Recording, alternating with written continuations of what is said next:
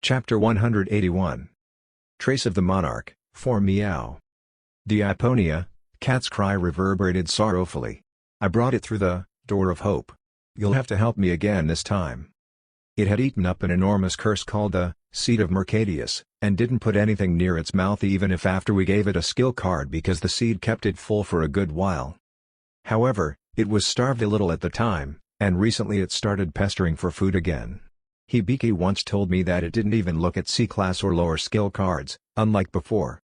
Of course, we couldn't starve the Iponia just because the goal why we started to take care of it had been met. Anyway, I owe it to Cat, and it was a bit weird to call it a reward, but I thought I would continue to take care of it. It's a pet that cost a lot to maintain, but it was nothing for me. And unexpectedly enough, we got help from Iponia again today. Mo. A sad cry from Cat that I had never heard of before resonated in the underground city. As soon as I placed it on the floor, it ran, approached Hibiki's bed, and jumped up. Then it crouched by Hibiki's head and licked her hair non-stop. It showed similar behavior to how cats groomed each other. Meow. As if it knew Hibiki was in bad condition, it looked at her with its eyes wide open. And then as if it had reached a decision. Hiss. I didn't even tell it to, but bright light began to linger in its eyes. Wait. You'll get a stomachache if you eat it out that way. I hurriedly pulled up the god's power. That was because although it had nearly reached maturity, there weren't only 1 or 2 curses to be removed that day. As insurance in case of emergency, I brought out the power of the god of life, Ram. Hoong. The fog-like divine power was released from the back of my hand, enveloping Cat. The Iponia leapt through a few years to reach an age when it was in the most powerful stage in its life cycle. Perhaps it's because it had already experienced it before, but it didn't even panic anymore. The Iponia glared at Hibiki's heart with the eyes of a predator in front of its prey. The sharp light flashed in its eyes. Now, there you go. Eat it up. Meow. A blue wave spread from Cat's eyes. And it poured out toward the cursed Hibiki's heart, her mana core. As the curse itself was unmanifested in a similar living form as the Seed of Mercadius, it didn't put up fierce resistance as the seed did. There was also no howling of the hunted beast. It was almost too easy for the Iponia. The red mana pattern that surrounded Hibiki's heart weakened evidently. Then it slowly separated from the core and fell off. Hiss. Cat hissed. The moment the curse was completely separated and fell out of her body, it rushed toward the mana agglomeration, which looked like a spider's web or a vein due to its wavering shape. It then released a much sharper and more precise attack than when it hunted my heart's seed. It's done. The red mana was torn to pieces in the air. Cat devoured the shredded curse without leaving a single piece. Meow. It sat in a majestic position and wagged its tail after it succeeded in vanquishing its foe. It's not time to be full yet. Following my instructions, Cat also began to eat the curse of the remaining people one by one. It was literally an eat-all-you-can-day. Ah, Guild Master. After the curse disappeared, I approached and cast a recovery spell. The devils were shocked, seeing that the rotten portions that didn't heal no matter how hard they tried had cleanly disappeared as if they never existed in the first place after the curse had been lifted. The guild members looked at Iponia and me as if we were saviors, saying that they've suffered indescribably terrible pain. Hibiki, who served as the leader of the Earthlings sent to finish the quest, apologized as soon as she regained her energy. I'm sorry. I should have paid more attention. She walked toward me like she's ashamed and bowed her head down. I tapped her shoulder encouragingly. It was absolutely not something for her to be sorry about. No, it's hard to predict what kind of unique skills your opponent has. Furthermore, if they invisibly placed the curse during a fight, it would naturally be harder to counter. That was the case without the successor's eyes. On the other hand, at that moment, unlike her, there was someone who was expressing anger profusely. How dare those inferior bitches place a curse on my body? It was the dragon that tagged along to recharge everyone's mana, Euclid. She expressed her terror and shame into anger. She spoke about falling helplessly to the doings of a race that couldn't even reach her foot in terms of mana. For reference, because she hadn't been able to maintain a polymorph until she was treated, she had been quarantined by a barrier, occupying an entire vacant lot in an underground city. There was a reason why the devils put up a new barrier. The terrible smell emitted by a dragon rotting alive. It was similar to hundreds of tons of rotten meat piled up, forming a mountain of decay. Now, Calm down. The dragon, steaming and breathing fire to relieve her rage, returned to a bald elven shape through polymorphism. I finally addressed everyone as a guild master. You've done great, everyone. Eyes. I know. We still have blood to be paid back. One hunter was killed in the collision against the raw eames. It was a pity. I'll take care of the revenge and the rest of the quest. For now, all of you return to Earth and remain on standby. I added words so they wouldn't misunderstand. It doesn't mean that I'm reprimanding you for failing the mission. As long as we know that the opponent's unique skill is a curse, there is a risk of taking revenge with the same member composition. It's not like the Iponia can indefinitely eat up the skill as well. I have to step up. The guild members agreed and went back one after another through the Door of Hope. The remains of the hunter that died were also recovered and carried away with them. However, some hunters insisted on staying despite my instructions. They were Nate, Hibiki, and Euclid. Nate and Hibiki, who took the role of leading the guild members, wanted to help me since they desired to see the responsibility through the end. Euclid didn't care about any of that. She just wanted to take revenge against the disgusting apes. Nate seemed immune to the decay curse, so I easily allowed it, but I contemplated about Hibiki and Euclid for a moment. Alright, I'll allow it. But I agreed soon enough. Even if an emergency occurs, one person plus dragon should be able to be taken care of by cat.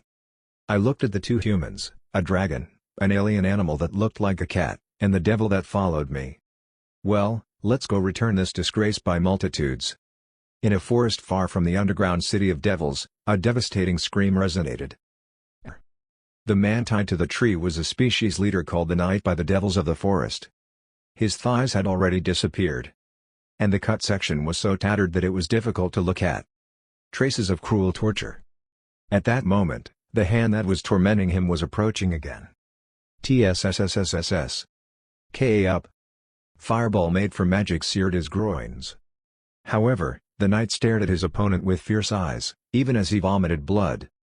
He snapped at the raw aim race that tortured him. Kill me. Whatever you do to me, I won't tell you anything. The raw eames, who were in charge of torture, shook their heads as if it was unbelievable. Tough little bastard. I can't believe he's holding on so strong. Then one of the torturers turned his head and called someone. Hey! Trade places with me. I'm tired. Okay, I'll take over. The approaching being grumbled as he gathered mana in his hands. Look, you probably think we'll give you an easy death if you keep acting like that, but you're mistaken. Do you know how many points we spent just to get here? The price of a leap ticket needed to enter a dimension not connected to any gates was high. Since it turned out like that, they had to get their money's worth. They were trying to find out where the monarch of evolution faced his end, a secret that only the knight knew. Never. I will never tell you. Is that so? The raw eam species laughed. I'm going to be a little different from the previous ones. Unlike them, I actually specialize in this. From his hand, sharp mana debris fluctuated like a sandstorm. Now, I'm going to put this in your mouth from now on. And it will tear your gums, tongue, and mouth sealing apart like sanding. The threat didn't happen as the tormentor intended. Crush. It was because there was a sound of something hard breaking behind his back. What was that? The raw eam species member who was about to begin the torture turned his head urgently. One of his colleagues was slowly falling, the head of which was nowhere to be found. Oh, damn it. The faces of the raw eam race who identified him were dismayed. The one who just died was an awakened who used a special curse with the unique skill. We're being attacked. Soon the raiders appeared from the woods. Seeing them, the raw eam muttered with a bewildered face. Human? The Earthlings were supposed to die soon from rotten organs caused by the curse they inflicted upon them. Since the Celestial Dragon's Guild Master had stepped up, it became child's play to track them down no matter how far they ran away. Seo Jin-wook, who showed his face in front of them without any plans to hide his identity, held the broken sword in his hand and approached silently. Hoong. The mana was converted to divine power, and a bright light wrapped around the halved blade. It soon manifested a light sword, eradicating any signs of imperfection. Seo Jin-wook spoke using a small voice, glaring at his prey with wrath and rage. Leave the one that I'm pointing at now, and slay the rest. The raw eames took out their weapons and spat out. Crazy bastards. You think 5 of you? Before he could even finish speaking, The 5 Earthlings began a frantic slaughter. Karg. Screams resonated non-stop. To prevent the kidnapped knight from getting caught up, they avoided a wide-area attack and killed their foes by killing them one by one. Seo Jin-wook, of course, was the lead in the hunt. Every time he swung his sword, one of the raw eames died. One life for every motion. He displayed efficient movements. A brief flash of his sword swiftly and unconditionally brought down death. As 10 people left for the underworld in an instant, the raw eames seemed to notice that something was wrong. And no, wait. This is... Jenegrake was also madly charging and cutting open raw eame necks, causing alien blood to coat him, and Nate's zombie horde gnawed into raw eames by relentlessly attaching themselves to their targets. Hibiki crushed the enemy by distorting gravity with a stern look on her face. Euclid, who stood beside her, also burned and torn the aliens using the spell she learned from Hibiki instead of focusing only on charging mana as she used to. The raw eames had been enveloped by terror and fear at that point. Run!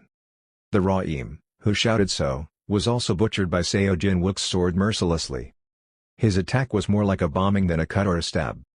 When the lightsaber grazed, the target's whole chest was blown away, and blood splattered down. The Terran shouted in a wrathful voice. "How dare you! I'll take this area." Jenegrake chased the ones fleeing, launching his body as if he had no intention of letting any of their foes leave with their lives intact. The magic species sword drew a sharp line, and the alien's body was split apart vertically. Those who Jenegrake touched had left a relatively intact body. At least compared to the small pieces of ground meat left behind Seo Jin-wook's wake. How can a human being be such? Someone shouted then. They had finally recognized the identity of the new human being who was definitely not a part of the expedition team. Seo Jin-wook. It's Seo Jin-wook. What? No way. They surely said he was dispatched to another mission. Listening to the hectically exchanged conversation, Seo Jin-wook was able to see why they did it. While he, who was considered the only threatening entity among the Earthlings, was absent, they meant to finish the job and destroy the evidence altogether. However, Seo Jin-wook finished his work faster than expected and had returned to Earth. And he ran over right away to save his guild members. When Seo Jin-wook moved to where the raw eames were gathered, more than 10 awakened beings were torn apart as if a grenade exploded amid them. Plop plop plop. Intestines, flesh, and blood rained down all over his vicinity like a storm of ground corpses. His sword no longer even needed to touch the bodies of the raw eames. A graze was enough for their flesh fragments to burst out. And no way. Perhaps he was lucky. The raw eame that had only his leg cut crawled and desperately spread his distance. However, the extended lifespan brought fortune lasted only a few seconds. Crush. Following the trajectory of the sword swung without looking in the direction, a sharp beam thundered through. It penetrated the raw eame's chest as he was crawling. The movement of the alien, which was reaching out desperately with its heart pierced, stopped. The Terran murmured lowly. "I won't miss." Karg. In the forest where the night's screams used to echo, the slaughtered raw eame's cries filled the atmosphere. As they continued to exact vengeance, the forest's fine humus soil became deeply stained with blood from the aliens. Chapter 182. Trace of the Monarch, 5. I left only one of my enemies alive as usual. The last survivor shivered, having witnessed his colleagues dying instantaneously. He looked at us with a face of despair and fear. "Please, forgive me." Apparently, it wasn't for his life that he was begging. This is not a matter of our species' dimension, but a rogue act of each individual here. So, please, to the Union's headquarters. It was a ridiculous thing to hear. He was pleading to prevent the issue from developing into an interracial problem because he knew what kind of aftermath it would create if such agendas were to be relayed to the Union headquarters. He just wanted us to end everything by killing them and punishing them. That's funny. If they were worried about that, they shouldn't have done that in the first place. I glanced at Jenegrake, and he approached and held out the handle of his main body, the Devil's Sword. Whisper of the Sword. Ah. That time, the brainwashing skill worked after so long when it didn't, and thanks to it, we were able to get a confession quickly and efficiently. When I heard the story, there was a reason why he, the sole survivor, was scared and blabbered. It went without saying, but behind the raw eame dispatched for the quest were the race's political leaders and the awakened beings' heads. They sent the team to the dimension by buying expensive leap tickets because they were worried about their species' future. The Ra'im people, like humans, didn't have much potential mana capacity. They also showed keen interest in the traces left by the monarch of evolution for the same reason as me. It could have been an opportunity to boost their power exponentially, after all. You didn't want to share that treasure with the Terrans, the Earthlings. I thought they cheered when they saw that I wasn't on the list of explorers sent by Earth. And saying that it was the only chance they had, they tried to monopolize the monarch's traces. Okay, thank you for your confession. I turned my head after sealing him in an item that looked like a coffin. The devil tied to a tree was rescued, and Hibiki's healing magic and items have completely healed his wounds. The knight that represented the forest devils. As I approached him, he wriggled with an uncomfortable expression. Ugh. What the hell? I belatedly understood why he was reacting like that. Oh, I see. I lowered the output of the divine power emitted by the holy sword. He resisted the power of a god, not different than any other devils. Then, as if the rock that was pressing down on his chest had been removed, the devil gave a sigh of relief. While he was catching his breath, I looked interestingly at his face and exposed bare arms. Tattoo? His skin was full of intricate shapes. Nate explained as if he had noticed my gaze. They say it's a tattoo that you have to get when you become the knight in charge of representing the devils here. But even they themselves don't know what it means. It seems like it's a type of script because of the repetitions in the pattern. Among the ones present, Jenegrake and I knew the identity of that script. Jenegrake clicked his tongue. You even forgot the contract text that belongs to the devils? I carefully examined the knight's body. I observed that the text string wasn't perfect. Grammar was wrong in some places, and there were broken letters as well. There must be some distortion or omission while it was being passed on to so many generations. I can't read it like this. Is that so? Jenegrake also approached the knight. The knight, who repeatedly thanked Nate and Hibiki for saving his life, as he was at least a bit familiar with them, turned his head again to the two of us. Since he had witnessed the massacre that just transpired, it seemed that he was still sacred even if we were the saviors of his life. His eyes were even trembling. But the moment Jenegrake took a step ahead of me and extended his head to read the text. Woong. What? The tattoo on the knight's skin began to glow. And a strange change began that wasn't normal for a common tattoo. As if an earthworm was crawling on his skin or the text was alive, it began to wriggle. White flashing text strings were disassembled, recombined, and formed sentences. What happened afterward was... Huh? Nate gave off a baffled voice. The knight's face was also dyed with shock, but his eyes were filled with awe beyond bafflement. He seemed to know what the phenomenon was, but he didn't expect to see it at that moment. Soon, we all saw a curtain of letters falling out of the knight's body like light powder in the air. I spoke. Now I can read it. Jenegrake mumbled in reply. This is a headache. It used the entire skin of the devil as a magic document?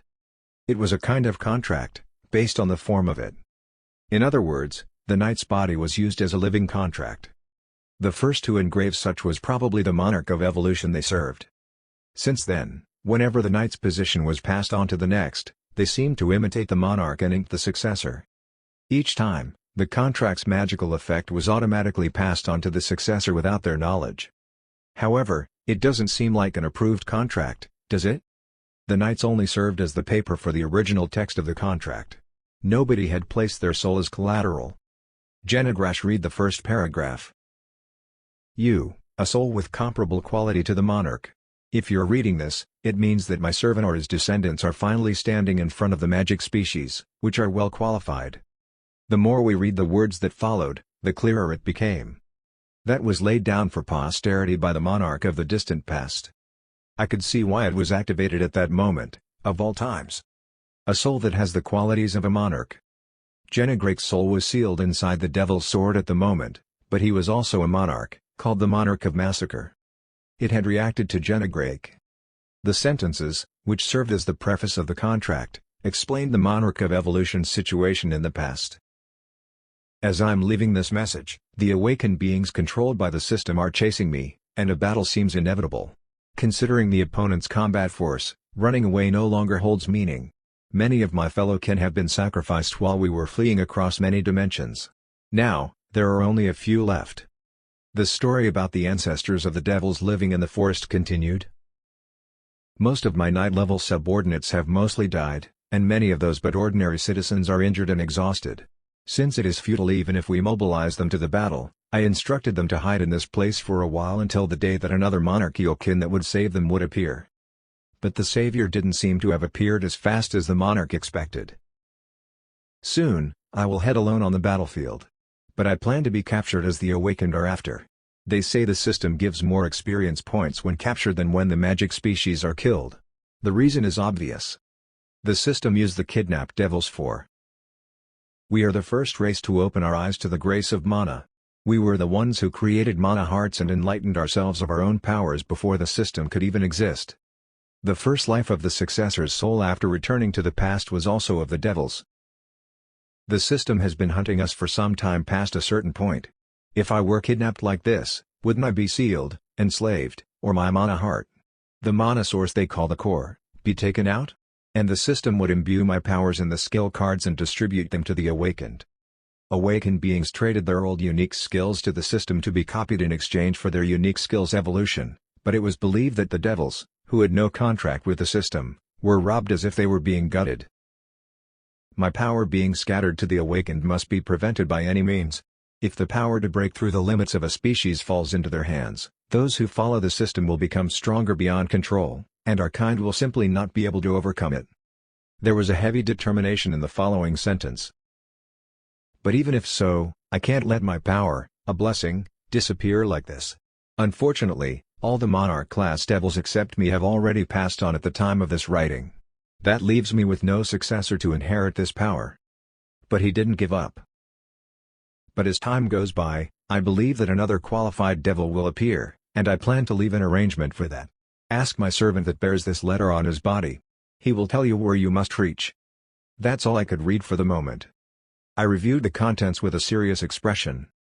It seems that he surely left something behind. It's certainly something related to the unique skill that the monarch of evolution had. But how could a race that wasn't linked to the system pass on its unique skill to others? Ah! While we were reading the letter, the knight fell flat on his face as if he realized the situation. The subject of his homage was Genegrake. He seemed to feel something with his senses unique to the devils. We have so far served him, the one who commands the corpses, thinking that he was the descendant of the late monarch. He was referring to Nate. The gaze toward the human youth scratching his head flowed back toward Genegrake. But it seems the true monarch existed elsewhere. He trembled with emotions that overwhelmed him. It's finally time to carry out the mission that had been passed down from one night to the next. Allow me to lead you to the promised land, you, who qualifies as a monarch. He wanted to tell us the secret that he had kept shut despite having to bear the torture of the raw eames as a consequence. Of course, there was no reason to refuse. The place where the monarch of evolution's life came to an end was said to be far away, which took more than a month on foot. Indeed, it should have been distanced at least that much to ensure the hidden subordinate's safety. Of course, there was no reason to walk there since flying wasn't difficult if I knew the direction and distance.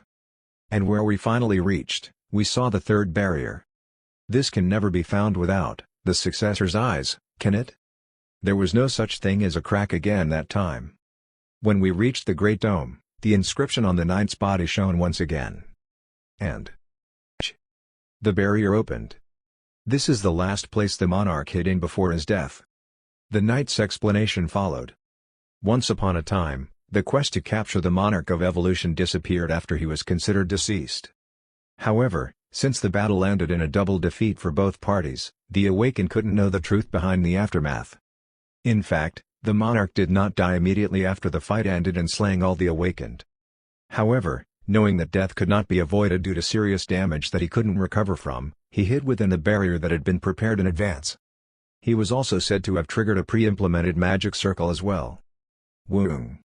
Next, the sentences of light rising in the air continued the explanation.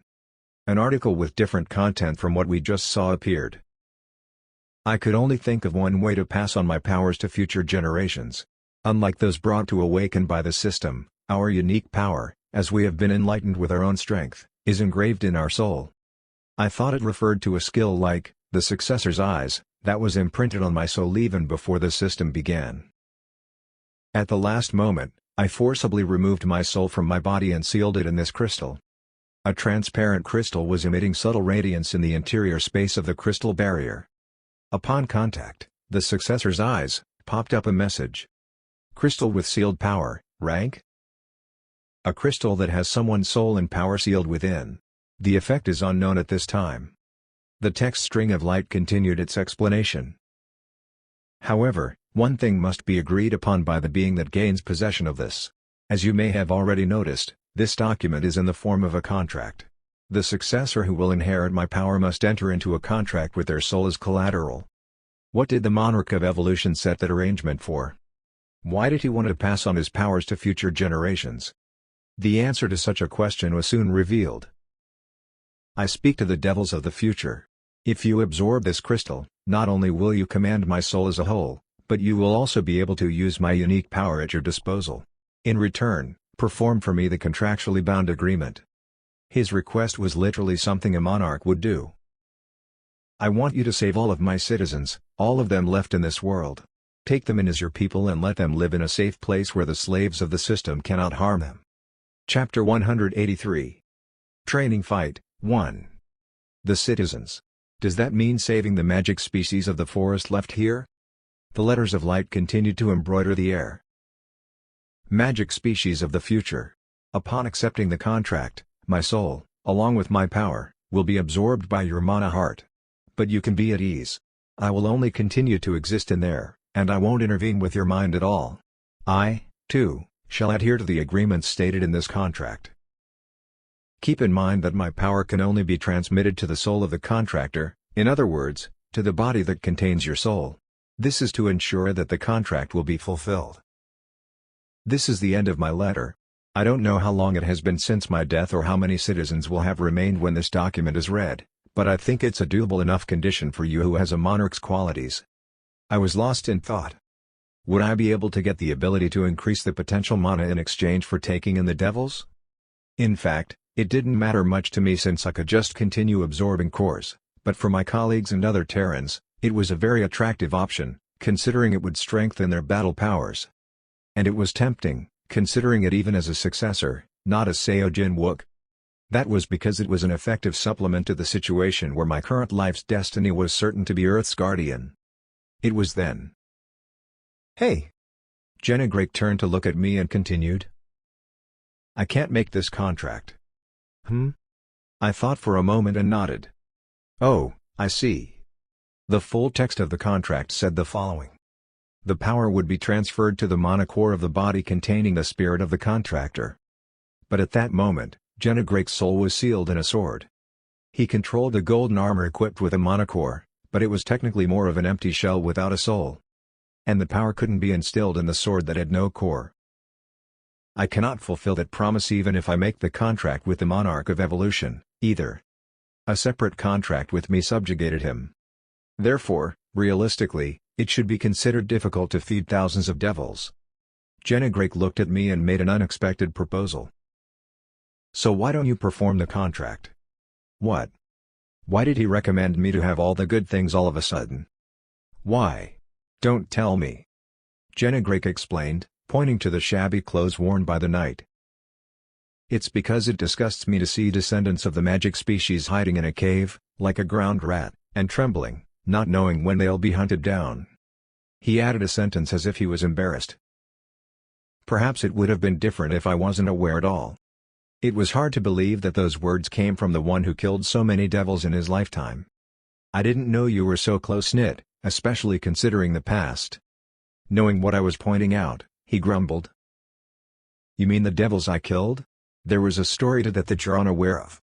Instead of giving me the full length of the story, he said something else. The power of the monarch of evolution is something that you desire as well. You have the ability to perform the contract, too.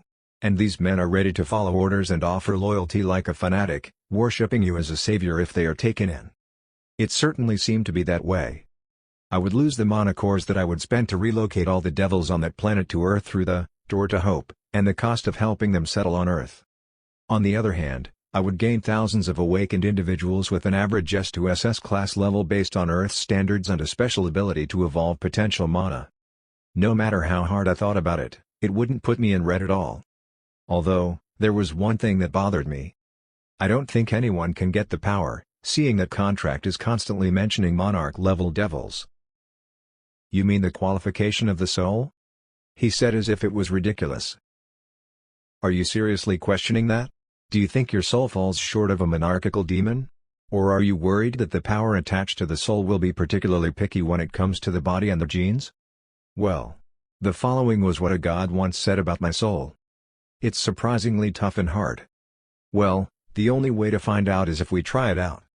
I wanted to know if I had the qualifications as well. I reached out and grabbed the crystal.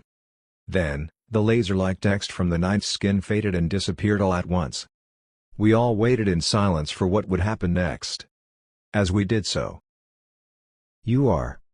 That time, instead of a text message made of light coming up, the words rang directly in my mind. The source was the crystal held in my hand. It's the sealed soul here. The monarch of evolution, who lost his body a long time ago and had been waiting for future generations to reach his hidden power, spoke to me directly. "You are. Your flesh is not of the same kind as ours."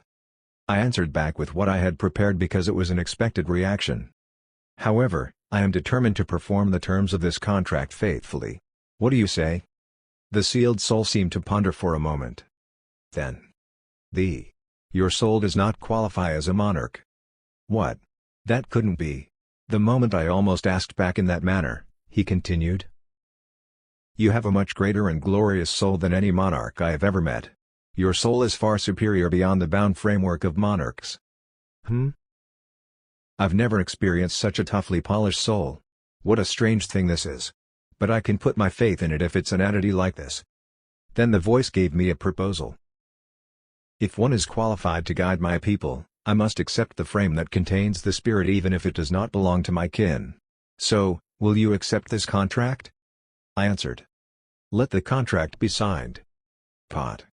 Then a brilliant flash burst out, and the crystal I was holding disappeared as if it evaporated instantaneously.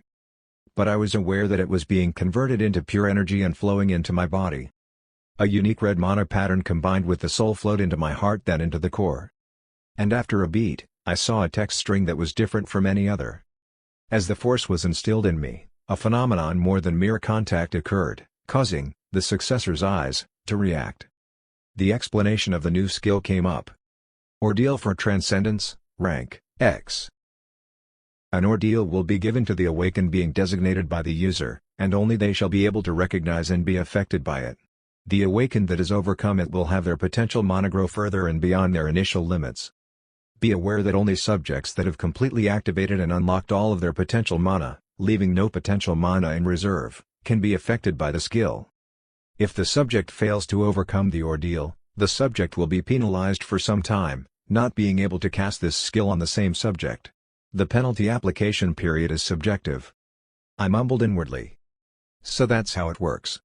If the mana could continue to be increased without a limit, the monarch of evolution couldn't have been defeated. Not only did it have a condition to use it, but even if one overcame an ordeal, the content of which I wasn't aware of, it would take time to give the next ordeal. Until the subject converted all the newly acquired potential mana to active mana, that was. And first of all, there would be no point in using it on me. As I continued to increase my potential mana with mana drain, it would never fall to zero and hit bottom. That ability was solely for my companions. A means of cultivating one's power as a group. Then, after understanding what had happened through our conversation, the knight laid his body flat on the floor. Even though I already knew what his reply would be, I asked him, "What do you say? Will you and your other kindred follow me?" The answer was very quick. At least a few words from the monarch of evolution that died after hiding them in that place must have remained intact. When he found out that I was already ruling over another monarch and had him as a subordinate, even though I was not a devil, he gave me a title. "I will you serve me with all my flesh, Great Monarch." Great Monarch. What was up with that sense of naming? I clicked my tongue and prepared to return to Earth. The immigration of the forest's magic species to Earth proceeded faster than expected. First of all, a temporary shelter for thousands of people already existed in Korea. That was because the residences built for refugees who lost their homes due to dungeon breaks had become almost empty. The Celestial Dragon Guild had expanded its influence in earnest, and I had begun to pay attention to prevent gates from collapsing through the aurora of stability, after all. Thanks to that, instances of dungeon collapse in Korea and the whole world had almost disappeared. That was Earth's current situation. And after entering the main quest, as we interacted with the other world that I had laid the bridge to, we were supplied consistently with the technology and the materials of the alien world. The urban reconstruction speed had hastened incomparably to the past due to it. Guildmaster, the Korean government has granted refugee status to all members of the magic species. Thank you, Secretary Kim. All of them had already pledged their allegiance to me, the savior of the legend, and I had the magic species join the Celestial Dragon Guild. Suddenly, our number increased by multitudes. As a result, the edges of Secretary Kim's lips had gone from ear to ear and didn't seem to go down. Every time he passed by, I would often hear a melodic humming. These days, every day is like a dream. When I think about the past, I never thought a time like this would come. He sighed deeply as if it made him emotional. It was understandable. After the main quest began, the Celestial Dragon had solidified its position as the world's #1 guild, but it had another rapid growth once again. As a result, the comparison between the Celestial Dragon and other guilds on the Earth became meaningless, and even the media were already losing interest in ranking them. Guildmaster, you became even more famous after the tutorial quest.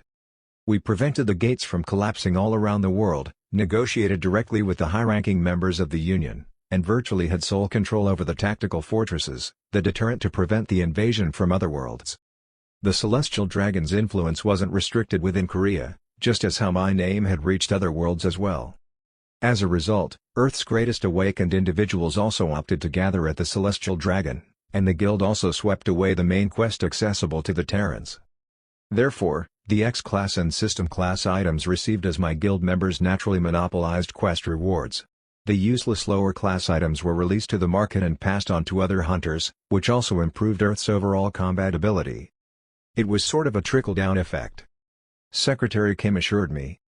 In this situation, if you, Guildmaster, promises something, the Korean government will have no choice but to provide the best support by all aspect. I think the rest of the procedure will be completed quickly. The magic species settled in Korea at a surprising speed. And like how other Union members didn't attack Janagrake just because he was a member of the magic species, nobody picked a fight or dared subjugate the others either. In the eyes of the aliens, the Forest Devils were also my subordinates, after all. Meanwhile, while the government took care of the complicated administrative procedures and the guild leaders, including Secretary Kim, took care of the household establishment, I focused on other things. Please conduct the experiment on me. The task to try out the newly acquired skill, Ordeal for Transcendence, rank X. Upon hearing the explanation, Hibiki was the first to raise her hand. She, who was very bitter about falling helplessly to a curse recently, wanted to become stronger as soon as she could. However, she had virtually stopped growing, having unlocked all the potential mana amounting to a total of 50,000. Knowing her feelings well, I nodded. I don't know what kind of ordeal it is. Do you still want to proceed? Hibiki nodded with a glance of firm determination. Wasn't it said that the monarch of evolution of the past had a lot of subordinates gathered around him since they wanted to be stronger? It wouldn't have been so if it was dangerous enough to be too big of a risk. Her reasoning was sensical. Eventually, she became the first test subject. When I activated the skill, the red mana lingered around her body. Then only a few seconds had passed. Thud. Hibiki. Are you alright? She sat on the floor with her knees weakened. The air surrounding us changed rapidly. Nate was baffled and wiped off the sweat covering Hibiki's face. What kind of sweat does? At that moment. BLRGH. How could a person turn so worn out in such a short time? With a blank look as if she had walked through the battlefield between life and death, she vomited blood on the floor. Cough. A rough cough followed. Nate quickly pulled out a potion and fed it to her. What happened? What about the ordeal? Has it already started? Is this the ordeal? Unlike Nate, who was so anxious, I didn't even have to ask Hibiki. It was visible to me. Her potential mana nearly doubled compared to the before I used the skill. The active mana was about 50,000, remaining the same, but the potential mana, which was 0, increased to 50,000 again. The expansion of the vessel, which could nearly double in the future, had been achieved. You've overcome it. Yes. Barely composing herself, she confessed what she had witnessed. Nate's eyes widened. By your senses. You're saying you've been fighting virtual enemies for years and years alone? It was fortunate that her mind didn't collapse. Chapter 184. Training Fight, 2. When the skill effect was proved through Hibiki, the next to take on the challenge was Nate. He asked Hibiki, as if he was afraid, digging into the details of the illusion, including what was the hardest. She replied. As soon as I entered, I knew that everything was just a fantasy like a lucid dream. Since time flowed without eating, sleeping, or mana running out after the battle started, I was aware that it wasn't real. However, it was still hard despite that. She said that her mind and emotions felt worn out. And no matter how fake it is, if you fight and kill, isolated from the world for years, you'll start feeling like your mind is burning out. Honestly, I think I was half crazy considering my condition just before I came back. When I came back to reality, that madness disappeared like a lie, but when I think about it, it still scares me a little. Hibiki said the scariest factor was that she felt like she was becoming a ghost immersed in slaughter and was drifting away from people she left behind in reality. She suffered from the fear of not knowing how much longer one had to be locked up there. When Nate heard that, he smiled and replied, "Really?" He turned his head and looked at me. "If that's the case, I think I'll be fine, Jinwook. I'm ready. Cast it on me."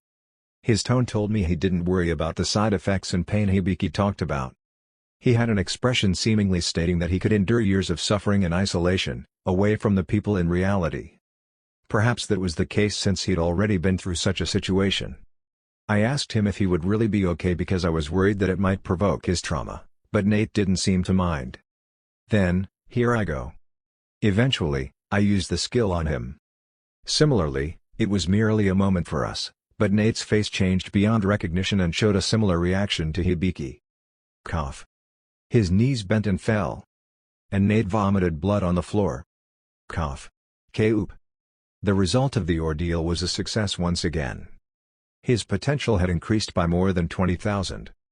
But his appearance, though he assured that he would be fine, wasn't ideal. No, to be exact, it was as messed up as when Hibiki had just returned. My. Euclid assisted him. Nate murmured. I thought I would be all right.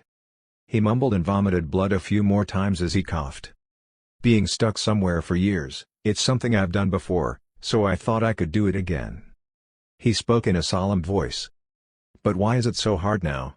It wasn't even real. He said that the situation of being left alone was more difficult than the endless fight. Next, I also tried it on Janagrake, but as he expected, the skill didn't work. I could only think of one reason. The difference between him and others was that he had no soul in the body where his mana heart was. That means it's a skill that interacts with the soul. And the dragon, Euclid, had only lived for hundreds of years and hadn't yet activated all of her potential mana, so she wasn't a subject that I could use the skill on yet. After experimenting with the most important people that way, I contacted the guild members. Of course, I did it in secret. Hunters, whose growth was blocked due to the vessel's limitations they were born with, causing them to be obsessed with despair, had always existed. Their classes were not important. Whether it's F or SSS class, the desire to be stronger was no different. Since there would be nothing good resulting from the news leaking out to other dimensions, conducting experiments on awakened beings while practicing extreme security resulted in more than a 90% success rate. The failed cases also had something in common. Everything stopped when they explicitly expressed their willingness to give up in the virtual space. Of course, those who gave up once had been given the penalty that they couldn't challenge the ordeal for a long time. It didn't take long to experiment with all the applicants. From my point of view, I only used a little mana using the skill, and the activation time and the duration of the skill were close to an instant.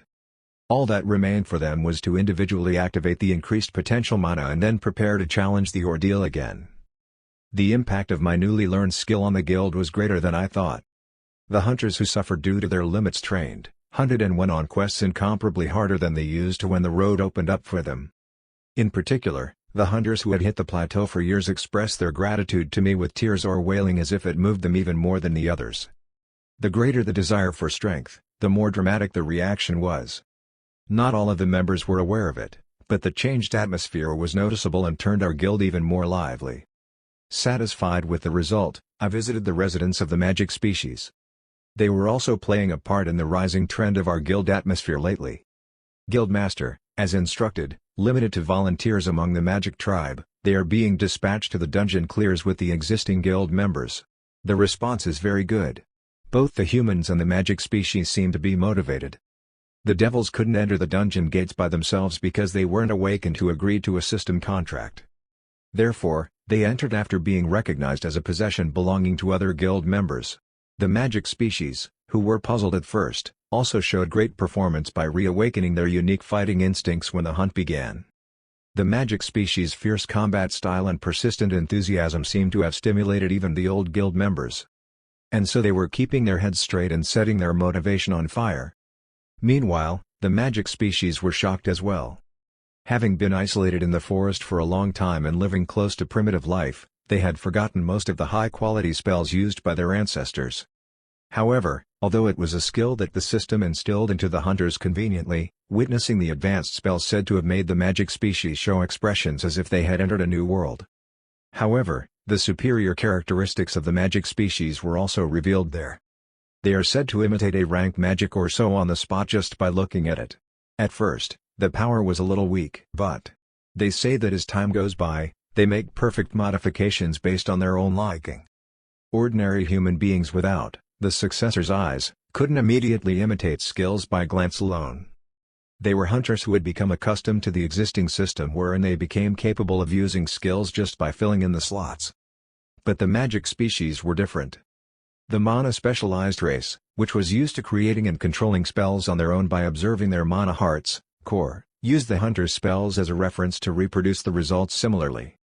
Of course, it wasn't a perfect copy like in the case of the successor's eyes, but it showed 40 to 50% efficacy. Due to individual characteristics and talents, they had different areas that they could copy, but that alone was outstanding. That format wasn't limited to magic but also applied to sword movements acquired in the form of skills. The Terran hunters felt as if their secrets were stripped bare. As I approached the residence of the magic species, some individuals came to greet me. But I didn't notify them of the visit, did I? Oh, great monarch! You've come to such a humble place yourself. They all lowered their bodies and paid their respect. How did they know? The answer came from my monocore. The monarch of evolution whose entire soul and power I absorbed had answered. A powerful divine power lives in your body. It's natural for them to notice your presence when you're this close. The sensitive ones among the citizens must have felt unpleasant from a while ago. For many reasons now, they are worshipping you, managing to interpret the foreignness as a sense of awe. I carefully examined their living conditions since caring for the magic species to get along well on Earth was a contractual condition promised with my soul. Of course, I instructed them to pay extra attention, so the guild members must have taken measures to make sure nothing was lacking.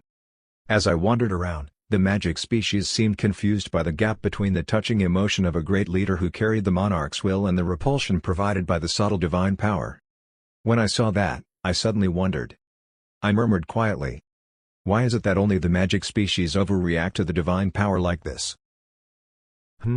Didn't the subjugated monarch-level devil explain it to you? He must be an ancient devil who was born much earlier than me. Weirdly, he never talks about such things in front of me. The following was how the monarch of evolution explained it.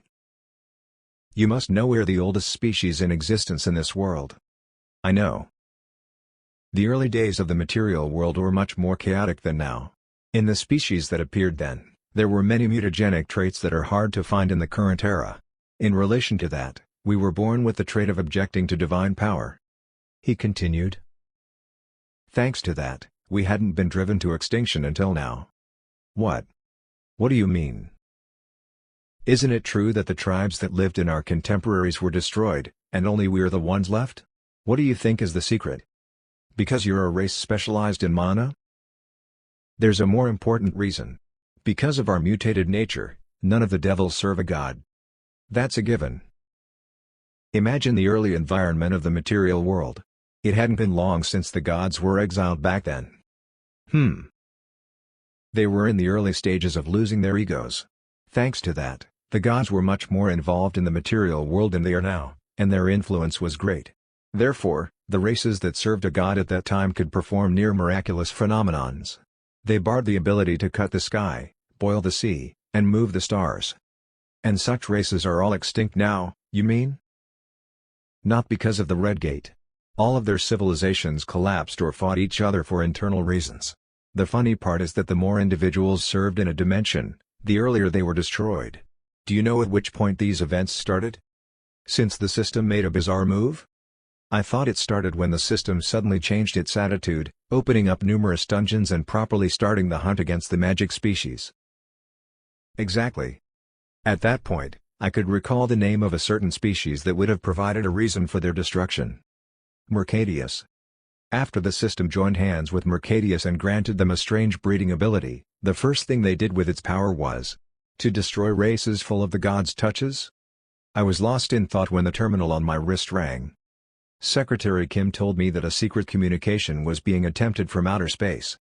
I should return. When I operated the telecommunication machine at home, Bachurka's face took shape. She announced the progress of the situation. The Rahims have agreed to accept all the terms and conditions we have offered in exchange for avoiding a forced withdrawal from the Union. In the future, they will have to pay the Terrans, to be precise, the organization you lead, a great amount of compensation for the damage they caused. Of course, the political organization behind the scenes also had to be stripped down from their place. The agenda on Rahim seemed to be ending there. I hastened the alien for the next story. What about Adgons? There was only one reason why she contacted me through secret communication, out of all the options, that day. As a result of the investigation on the Adgon executive we handed over, the Union leadership, excluding the race, decided on the future actions.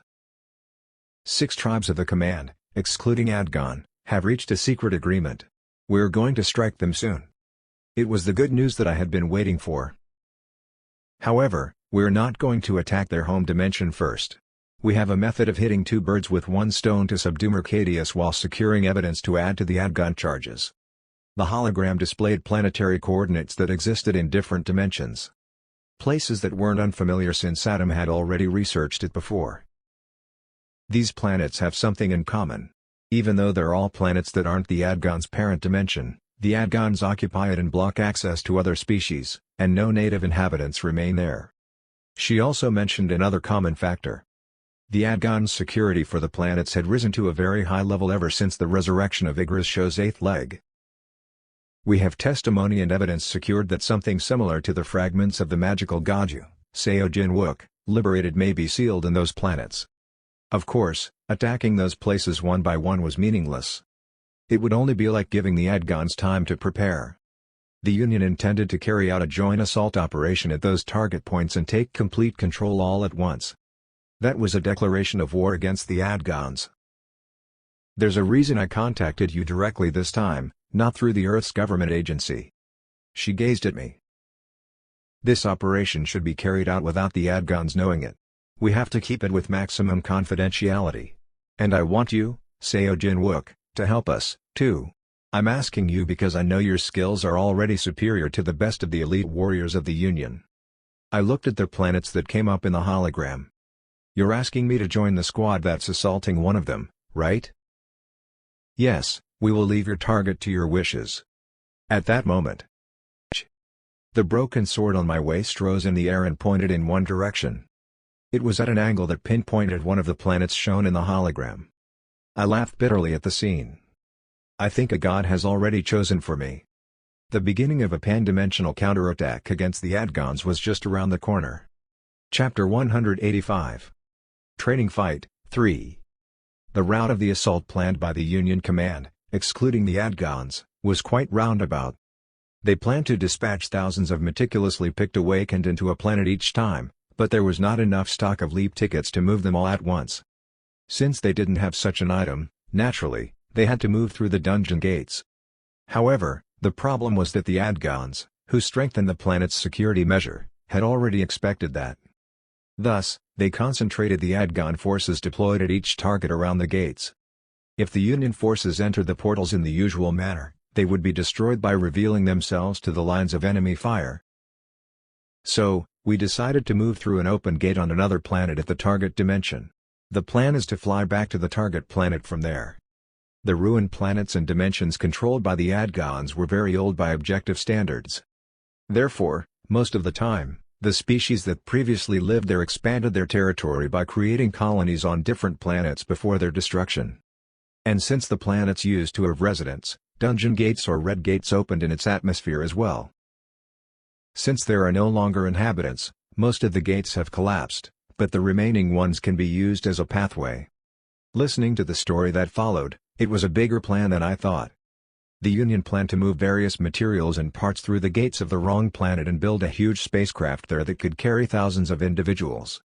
And then we were to get on board and sail over to the target planet. But I pointed out that there was something unclear. So, how long would that take? Bachurka spoke with a shadow cast on her face. That's the problem. It varies slightly from dimension to dimension, but it is expected to take at least 3 months based on Earth's time. That's too slow. It had already been more than 2 months since I'd gone prisoner's handover to the Union was done. Even if I were to consider that the delay so far was inevitable because they were trying to secure testimony and evidence and locate the target planet, it would still take another 3 months for everything to be completed. That's almost half a year wasted. Will you be able to prepare as covertly as you are now for 3 months? What if the Adgaz notices? We will only have to do our best. There's no other way at this point. I pondered for a while and finally made up my mind. It was the Union's goal to strike the Adgans, but above all, it was a stepping stone needed for my long-cherished desire. The fragment of the god that they hid, to free the things that corresponded to Igra's show's leg was also a duty that I had to fulfill to get rid of Mercadius. With that in mind, I decided to disclose what I had kept away from the Union so far. Let's change the method. What do you mean? After the tutorial quest and having entered the main quest. When I was invited to go to another dimension or visit the Union headquarters, despite the fact that I had a much better method, I used the invitation, in other words, the teleport scroll bundles they sent, instead. I tore a scroll, moved to the front of the gate, crossed it, ripped another scroll again, and repeated the process until I reached the destination. That was because I didn't want to let them know that I had the door to hope. If nobody could observe our movement routes, for example, when sending the Celestial Dragon Guild members to a gateless dimension, we pretended to use a leap ticket but really sent them through the door of hope. Other than that, we moved similarly to others. Now that we have found a common enemy called the Adgans, the enemy's identity within the Union had been identified. The time was right to disclose it to our allies, whom I had to work together with to destroy our target. I told Bachurka about it. Is it true? Do you have such an item? Yes, I haven't used it properly until now because the consumption of mana core is great when moving through dimensions. But I think the Union can procure as many cores as the operation would require. Cores are a much lower price than the experience points you'll spend on leap tickets. Of course. That's great. A lot of holes in our plans can be covered that way. Due to my initiative, the scheduled date of the assault had been shortened by more than 2 months. A total of 5 planets have been targeted. The Union's awakened units were divided into 5 groups, and not all of them gathered in one place before the assault. It was to reduce the chances of catching the Adgon's attention as much as possible. I stood in front of the troops who were aiming for one of the planets. Then, I'll open the door. It felt like the air was being pulled tightly because of the tension. Despite being selected as the best at each dimension, there was solemnity in their eyes, perhaps because they knew the importance of the mission. A war that would be the key to exterminating a race with horrible mental control. A race that could destroy innumerable dimensions if left unchecked. A war to strengthen the influence of the exiled gods. Wooing. The ring on my finger turned into a hoop, expanding its shape. The moment the space inside the frame was filled with cold light. Please enter the coordinates.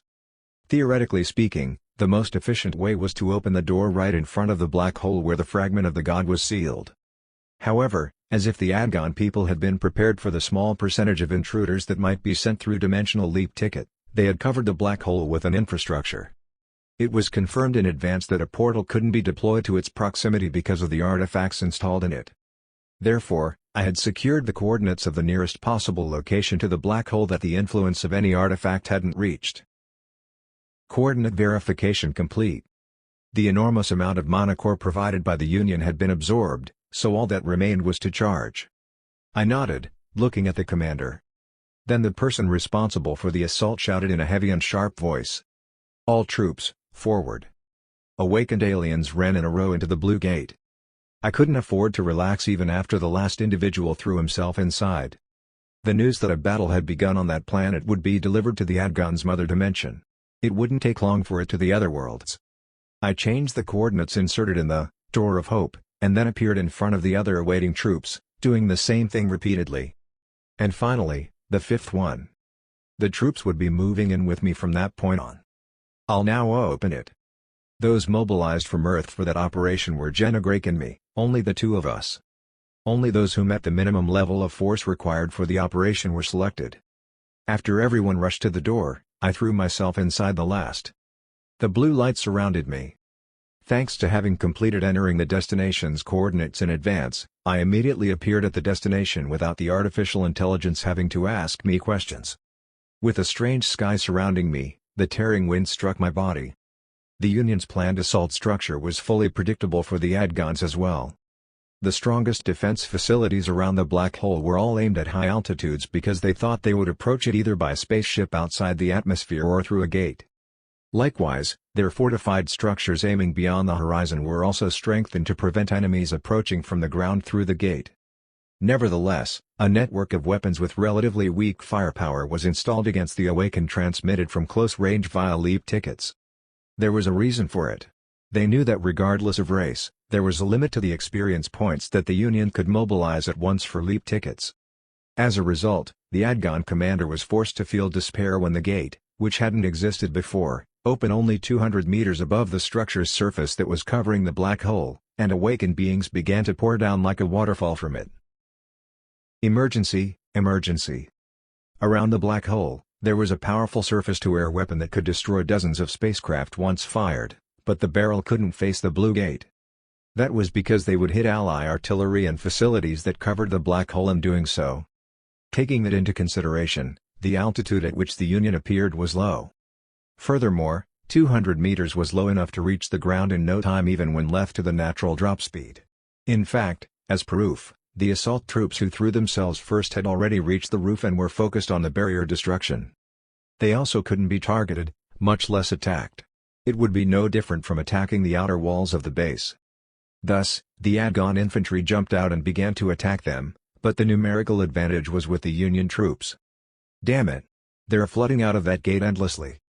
For Adgons, not only did they have to defend their mother dimension, but there were 5 other planets that they had to distribute their forces to. Naturally, they would be pushed back by the ace troops of each Union's dimension that had joined the war. However, the Adgons were not fools either, so they had prepared a shield for contingencies. The barrier line is too sturdy. Since there was no accurate information about the barrier due to the Union spies' inability to get closer, its strength was more powerful than expected. Seo Jin-wook, who was the last to cross the portal, appeared while the barrier destruction division was struggling. "What, are you still held back by that?" The shells fired by the Adgon infantry on the ground couldn't even brush against him while falling. Seo Jin-wook stepped on the roof of the base and shouted, "Get out of the way, everyone." Knowing his reputation, the aliens stopped what they were doing and made way for him. Seo Jin-wook observed the roof surface through the successor's eyes. It was a very sturdy barrier, but the critical point could be found if one was to look through the structure. Creating a mono wave that painted the floor as it drew flashy patterns, Seo Jin-wook's gaze reached a spot. Here it is. He unsheathed the holy sword. The broken blade was filled with mana, creating a long beam of light as branches stretched out. Without hesitation, he pierced through one point in the barrier. Bang! Shatter! Following the heavy sounds of shocks reverberating, a sharp, shattering noise echoed. Next, the floor cracked open like an eggshell, and a dazzling flash was emitted. Ugh! A colossal energy storm, one enough to baffle the awakened beings that had not only gone through high-intensity training but experienced all kinds of situations, struck through the top of the roof. Boo-boo-boom. When the storm calmed down, the aliens realized that something had changed. The barrier. Seo Jin-wook shouted.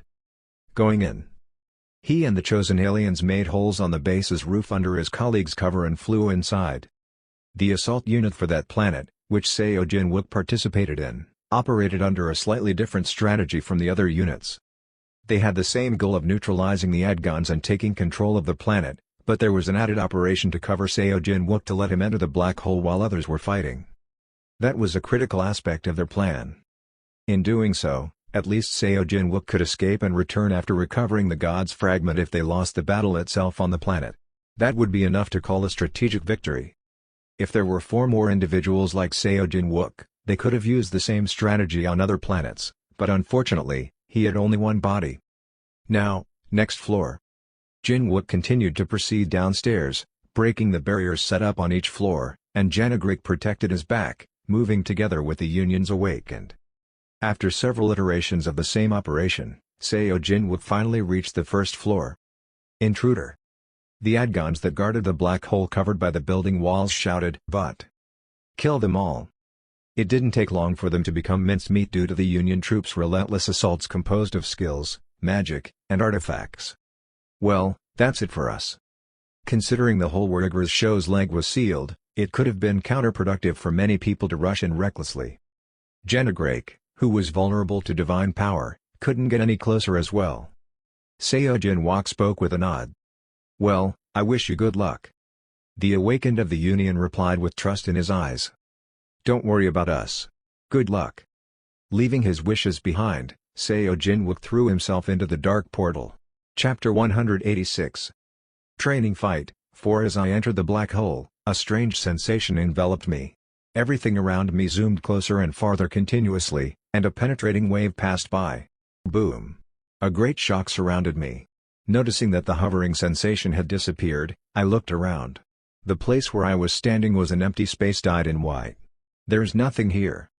As I thought of those words, as if a subtle sensation was caressing the back of my head or as if pulling my hair, something got my attention. It's similar to what happened back then. It was the same as when I found and approached the 8th leg of Vigra's show with the priest that served her. The nerves on my entire body warned me as if it was screaming. There was something dangerous ahead. It happened almost simultaneously. A fissure-like trajectory was drawn in across the place with no particular target, and I defended against it with the holy sword. Clang! As the space distorted, a man appeared.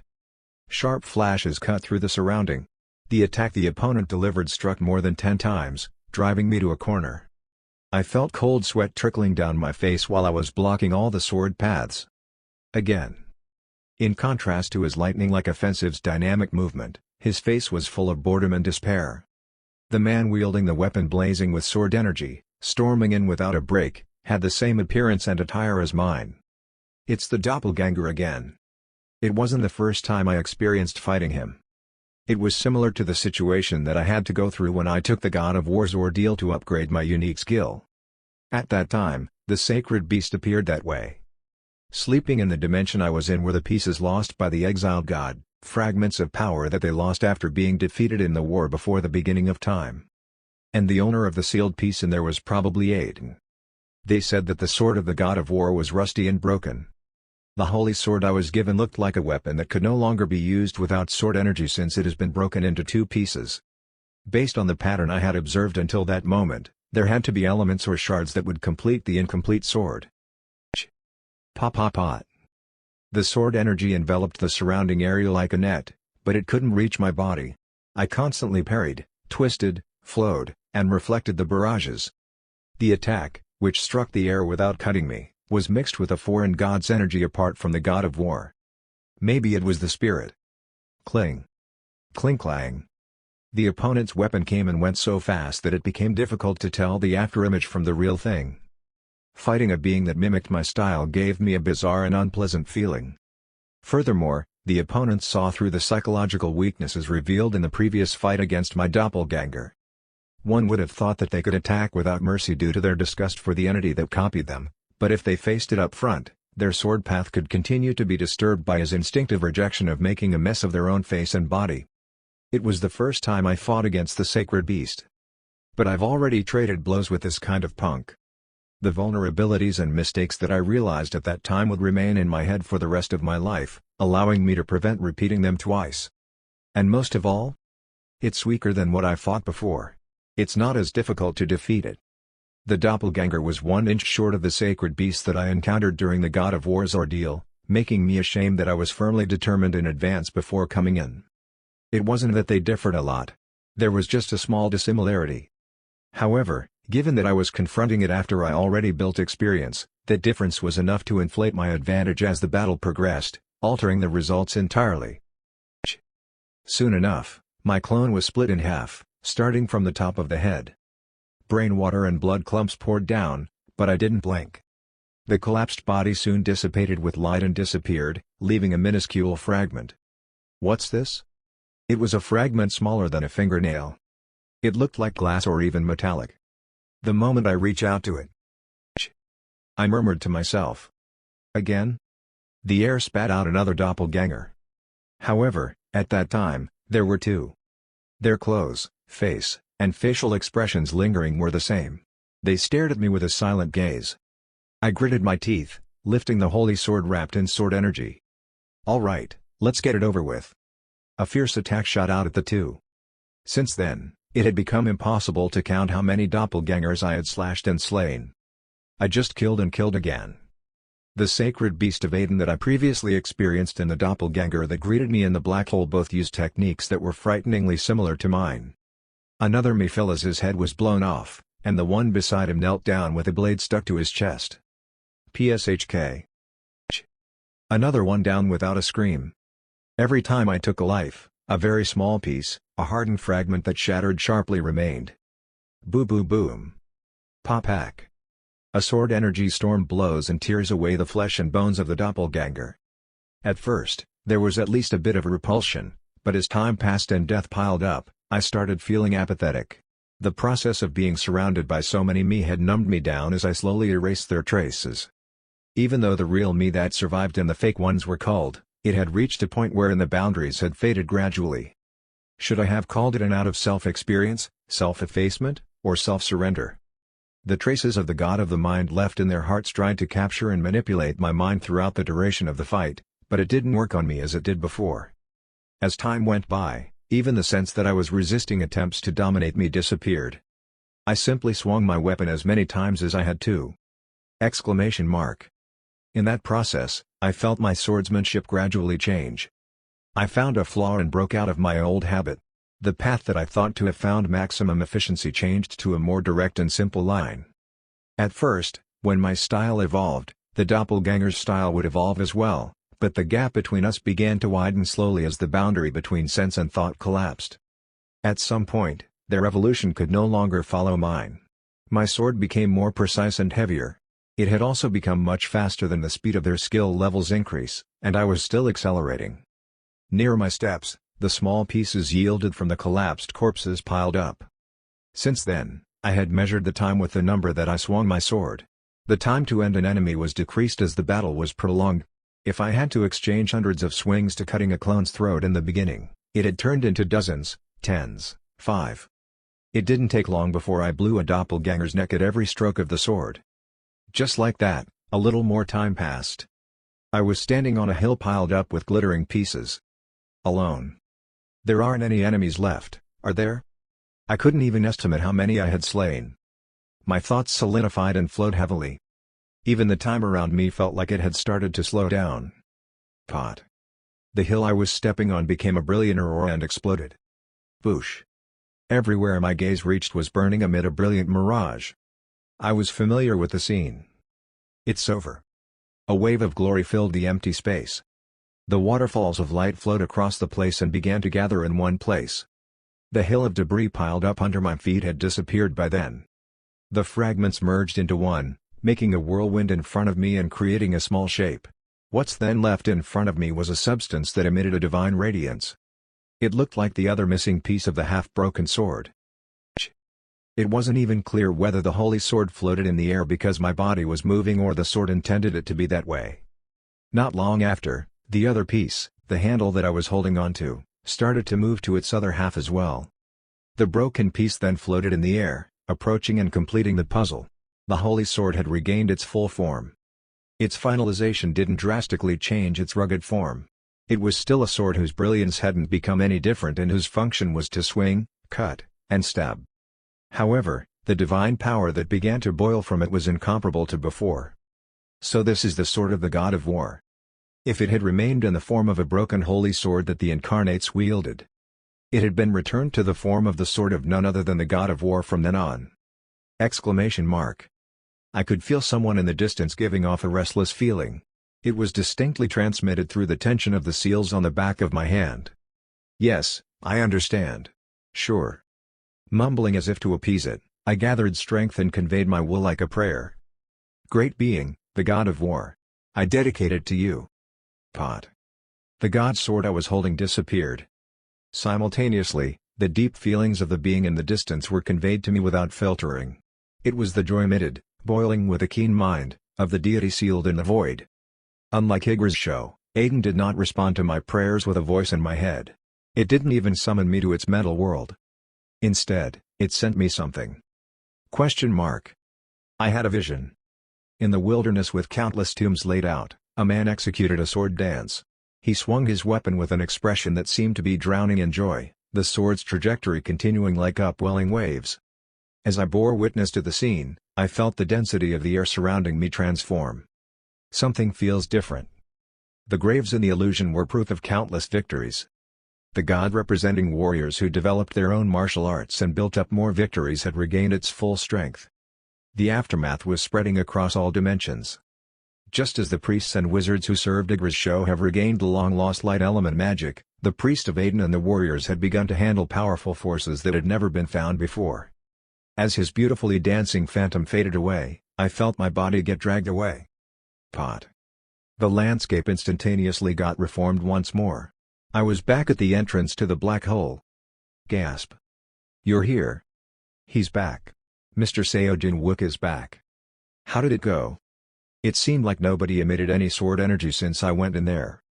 I spoke to those that stared at me, unsure of what had happened. It was successful. Cheers burst forth.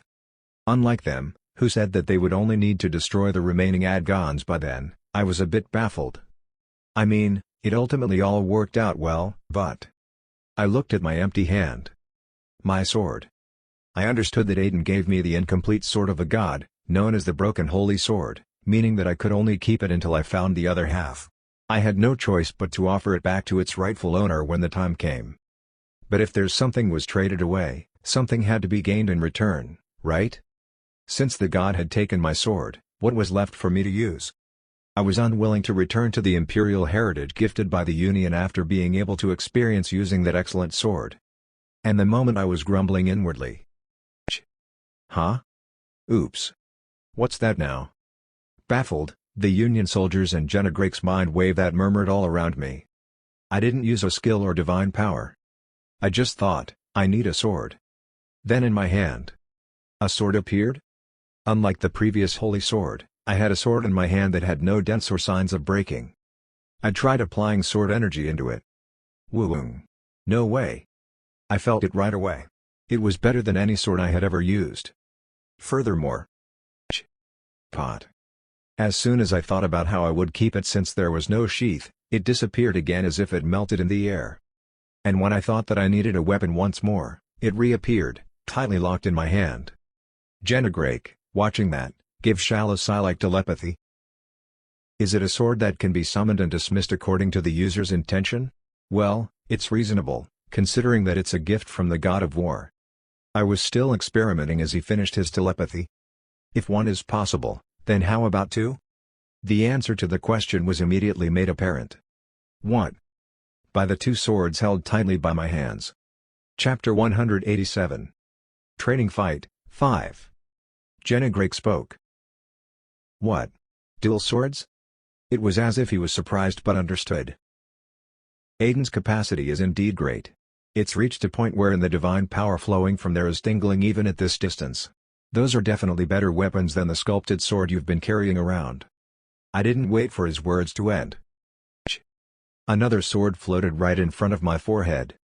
The moment I thought I needed another sword, it was summoned. No delivery service in the world could be faster than that. I had two hands, and I couldn't hold the other one with my mouth, so I let it float in the air with telekinesis. Hey, wait. Could it be? I kept experimenting without stopping. Swish. Swish. Swish. Swish. Swish. Soon enough, I had filled the space around me with swords, and the Union's warriors were staring blankly at the scene, their jaws having dropped unknowingly. It was after Jenna Drake had fled far away, like a person in terror trying to avoid a fireball. Further experiments would be meaningless. All the swords so far had the same specification. However, one shameful aspect about it was that I don't think I can handle it. One of the Union's warriors spoke up. He had accompanied me right in front of the black hole, but he then gave up and stepped back. His hands, as he held the sword's handle after my suggestion, were scorched. He was considered one of the best awakened beings in all aspects, which meant he could endure the pain and wounds while wielding it, but the problem laid elsewhere. He stated that even if he infused it with mana, the new holy sword didn't respond. In his hands, it was just like a normal weapon, not an artifact. Even if he tried to handle it in a contactless manner as I was currently doing, it was too much. Perhaps there is a condition that only Aiden's believers or those who have the appropriate qualifications could wield it. For the time being, as I had all the qualifications, it seemed that I could freely use it no matter how many I summoned. Well, then. I decided to conclude my leisurely attitude at that point. First of all, let's go clean up the battlefield. Through a hole made through the base covering the black hole, we all moved out again. The battle was still ongoing, but victory was leaning towards the Union. They're fleeing. Boom. Boo boo boom. Formation. Reinforce formation. They're running away. Don't let them go. Among the awakened, many used sword energy format skills, and they must have realized at once that something changed the moment I dedicated the God's sword to its rightful owner. The change didn't appear in a manner where everyone's power was strengthened at once. Those who had become the most dramatically stronger were the ones that had modified themselves to the deepest level instead of using swordsmanship skills as they came in the cards. In other words, the more they had put their will into swordsmanship, the more they felt that their abilities had been significantly upgraded. That sudden shift in the atmosphere seemed to have made the Adgons aware that the black hole they were desperately protecting had been breached, and what they had there had been returned to the original owner. Since there was no more meaning in resistance, they had begun desperately fleeing away. Shall we experiment? Since the Union forces couldn't destroy all the spaceships around the base, some of the Adgons were running for the remaining vessels with all their might. Of course, I didn't intend to let them leave. Woong. As I focused my mind, the swords densely surrounded me. I pushed my will into it. Boosh. The sword energy's form was evidently different from before. It had started blazing like a white-yellow flame. Go. Hundreds of blades ripped through the air, leaving behind a golden trail. Boosh. Burning through the air, they poured down into the earth, almost as if Armageddon itself had dawned upon the realm. While the storm of swords subtly avoided my allies, they located the Adgons and struck them down mercilessly. I didn't have to detailedly take care of the whole process and prevent any damage to my allies. Once I put my will in them, they followed those I had identified as enemies as if the objects themselves had eyes. And no. Arg. Upon hitting their targets, the swords set off a brilliant flame, devouring their prey's bodies. At first, it seemed like it was incinerating them, but it was just an illusion. It was no fire. It was sword energy. Condensed to the utmost limit, it collapsed into what it had trapped within, leaving not even a speck of dust. All those who fled so desperately, and those who wielded their weapons in a struggle to attack while being overpowered by the Union, were erased by the flames I made. Within 10 minutes of my return from the black hole, the battle had been put to an end. Commissioner Bachorka, do you read me? When we had settled the situation in the dimension that we assaulted, the Union also reported news from other realms one by one.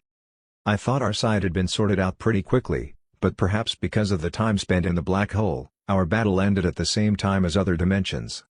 If to combine the results, it's 3 wins, 1 draw, and 1 loss in 5 games. Bachorka spoke over the hologram. I don't know which god's fragment is hidden in the planet where we lost.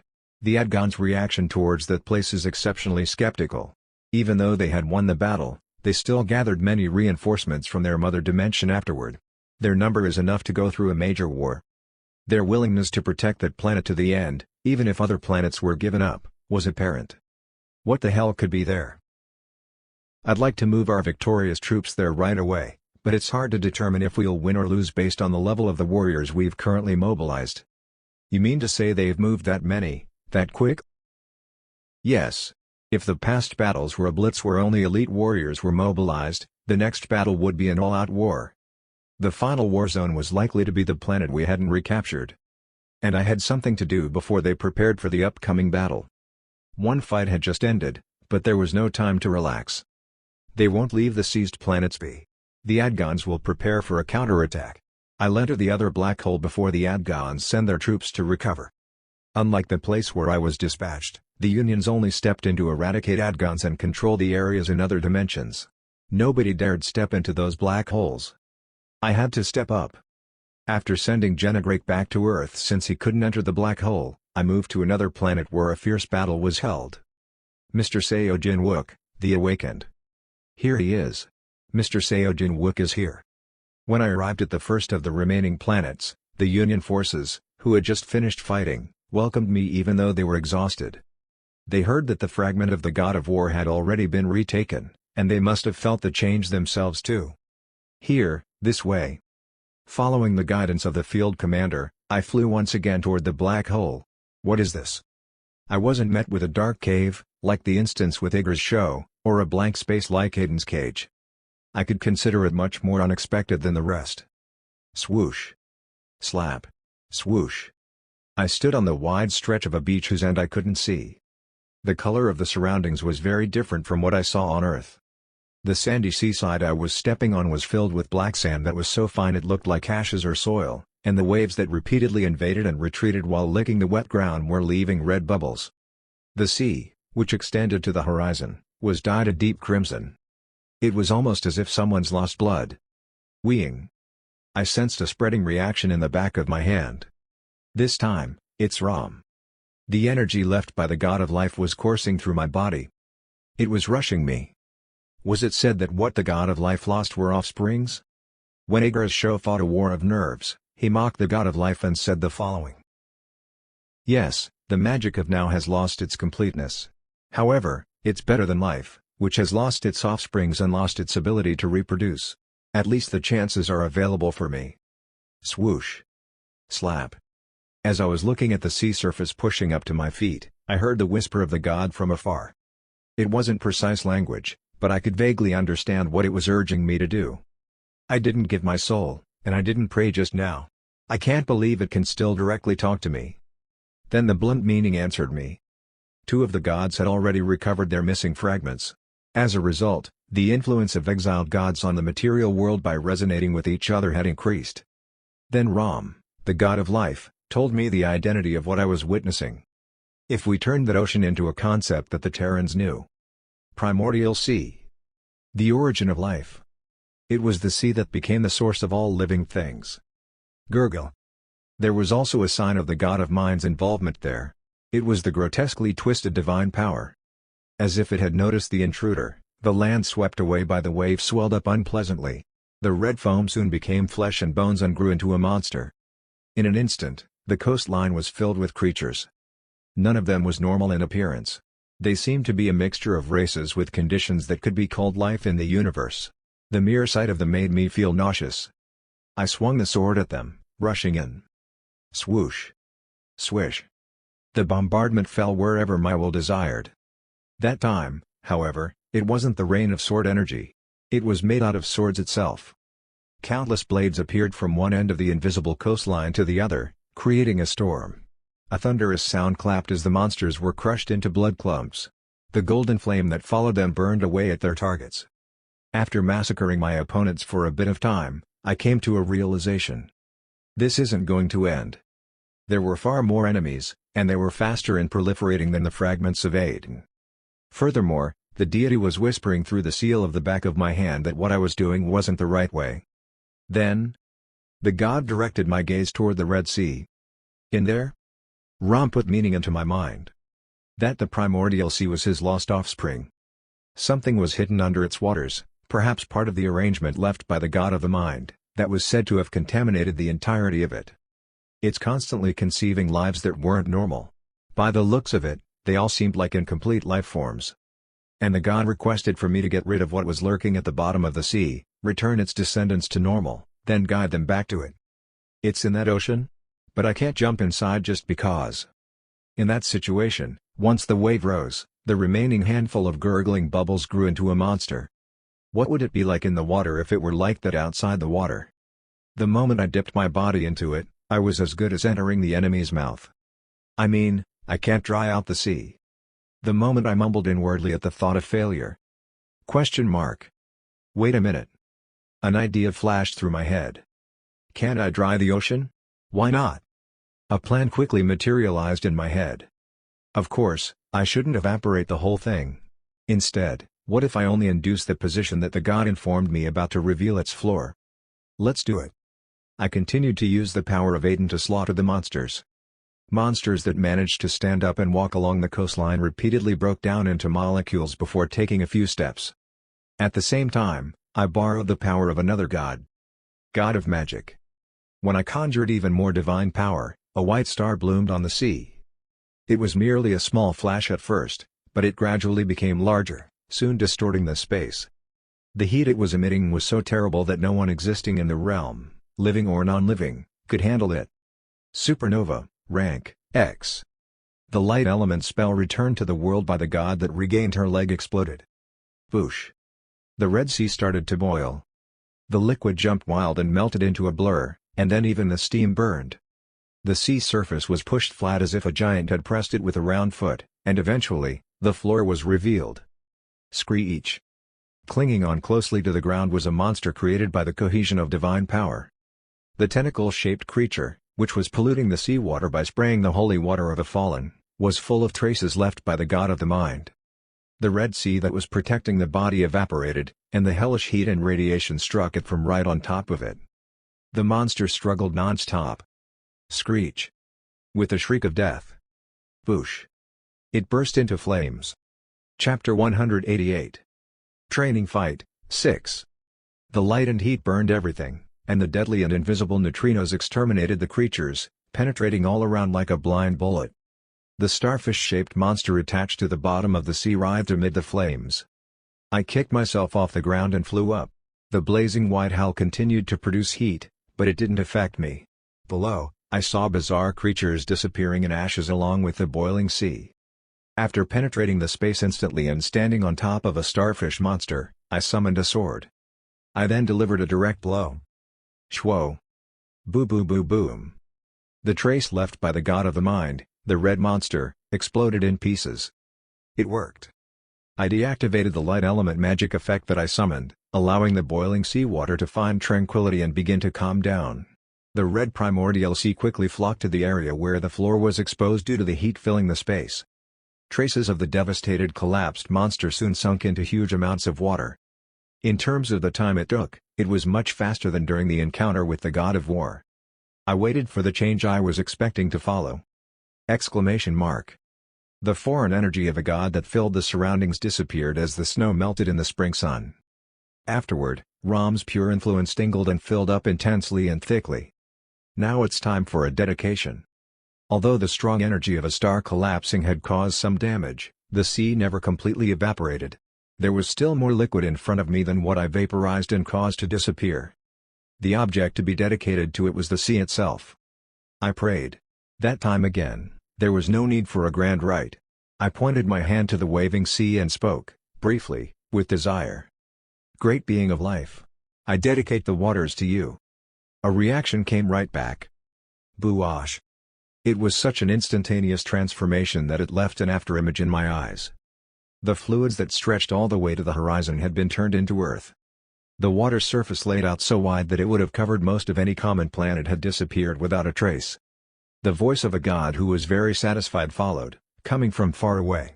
Unlike how it used to embroider the air with sentences using blood-like fluids, it sent its voice directly in my head.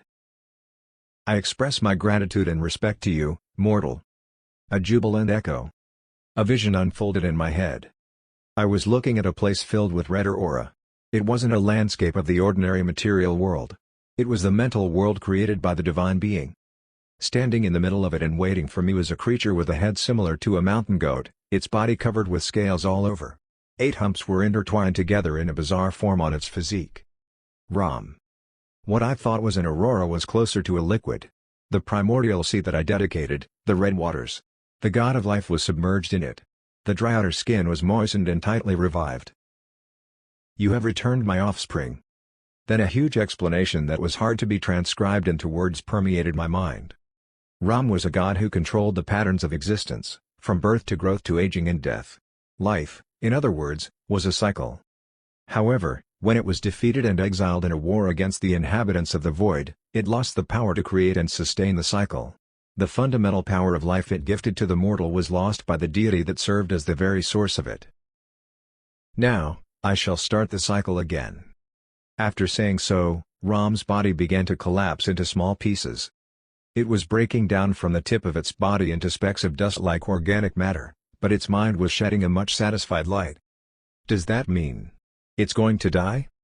However, even after Ram returned to dust in the Red Sea, the divine power I felt and the deity of life didn't disappear. Instead, it became stronger than before. The reason was revealed through the subsequent events. I will be born again. Life began to bloom in the sea. Those things that began as small dust coalesced in a form similar to Ram just before death, with more intense vitality instilled within. Soon, countless descendants of Ram were born in the primordial sea. They swam leisurely and chattered among themselves. Only then did I realize the true meaning of what Ram had lost and the deity's true identity. You are. I voiced out my thoughts. The deity called Ram was not an entity, but a colony. Numerous of Ram's offsprings were alike, yet different from the predecessors that had died and disappeared just then. They increased in numbers while inheriting divinity and memory. The expression of spreading rather than dividing was appropriate. That is so, mortal. They answered with countless strands of mental waves. Those slightly differed in meaning from each other yet harmonized to create meaning. The message, which was delivered with intense divine power, refreshingly filled my mind without confusion. By turning over the grain, I could see how the world would change in the future. The consequence of Ram's completion would be different from the instances of vigorous Shoanaten. If the two gods' revival only affected certain groups, such as wizards, warriors, and priests, Ram's recovery would bring about a change for everyone alive. As if to affirm my thoughts, the divine colony spoke to me once more with many voices, with a unified will. Mortal, the power that leads your evolution will become stronger from now on. The diversity of species will be expanded, and the vitality of the individual will be more intense. As a result, the speed at which life spreads will also accelerate. That didn't mean that death would disappear. The jurisdiction of Ram also included the extinction of life. However, it meant the color that each life bore within had become more vivid, and within them would dwell stronger vitality. I offer you a reward. Pot. As soon as it finished speaking, something engraved in my soul reacted. It was the thing that I received when I first met Ram in the Tower of Choice, regardless of my will. Orb of Immortality, rank? Item description: it is a spiritual artifact that deviates from the constraints of the material world. If it's coupled with the user's soul, forced separation can cause severe damage to the astral body. The more the user reaps another life with its own hands, the more energy one charges inside the orb. After charging it 100%, the user will be able to activate the item at any time. From the moment the item is activated, the user is freed from the circle of death. Beware that if the user dies while the item is not activated, this orb will disappear naturally. Current spiritual power charge rate, 100%. It's been a long time since I filled 100% of its spiritual power gauge because of the battles that followed after leaving the tower. However, I hadn't yet activated the item still. It was for two reasons. As soon as that happened, there was a concern that my soul would be completely subjugated to Ram, and if I didn't die, I wouldn't be able to reincarnate as a successor. I would not be able to clear my next fate. Mortal, you no longer have to worry about such things. Ram continued. Now that I've removed my indecency, I can see it. It told me something similar to Igra's show. Just as life repeats birth, death, and reproduction. Just as it continues the infinite cycle and evolution, your soul has experienced a similar occurrence. You, the soul who has repeated more regression and reincarnation than anyone, the weight contained in you has reached the point that even we can't easily subjugate it. He then added, I will never command you as a servant. But you will no longer grow old from here on out, thanks to the gift on your soul. This does not mean a complete escape from the yoke of death. If for any reason, you suffer enough damage to the point of extinction, the orb will not be able to save you. It meant to deter my aging so that I could avoid dying of old age at least. I thought inwardly. It's a good suggestion, but if I fulfilled my destiny in my current life, I'd have to die anyway and move on to the next life.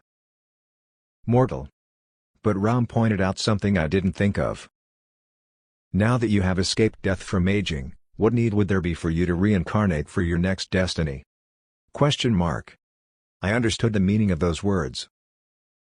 Seeing the countless traces carved in your soul, now I understand it, successor. As if much of his memory had returned, the God of Life told me the following. You have repeated many reincarnations since you have too many destinies to fulfill, and the time frame in which they are placed is wide. As an ordinary mortal, you would have died and been born with a different body because you could not live that long and bear the memory's weight. There were also disadvantages to the system of reincarnation. That was the case for the previous life, the life before the possession, living as Choi Seung-yoon. I was reincarnated with a body that couldn't handle mana properly, so I faced great difficulties. However, in my current body, how was my life as Seo Jin-wook at the moment? I had mana that grew limitlessly in gods. In a way, it could be seen as the best condition to achieve destiny. If it had been in the past, it would have been difficult to avoid aging and death. Hence, I would have had to be reincarnated and concentrated on other destinies. But those restrictions had been removed. What if I could continue to exist as Seo Jin-wook and challenge the destinies that should have been solved by other reincarnates? It wouldn't be impossible, just like the gods suggested. Everything to be done in the coming future is locked inside your deep subconsciousness. So if you trust your judgment and move forward as you do, you would make the best decision. Exclamation mark. And you, who have already been honored by 3 gods, have become something beyond ordinary mortal or incarnation. Should I call your state a half-god? Half-god? Your spiritual level also seems to have grown beyond recognition. Unlike before, your mind will never collapse because of the weight of too many memories. That meant my spirit had all the qualifications to endure a long life as an entity. The God who explained so sent me off with a blessing. I pray that luck is with you on the rest of your journey. The moment the black hole pushed me away, the eyes of the Union's awakened beings poured out around me. He's here. Mr. Seo Jin-wook, the awakened, is back. Hooray! Hooray! I thought it was surprising that there was an immediate reaction like when the seal of Vigorous show was lifted, but when I looked around carefully, there was a priest of Ram among them. They, who had been dispatched to the battlefield together to support the soldiers, ran in tears and bowed their heads. The Chosen One. We present our deepest respect we can offer to you. After reporting to the Union headquarters that I had received back the pieces of the fragment of life following the war, I decided on the next destination. Busy, busy. I couldn't even afford to be touched by the feeling that I had gained the state of a half-god. Again, the operation's result was 3 wins, 1 draw, and 1 loss in 5 rounds. The next dimension wasn't where victory was sown but a draw. It was because the coordinates to connect with the Door of Hope were closer than the dimensions we had conquered. Then, I'll be departing now. Leaving the priests and the Union force seeing me off behind, I threw myself into a blue flash. Union headquarters. 6 other Supreme Commissioners, excluding the Adgon, were gathered to be briefed. The after-measure process and Seo Jin-wook's actions on each planet were updated in real time. Ram's fragment has just been freed. Some relief and warmth spread among the Supreme Commissioners who were waiting in tension. One spoke satisfactorily. It's truly swift. Bachurka nodded and replied. It's truly fortunate to have such an awakened in our time. At that moment, another piece of information came in. We've secured all the Adgons in the Union headquarters. The commissioner looked at the empty seat and asked a question in reply. What about him? One of the original 7 Supreme Commissioner chairs was empty. It belonged to the Adgon commissioner, who kept picking fights with Seo Jin-wook. Unfortunately, he had already fled to his origin dimension. Even though they tried to proceed in secret, he had run away. Perhaps he sensed suspicion just before the war started. It was followed by reports of the Adgon's movement trends. The size of the Adgon troops heading to the planet, the only place where the Union had failed in the assault, is alarming. The commissioners who saw the following screen groaned in unison. What is that? Which god's fragment must it be that is sealed in that dimension?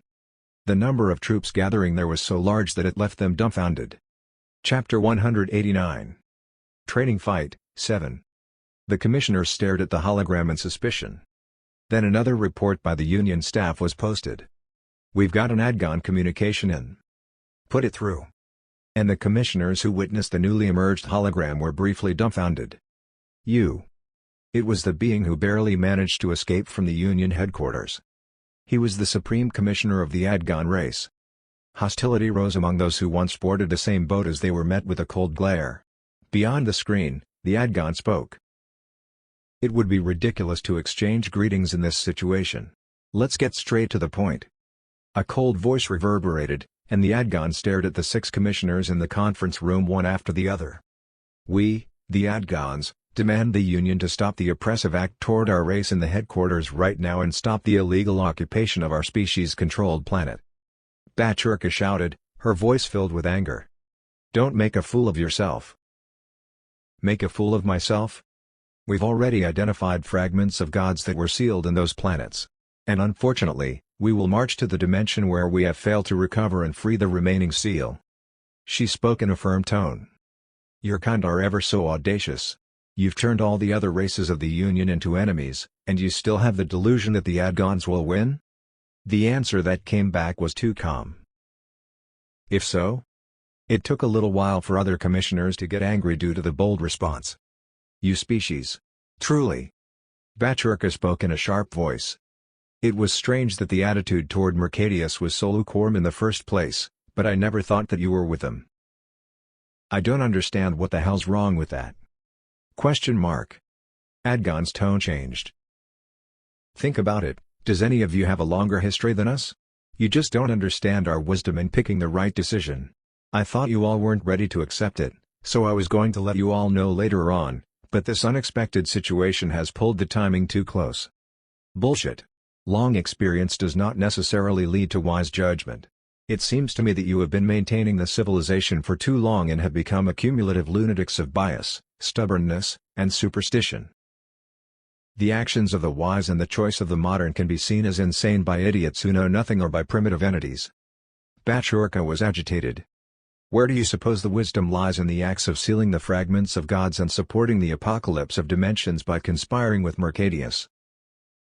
"I'll return that question. Why should the gods intervene in our world? I don't understand why you all are so obsessed with that delusion." Bachurka felt murderous beyond absurdity. "They have to step in to exterminate Mercadius." "So, why should we subdue and eliminate Mercadius? What?" He repeated the logic that one Adgon had once unraveled in front of Genegrake the other day. "The system is an absolute good and the order of the new age. On the other hand, gods are nothing but old-fashioned ghosts that existed even before the construction of the material world. As long as the system has recognized Mercadius' existence, we do not need to go against the species. Even if the price is the destruction of innocent dimensions and the extermination of species? That, too, is part of the system's intention to thin out the population." Bachurka felt her blood cool. That was because she faced the true color of the Adgons for the first time, who had been respected for so long for their contribution to forming the Union. She witnessed the distorted madness hidden behind their mask. If a dimension faces collapse, it must be that the system judged and made a decision that there is no need for the world and the species at the end of the road to guide its inhabitants. Then aren't Mercadius cleaners who move as the system guides them? He then added, "No one can oppose the will of the system. Just as the 4 species that formed the Union were destroyed and disappeared, one can't escape once they've been targeted for execution. The system is indeed our God who rules the new era and dictates our fates." "You're crazy, you're absolutely mad." "It's a natural response for those who didn't have the right or the opportunity to receive the administrator of the system, but ...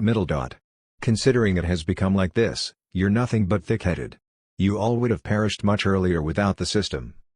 The Adgon made a final declaration before unilaterally cutting off the calms. "Witnessing this foolishness has made it easier to choose. We, the Adgons, will no longer lead the Union by asking for your cooperation. We give up the old ways. From now on, we will rule you with fear and oppression." It was the most arrogant way of announcing one's intent to war experienced by those gathered at the Union headquarters. As soon as I crossed the Blue Dimension gate, cheers rang. The faces of the Union forces welcoming me were full of energy. They had already heard about the events on different dimensions and the liberated seals of gods. And there was one more reason besides receiving a series of news of victory. In fact, the fight that took place here was terribly lame. We moved toward the black hole listening to the commander's explanation.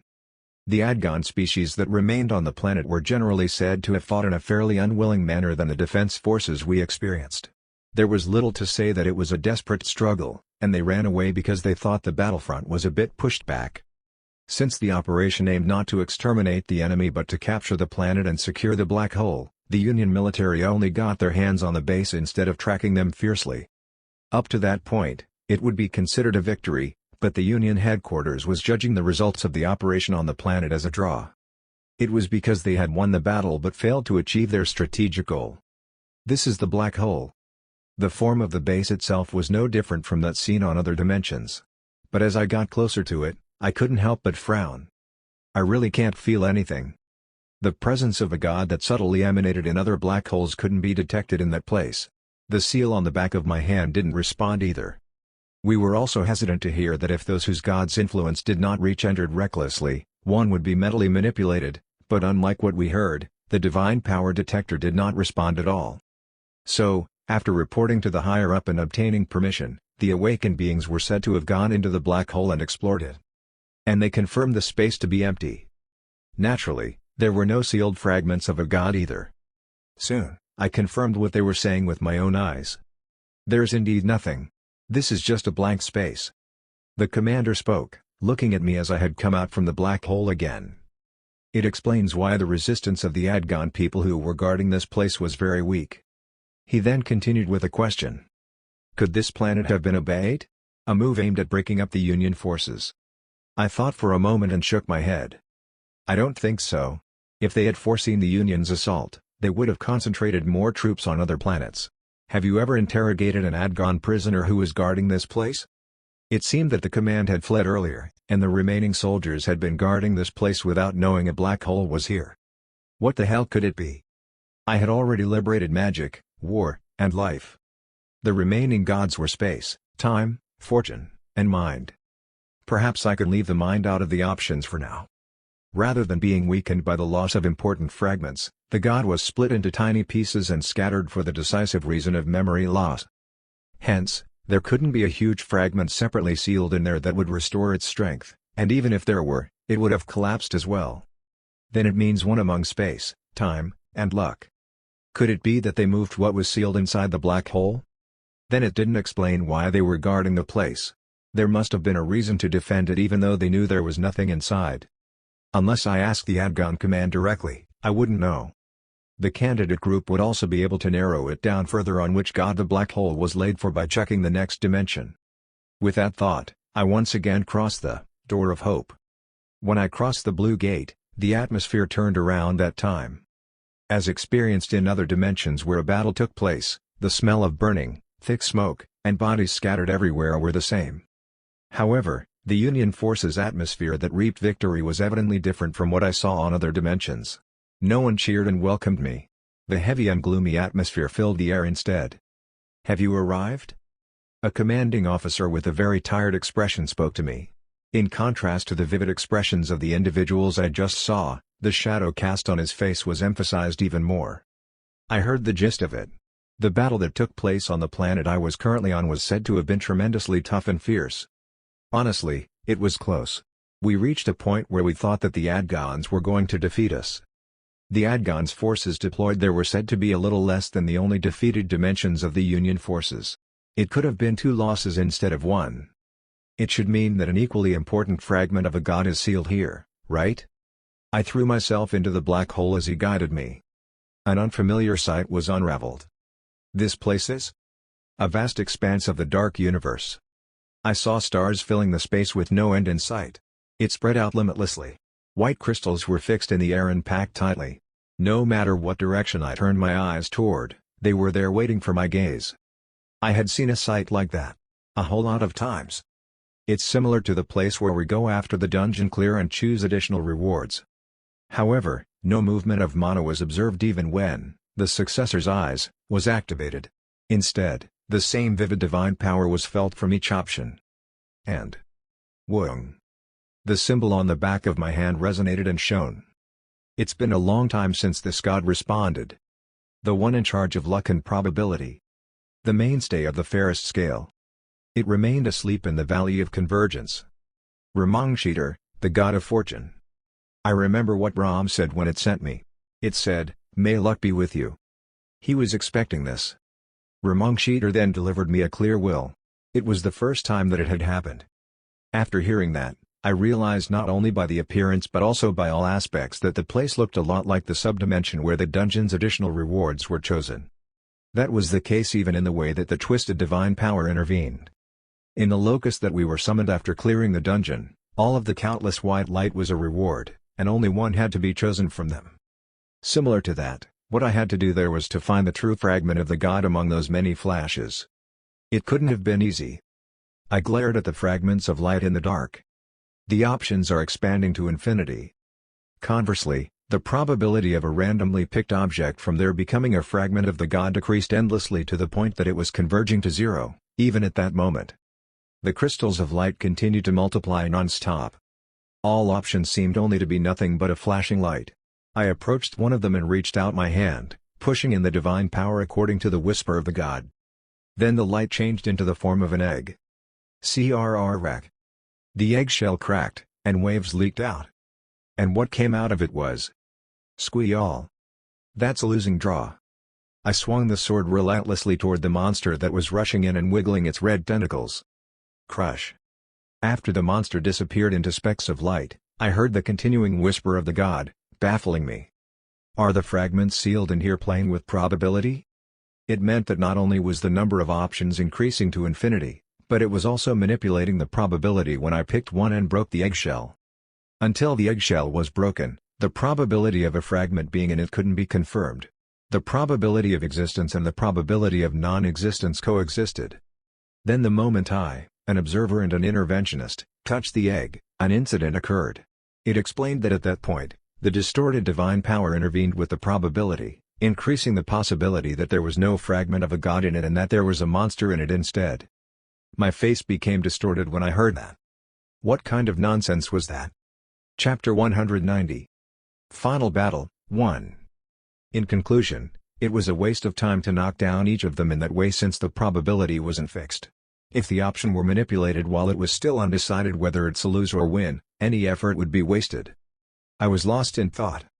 However, there's a rule that won't change. There indeed exists fragments of a god among those objects. The probability of the fragment's location continued to be distorted, but the proposition that it existed wasn't undermined. It's inevitable. If it touched even the probability of the fragment existing, everything in the dimension would cease to exist. I made a decision after contemplating for a bit. There is no need to think too deeply about it. Sometimes a simple foolish method works best. Thinking so, I exuded the power of each divinity that I was blessed with earlier on. First off, magic. I created countless clones around me through the power of the magic god Igrisho, but they were only fake bodies formed by mana and didn't contain life. I couldn't project various divine power into them either. Hence, I then mixed another force life. All of my clones breathed awake, a life temporarily granted to them. However, since they didn't have a separate ego, it was awkward to call them clones. Technically, it was more accurate to say that the number of my limbs had increased. And the last hurdle to overcome had come. The crystals of light were still proliferating indefinitely. That was because, among the probability of whether another option existed or not, all laws were tilted toward the former. And the source of that ability was the deity, Ramangshiter. If so, I could use the same method as well. Finally, I mixed the power of another god luck. Swoosh. The life-bearing clones then began to reproduce as they multiplied infinitely. It was only possible in that space since it ignored the laws of physics. Multitudes of clones stood before every white-lighted option as directed. Now, then. I raised my hand, my sword still in hand.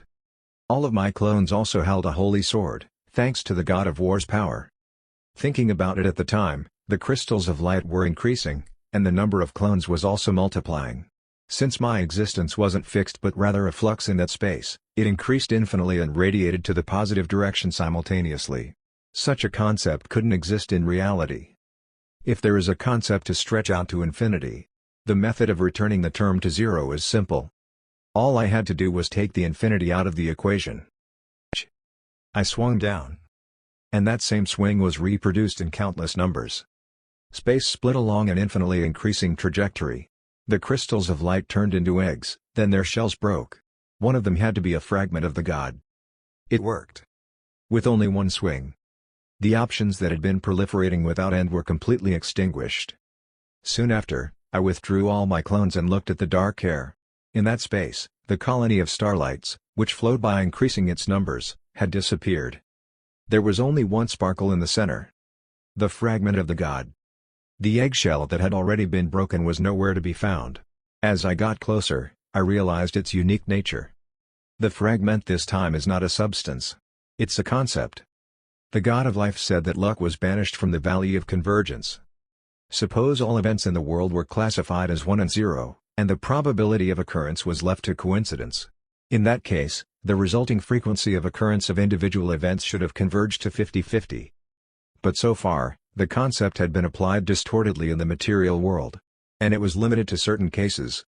I tried to understand the concept permeating my head. Even if the mortals move with intentions and plans, it can't be helped that there will be various coincidences involved in every event in the universe. But what if the probability of such accidental events was twisted? Instead of throwing the dice in a completely random mess, the surface was cleverly carved and made to be tilted. The direction and intention were for the increase of the chance of every existence at the end of the material world to be destroyed by the void. Despite the successor's existence, the world had been manipulated for the result of events piling up like the butterfly effect over a long time to point toward destruction. That's the aftermath of Ramangshiter's loss of a fragment. However, great being, luck, I dedicate this to you. I prayed to the god. The fragment without a clear shape then revealed the concept itself from the realm of cognition. The fragment formed with my logic as the material looked like a scale tilted to one side. And the moment I decided to dedicate it to luck, I saw the tilted scale drawing parallels again. At that moment, holy whispers filled with shudders flowed in my head. Just as magic, war, and life had received it earlier, it was a mental wave full of joy. At the same time, I felt the worlds change through my skin. This time, there wouldn't be dramatic changes that everybody would notice right away except for the priests. However, if they observed it over time, they would see an evident change. If the axis were tilted even slightly, the results would change drastically. It was hard to notice at the starting point, but the influence would increase dramatically in the long run. The god whispered to me while I was thinking so. Noble mortal belonging to the state of a half-god, I grant you my most glorious blessing. At the moment it declared so, intense power flowed into my soul. This is similar to when Ram placed an item on my soul. No, it's more intense than it was then. After a while, looking at the god's traces filling inside me, I found out what Ramangshiter had gifted me. He has completely recovered the power to intervene with the probability. If the twisted divine power manipulated everything in an unfavorable direction, the opposite was possible too. Extreme luck will follow in all your actions. The recoil towards convergence will only be received and handled by me, so you are free to enjoy it. To put it simply, I was going to be incredibly lucky from that point on. As the god saw me out, once again showing its gratitude, I was pushed beyond its space. Gasp, Mr. Seojin Wook the Awakened has returned.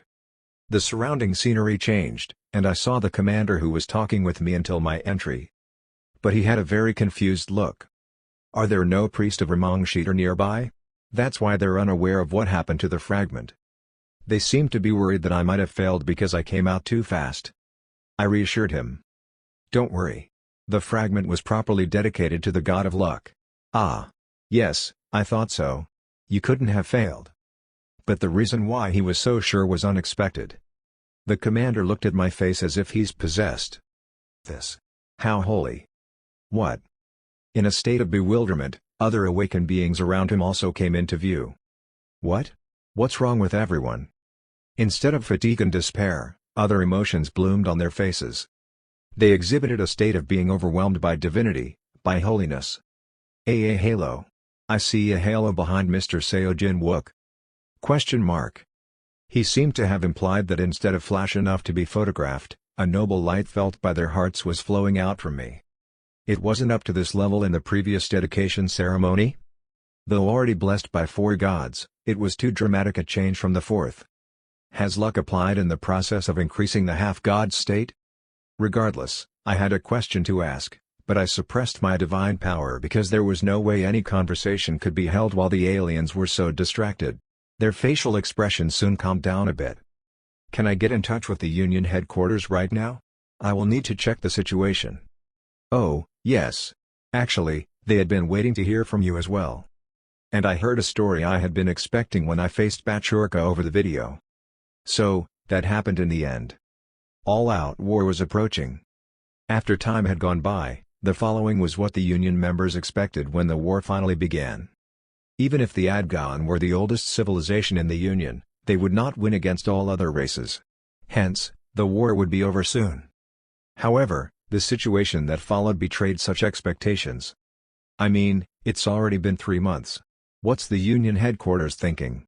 What about the damage on the Adgons? They say it's about the same as the Allies. But the problem is that the number of Adgon's troops being deployed is not decreasing. What's that supposed to mean? Everyone was underestimating the Adgon's potential. At first, they laughed at them as if it's pouring water into a sieve. But it turned out to be a magical reservoir that doesn't have a bottom. How the hell did they keep that kind of force and hide it?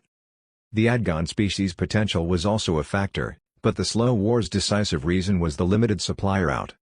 Adgons took control of all the dungeon gates on the planet where the last fragment was believed to be hidden. Therefore, the route of sending large numbers of allies to that dimension was very limited, just like the assault before. Considering the scale that needed to be sent, building a base on a remote planet at that dimension was inevitable, as Bachurka had planned during the assault.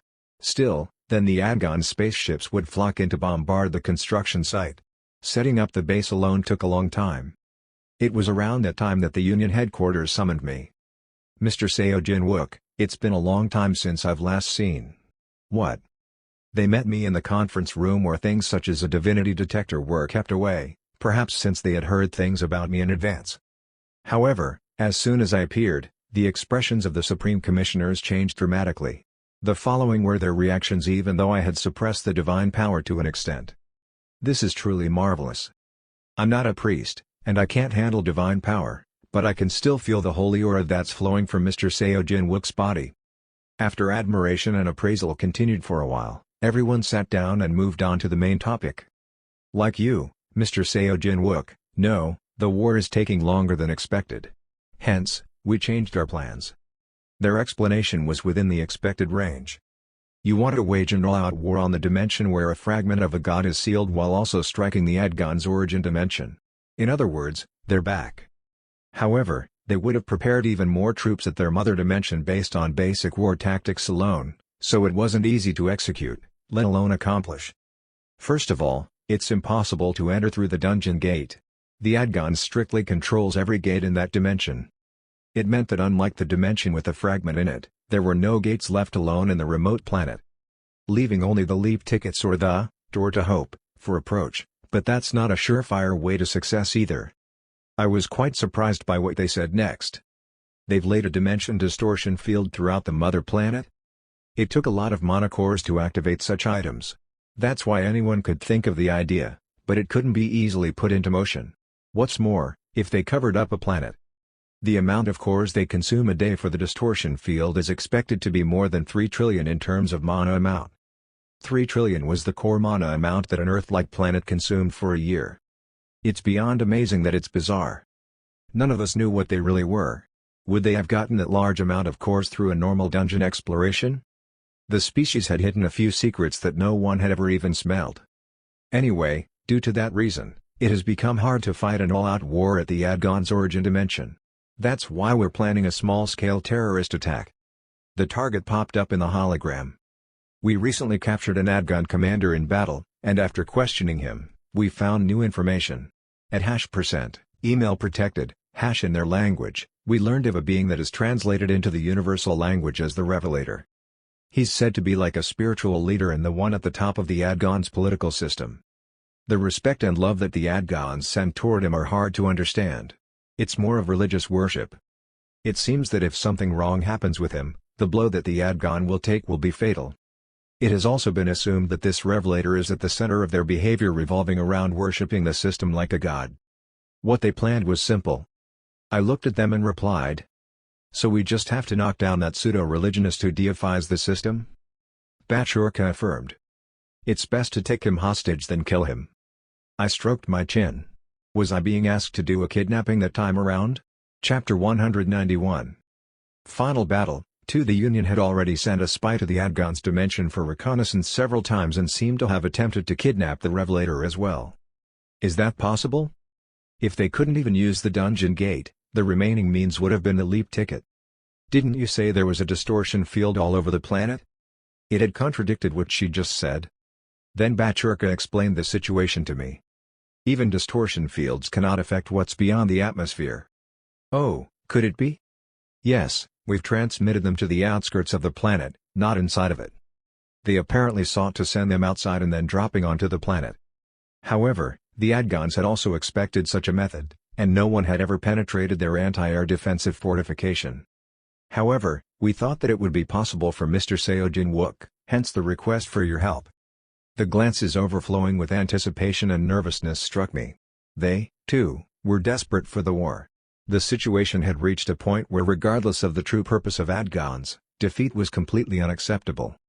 I answered after a short thought. All right, I'll give it a try. Only then did an ambience of relief spread. Besides the realistic judgment that there was no one else who could do it apart from me, there was one more reason why I accepted it. It was because I had a strong hunch.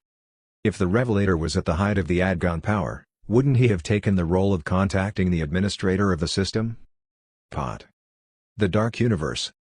From the Adgon dimension's outer space, as I stepped out of the Door of Hope, I looked down at the planet below my feet.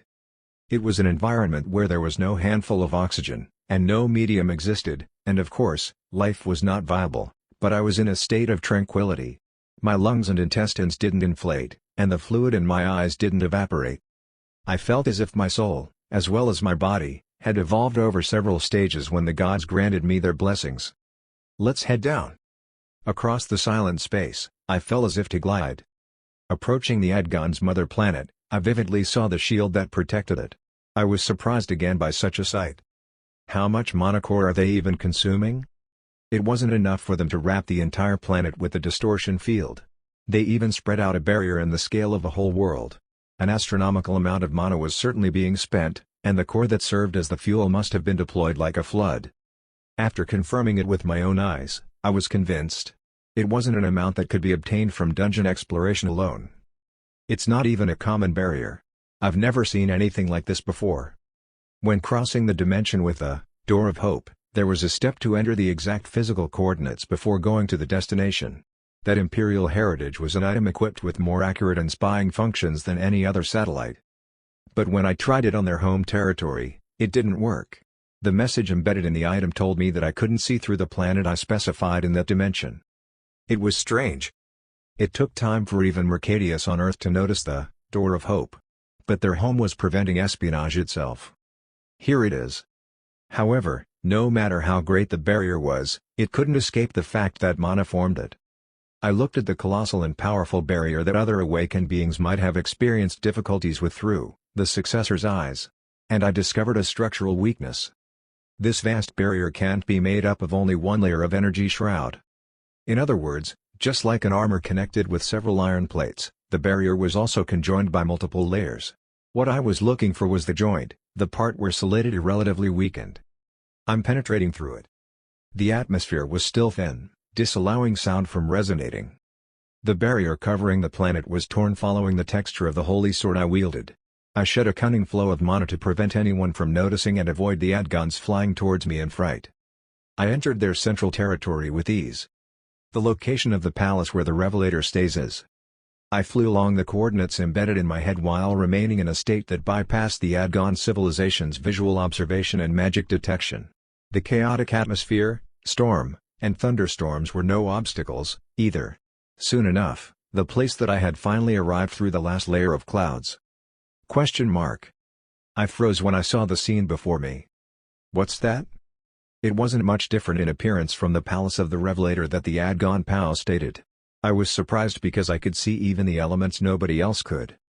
What kind of mana is?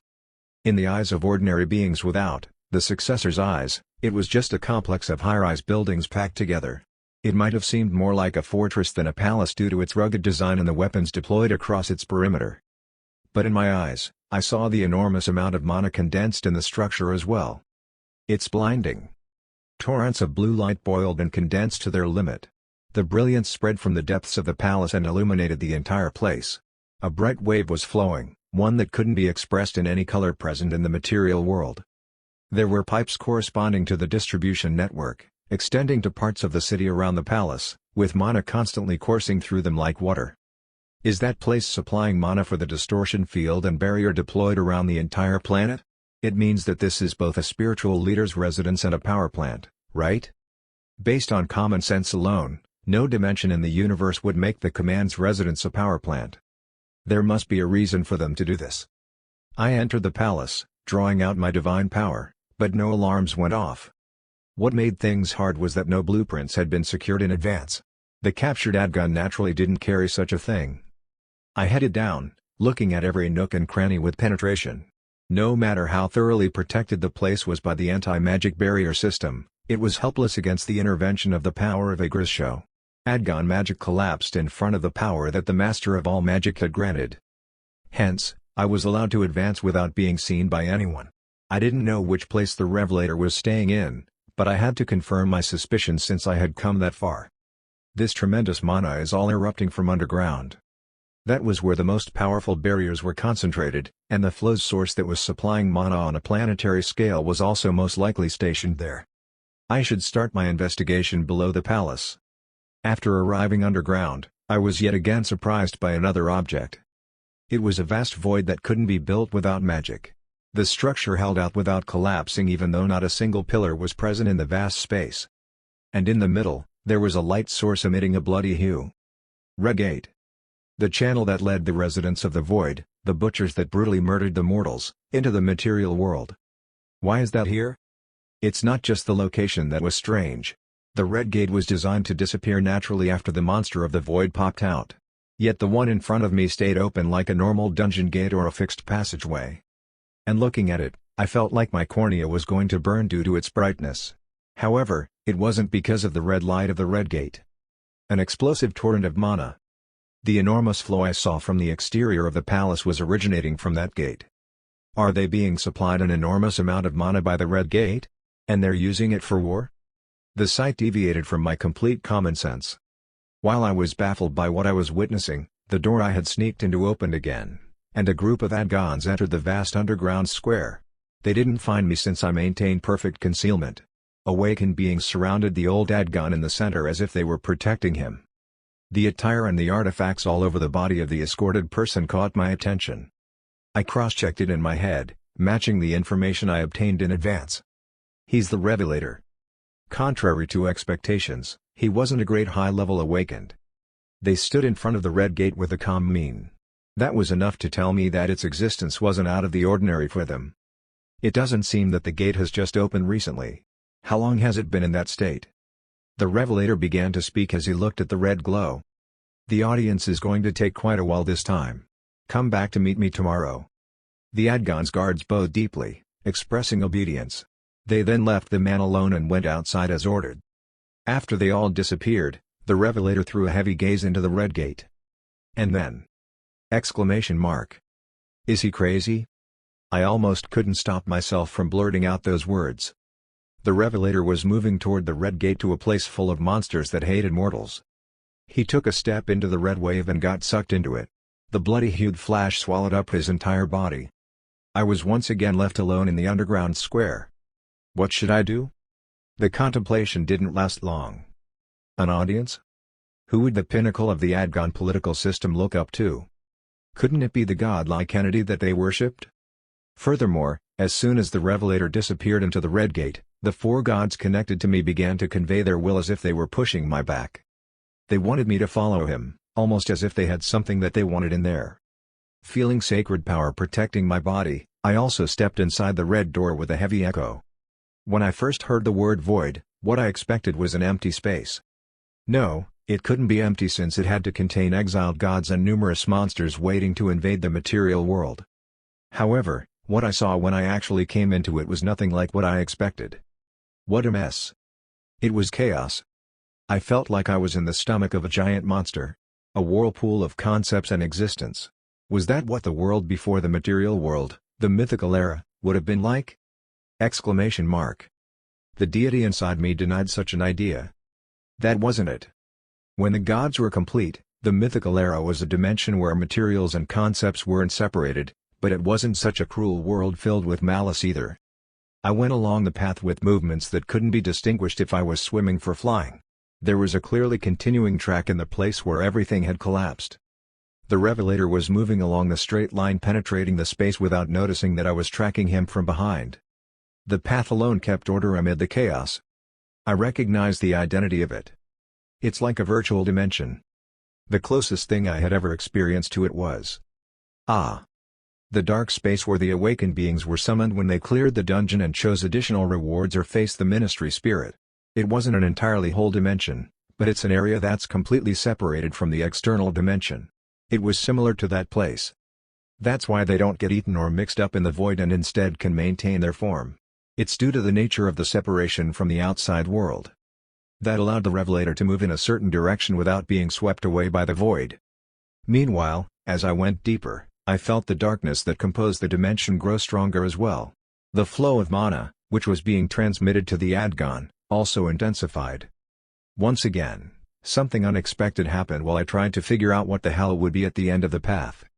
The characteristics of the void, where ideas and materials weren't completely separated, affected everything around it.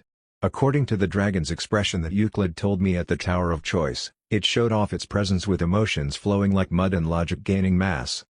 As I got closer to the destination, I saw a clear memory of the entity that was waiting there, rolling everywhere. Despite isolating it in a virtual dimension, it seemed that it had been there for so long that it had been partially fused into the void. Thanks to him, I witnessed a memory that wasn't mine. It belonged to a spirit created long ago to manage the system. I can't understand this. My eyes opened wide. At that moment, my hypothesis that I doubted came true. Why did the previous generation's successors lock up the administrator in here? In the dimension of exiled gods and monsters, no less. As if to answer my query, a memory began to unravel like a thread and seeped into my mind. Chapter 192. Final Battle, 3. Most of the problems in that world resulted from the end of the mythological era. At that point in time, all dimensions were one instead of being isolated from each other as they currently were. But as Rom once told Seo Jin Wook, space has been split into numerous fragments and scattered. The sudden war between the gods and the invaders, their defeat without a natural transition, and the world's reconstruction. It was its connectivity that the invaders and the inhabitants of the void took away from the god of space. The dimensions cracked in the span of an instant. It was like forcibly tearing apart and scattering flesh, causing a backlash to occur. It was as if a gale had swept through the cracks of the dimensions and separated them. The future empire called the phenomenon the dimensional storm. The successor who returned to the past once thought, "If I leave that as it is, it will encroach and eat away at all dimensions again this time." He joined hands with the divinity of time. In the early days of exile, the gods maintained deep intelligence and a great memory. In addition, the successor who returned to the past knew that if left untouched, countless dimensions would be caught and swallowed up by the torrent. Therefore, he succeeded in several generations with the god and established a feat. They had created a creature with the power to protect the world from dimensional storms. I will call this sacred beast, who borrowed all of your powers, the dimensional bird. Dimension storms didn't come to all worlds in the same order. The successor, who observed the torrent like a wild beast, sent the dimensional bird to the world in danger. It wasn't in the form of an egg as it was in the current era. If we do that, there's going to be a risk of breaking or loss before hatching. Let's send it after it's been born. However, there was a problem with the way the successor sent it. While the successor was in reincarnation, it became impossible to cover all the dimensions that were on the brink of collapse during his hiatus, which was essentially the interval between two lives. Solutions also existed in his soul. The Empire had predicted that situation when they sent him back to the past. Unlike a living organism, we need something that doesn't sleep, is always observing, and cannot die. Considering the concept alone, it was practically the same as creating a new deity, but with the help of the diving being, the successor once again delivered a miracle. Hence, the first spirit opened its eyes. "Spirit, I will leave you with the responsibility to keep an eye on and manage a series of processes to build the future empire. In order for the creation to avoid death, a constant supply of energy was needed, and the energy that formed the basis of the material world was mana. Therefore, the successors sculpted the blood and flesh of the spirit with mana. Thanks to the power lent by the gods, you will have the free will to judge and make decisions on your own, pushing you beyond blindly following and carrying out instructions. The successor named the Spirit Administrator.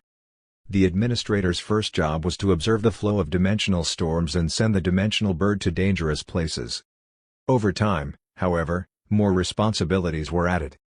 Administrator, the safety device to prevent spatial disruption of dimensions has been built. The next step is to establish a master builder to support the future empire. We have to help the mortals who will be the forefathers of that civilization. The empire, which collapsed before the regression, was also built based on the collapse and destruction of countless dimensions and mortals. It's because even in that timeline, there existed dimensions that were destroyed by dimensional storms, red gate monsters, and other bizarre reasons. Therefore, species and civilizations that had already been buried before their flower could bloom prior to the empire's establishment were excluded.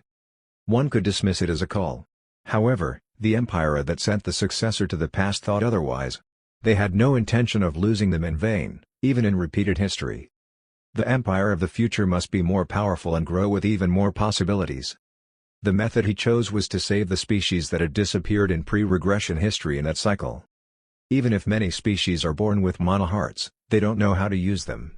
Unlike races such as dragons and devils, many individuals cannot enlighten themselves by nature. We're going to help them. The gods warned the successor.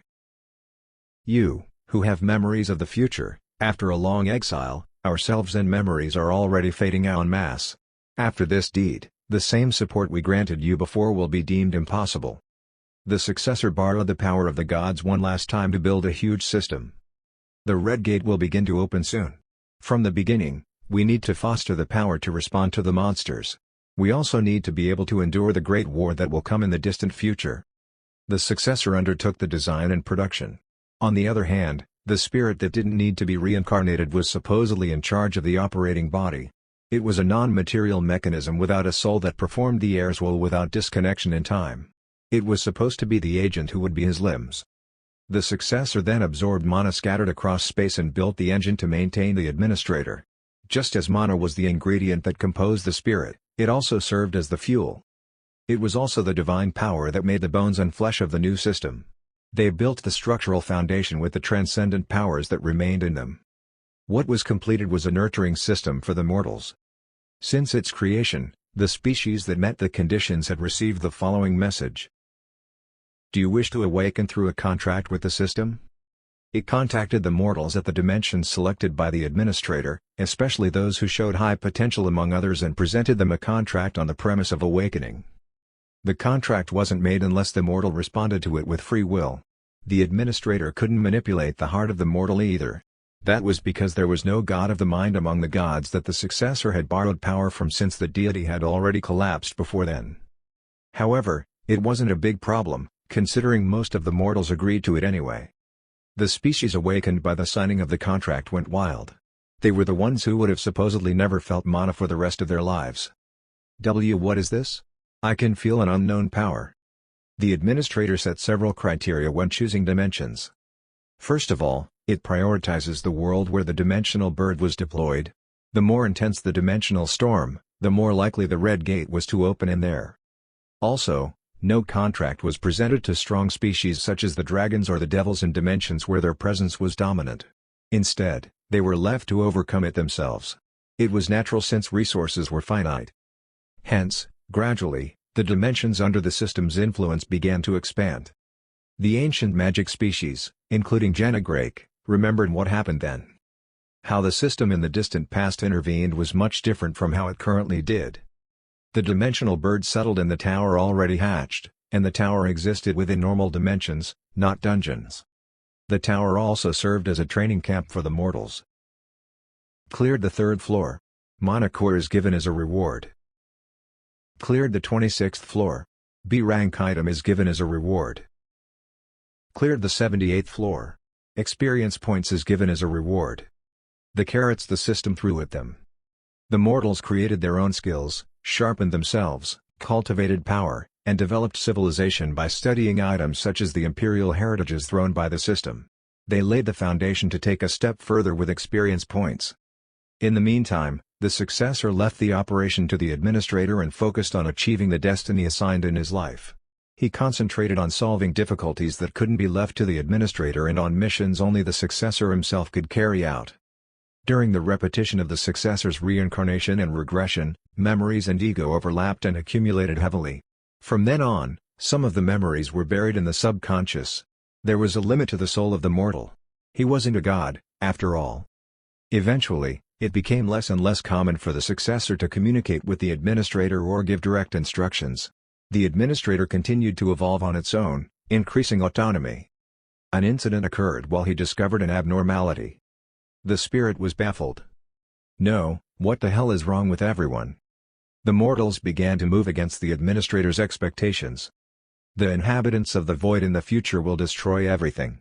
They are powerful enemies who destroyed even the empire that has achieved extreme technological advancement. They have to try desperately to stop it. They should develop and improve stronger skills and refine technology based on future civilizations. They should pass on their skills and techniques to their descendants. At that time, the administrator informed the mortals of the reason for the incubation system's existence and goal. It had a good intention, but as a result, it led to side effects. I mean, when does the war start? You don't think it's in our lifetime, do you? I don't think it'll start in our children's generation either. So how distant of a future would that be? The system administrator nags every day, and I get it's important, but it's not our problem, is it? Everyone recognized that destruction was coming. However, it's coming from a future way too far. What in the world is wrong with them? It's about your descendants. The future of your race is at stake. All the more, since it was already in the early days of the material world, the frequency of Red Gate's occurrence was far lower than that of the current era. The awakened mortals desperately trained and developed their technology at first, but enthusiasm gradually waned, and the pace of development began to slow down. It would have been easy to knock down the residents of the void after civilization had reached a certain level. The threat concerning reality had disappeared, and all that remained was the future danger. The response to the warning was poor. Earth, for example, warning people in the Middle Ages about the dangers of global warming that would transpire hundreds of years in the future would hardly elicit a dramatic response. All the more that the prophecy of their destruction that they were hearing was far to come. All right, you need more compensation, right? I'm going to increase the amount of monocores awarded when you train in the tower. Monocores were already used as an energy source for all races and had been established as a kind of currency. It hoped to use their greed as a source of their drive. The administrator's choice seemed right in the beginning. Good. Now you're working harder. Even lazy species wanted more cores to maintain various treats, entertainment, and pleasures that they could enjoy in their lives right away. It was natural since the key to enjoying more wealth and higher status in the society was the cores themselves. Such a large influx of cores quickly developed their civilization. But the direction was a little skewed. No. What the hell are they doing? The mortals didn't always use the imperial heritage and core technology in the direction desired by the administrator. As a representative example, the administrator felt like it was going crazy when they built virtual reality technology that was almost indistinguishable from reality. It then watched as most of the residents spend most of their days immersed in it. But that was just the beginning. No, that would be considered a moderate deviation. One of the species used its power in the wrong direction, achieving outstanding results in combat capabilities that drove the administrator to despair. I know. Stop that. Although the dimensions were split and separated, they were free to travel to and from the other worlds by consuming the system's experience points. Even the amount needed was much less than it currently was. That was because of the intention to promote exchanges between dimensions. And the core in their hearts didn't disappear even after the awakened who contracted with the system died. Those two conditions eventually induced some species to exercise violence. The rest were easy as long as they had decided that it wouldn't matter if they killed otherworld sentient beings for more wealth. Please. No. Species that invaded and slaughtered otherworlds, chasing after the monocores their targets had in their hearts, appeared. Chapter 193. Final Battle, 4. The administrator looked at the horrible scene as if her spirit had departed. Why the hell are they doing this? Madness. That was the only plausible explanation. Everyone had gone mad. Kya? Save me. Invaders from an alien world. We can't hold out. The difference in power is... Arg. The war on the battlefield was one-sided. Infrastructures collapsed, burned, and smoke rose. Bodies were scattered all over the place. Deafening screams and cries filled the air. The invaders that developed a superior civilization trampled on the weak without hesitation and used their swords to pierce through their hearts and cut them out. They then held their praised bloody monarch in their hands and laughed, causing the administrator to despair. I didn't give you those cores and items to do such a vile act. Core and items were objects given to help progress civilizations and protect themselves from monsters. She didn't mean for them to attack, kill, and extort from each other in that way. The administrator had no soul, but she had been around for a long time to attain emotions, and the seed, which had been slowly inflating in her body, eventually blossomed that day. It was a blood-scented flower. It produced the most intense feeling she had ever felt since she was created. It could be expressed as something close to disgust and fear. I can't leave it like this. I have to change the terms of the contract. The administrator's powers couldn't defeat the awakened being's will to slaughter since she couldn't meddle with free will. Hence, she changed the terms of the contract instead within the acceptable range by the successor who designed the system. The system will retrieve their monocore after they die. It was to prevent them from killing each other for the sole purpose of looting cores. After it was returned posthumously, it was reabsorbed by the engine that operated her. The administrator finally felt relieved. Expecting no more ruthless bloodshed and brutal hunting to continue, she encouraged contractors to focus on their original purpose. Your enemy is not the mortal. Stop the Red Gate monsters from invading. However, the gate's opening frequency was low, and several dimensions' technology and forces were enough to stop the inhabitants of the void. Forces with nowhere to release would eventually burst out like a hole in the pocket. The invaders didn't stop the invasion. What? What the hell? The administrator, who couldn't understand the concept of desire, could decipher their behavior, but it was only natural for them. The invaders, who developed a palate for looting and colonization, attacked other dimensions for economic reasons instead. She underestimated their greed. Even if they couldn't collect cores from the heart, it's not that the number of supplies from the tower was gone. In other words, even the weak species could continue to get cores from the tower as before, and the invaders even sought them. Other natural resources and items were also looting targets. Why are you all so greedy? How much and what more is it that you want? They didn't need to insist on other methods since they realized how easy it was to loot them. Distressed, she attempted to restrict interdimensional movement permanently, but since it was against the direction of the successor who created the system, it couldn't be implemented. The spirit had to admit that she had limited means of control over them. At that moment, someone approached her. There was something that residents of all dimensions rarely questioned. Was there a true body to the concept called the system? Then where was it? In fact, there existed a nucleus that became the source of the system, but no mortal had ever witnessed it. There was a reason for that. That's because it wasn't in the world they lived in. Instead, it was beyond the Red Gate, in the void. The successor who created the system explained it to the administrator. This place where the exiled gods reside is the closest place where we can borrow their power. And it's also the best place to monitor the movements of monsters in the void. Keep a close watch, and if the Red Gate shows signs of opening, you should notify the contracted beings immediately. The administrator initially agreed to respond to the situation without question and emotion. However, since much of her had changed due to time's passing, she was in despair in the void. Then she heard a voice. "Do you want me to help you?" The spirit was aghast. The successor didn't throw the nucleus of the system into the void, in the enemy camp, without any countermeasures. He had hidden it thoroughly and spread out a black barrier that isolated it from the surrounding space.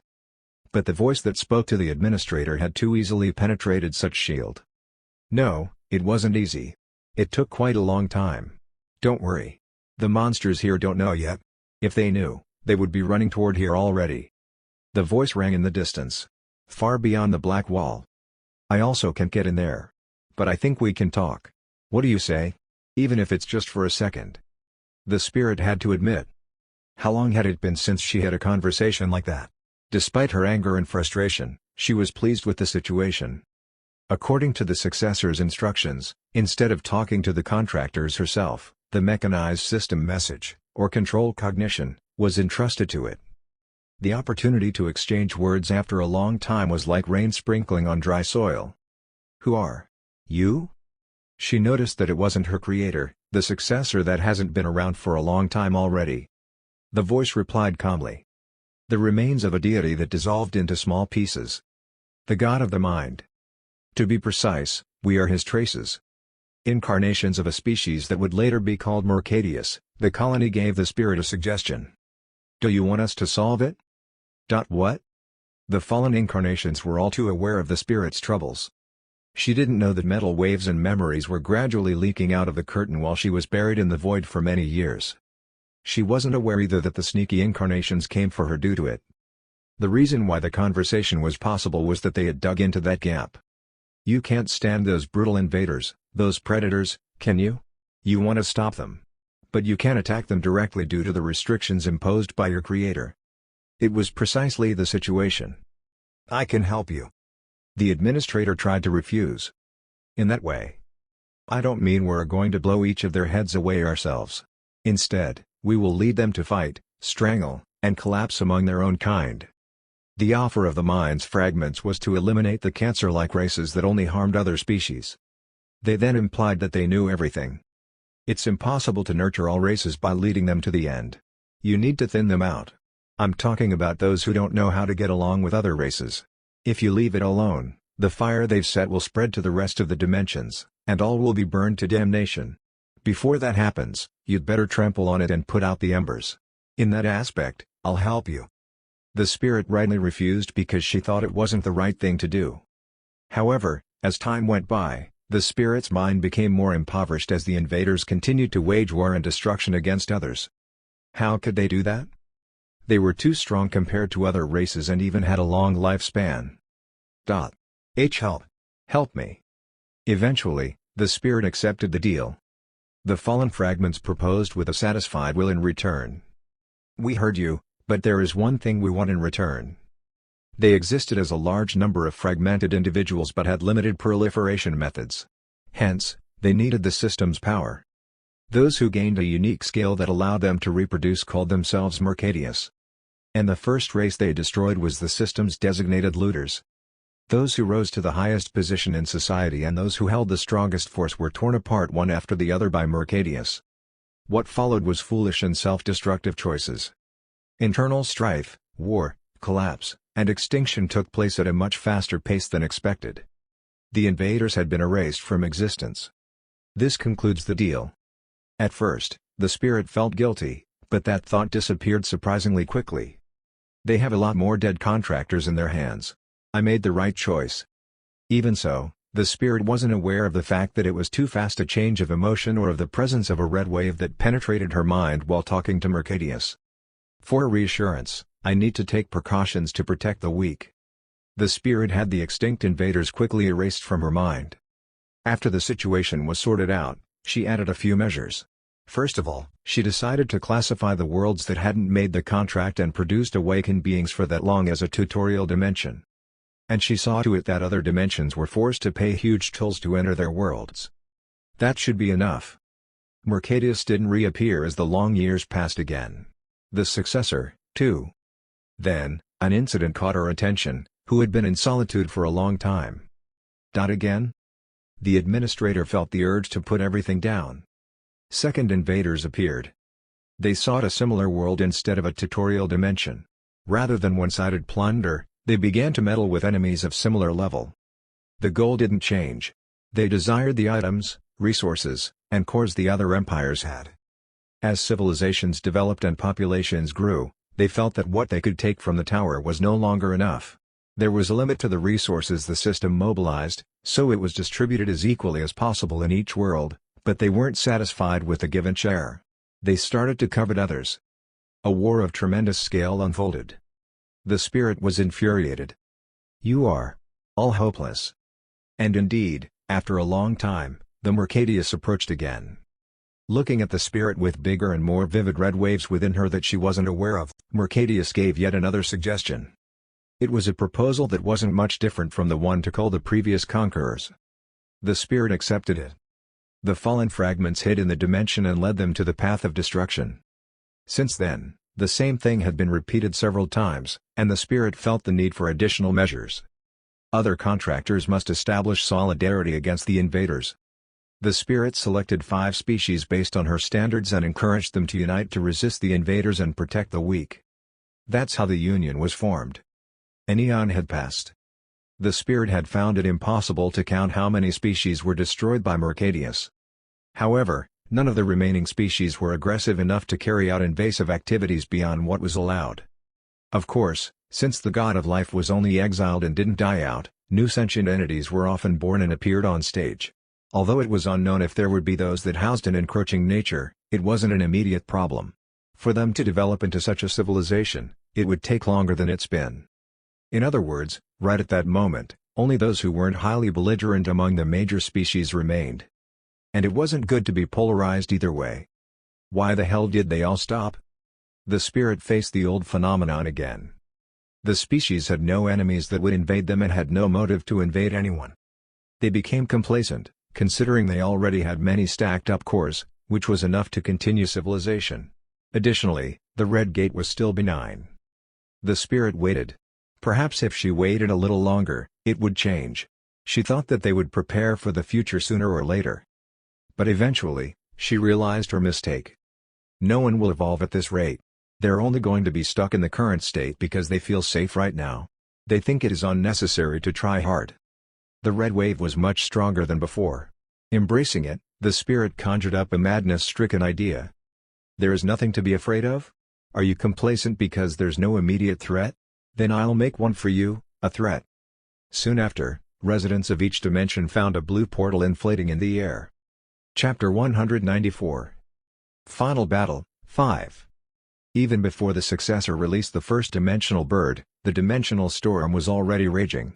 The whole world couldn't be protected even after the administrator took over, owing to the limitations of competence and resources. Due to that reason, dimensions emerged that were inevitably victimized. Unable to bear it, space broke. It was to the extent that not only the spirit but also the successor couldn't know how many dimensions had been fragmented and scattered. The administrator paid attention to where the fragmented dimensional debris was headed. They stagnated in the place where dimensions were connected, like dust filling a gap between tiles. She decided to call the place the middle dimension. To create a threat for the mortals, the administrator decided to meddle with the place where countless pieces of space were randomly intertwined. I've already expected this, but it's a mess. I don't know where to start. It's too complicated to handle as it is. We need to divide them into sections. It was the birth of dungeons, spaces under the system's management that isolated a portion of the middle dimensions. Some of the debris deposited there was only a collection of cosmic dust and gas, while others maintained a fairly reasonable ecosystem. However, amid separation and fluctuation from the original dimensions, civilization collapsed, and most of them were living like primitive beings. That was enough for the administrator. Do you wish to awaken through a contract with the system? The administrator offered contracts to the species that had barely survived in the middle dimension. Most of them accepted, worshipping her as a god. Many of them were born without mana heart, but the administrator couldn't care less. She planted mana hearts, better known as mana cores, in their hearts herself instead. It had another difference from the contracts for common mortals. Once again, help me. Gladly. The incarnations which were once the god of the mind lent her their power. As a result, the middle dimension species, in those numerous individuals' minds, the curse of Mercadius permeated thinly and shallowly. It reached a point that no one could notice its existence.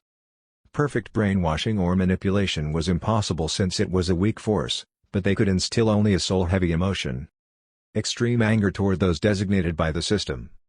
More specifically, it was a ferocious murderous intent toward creatures that lived in normal dimensions beyond the Blue Gate. The administrator named them monsters because they were carried away by emotions that surpassed their instincts and were always in a delirious state. That's a big problem. Items don't come out anymore, even if we clear the tower. We can't receive mana cores or experience points. By that time, the awakened had to adapt to the changed system. The administrator thought, the system of throwing carrots through the tower was so moderate and inefficient since it left them the choice to climb the tower or not. Hence, she forced the awakened had to deal with the dungeons. There was no such thing as a choice. Monsters are suddenly coming out of the blue door. Uncleared dungeons collapsed and threw up monsters, and they unleashed a killing spree. Awakened beings had to clear those gates to protect their world. Of course, the system didn't forget the carrots. Though the reason was getting blurry, she remembered that the purpose of everything was to foster the future Empire's establishment. Items are available when we clear the dungeons. We can get mana cores from the hearts of monsters. It doesn't disappear even after they die. At that point, the awakened had become desperate again. However, not everyone did. We must complain to the system administrator. Let's communicate through the Union command, which has the authority to contact her. Some couldn't adapt to the changed system.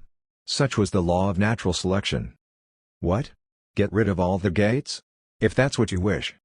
In a cold rage, the administrator took action. She had sealed the dimensional bird that resided in a dimension that had made such a claim back in the egg. Don't you want any more evolution? Would you refuse to advance and move forward from where you are? If you want to degenerate, then I'll give you a choice. Climb that tower and break the egg at the top with your hands. All the gates will then disappear in an instant. That was the only way for them to get rid of the gates. The moment the dimensional bird disappeared, the dimensional storm would soon strike and unlink all connections, so it was natural. Without knowing the future ahead, some species climbed the tower. By then, it had already been renamed as the Tower of Choice in the sense that it had become a place to determine the fate of the world, not a structure for training. And the fate of the dimension that broke the egg and closed all gates was obvious. Such a world began to disintegrate in the dimensional storm slowly. They belatedly realized their fate was in despair, but there was no way to escape. It's already been a long time since they had been disconnected from the system. Such broken dimensional debris was stacked in the middle dimension and became the material for a new dungeon. The species that once achieved a brilliant civilization lost their glory and became monsters in the end. Even the Union command opposed me? The administrator was enraged. All right, I only need one species left. What do you say? Would you like to remain and serve me? The race chosen by the administrator was the Adgons, of course. The 4 species, except them, were separated and destroyed by Mercadius from within. At that point, the successor was forced to step up. However, that situation wasn't included in their unconscious destiny since even the future empire didn't expect it. They had to hand over their homework to the next life if they found it impossible to overturn the twisted system in the current life. It was possible since it wasn't the destiny set by those from the future, in other words, the kind of task that forced the successor to repeat if failed. However, a clear sense of purpose permeated the deposited memory while the process continued, the goal to recover the twisted system back to normal somehow. Thus, the successors had tried their best in their respective lives, but they had all so far met death without fixing the system's error and contradiction. And in the current cycle, the successor came up to the stage of peeking at the administrator's memory for the first time. I stared at the sight unraveling before my eyes. That's the Adgon that flew along the single black path stopped in front of a huge luminous body. The other party facing him was a large and vivid light that was comparable to a star. I felt shocked and longing at the same time as it filled my view. Wait a minute. Longing?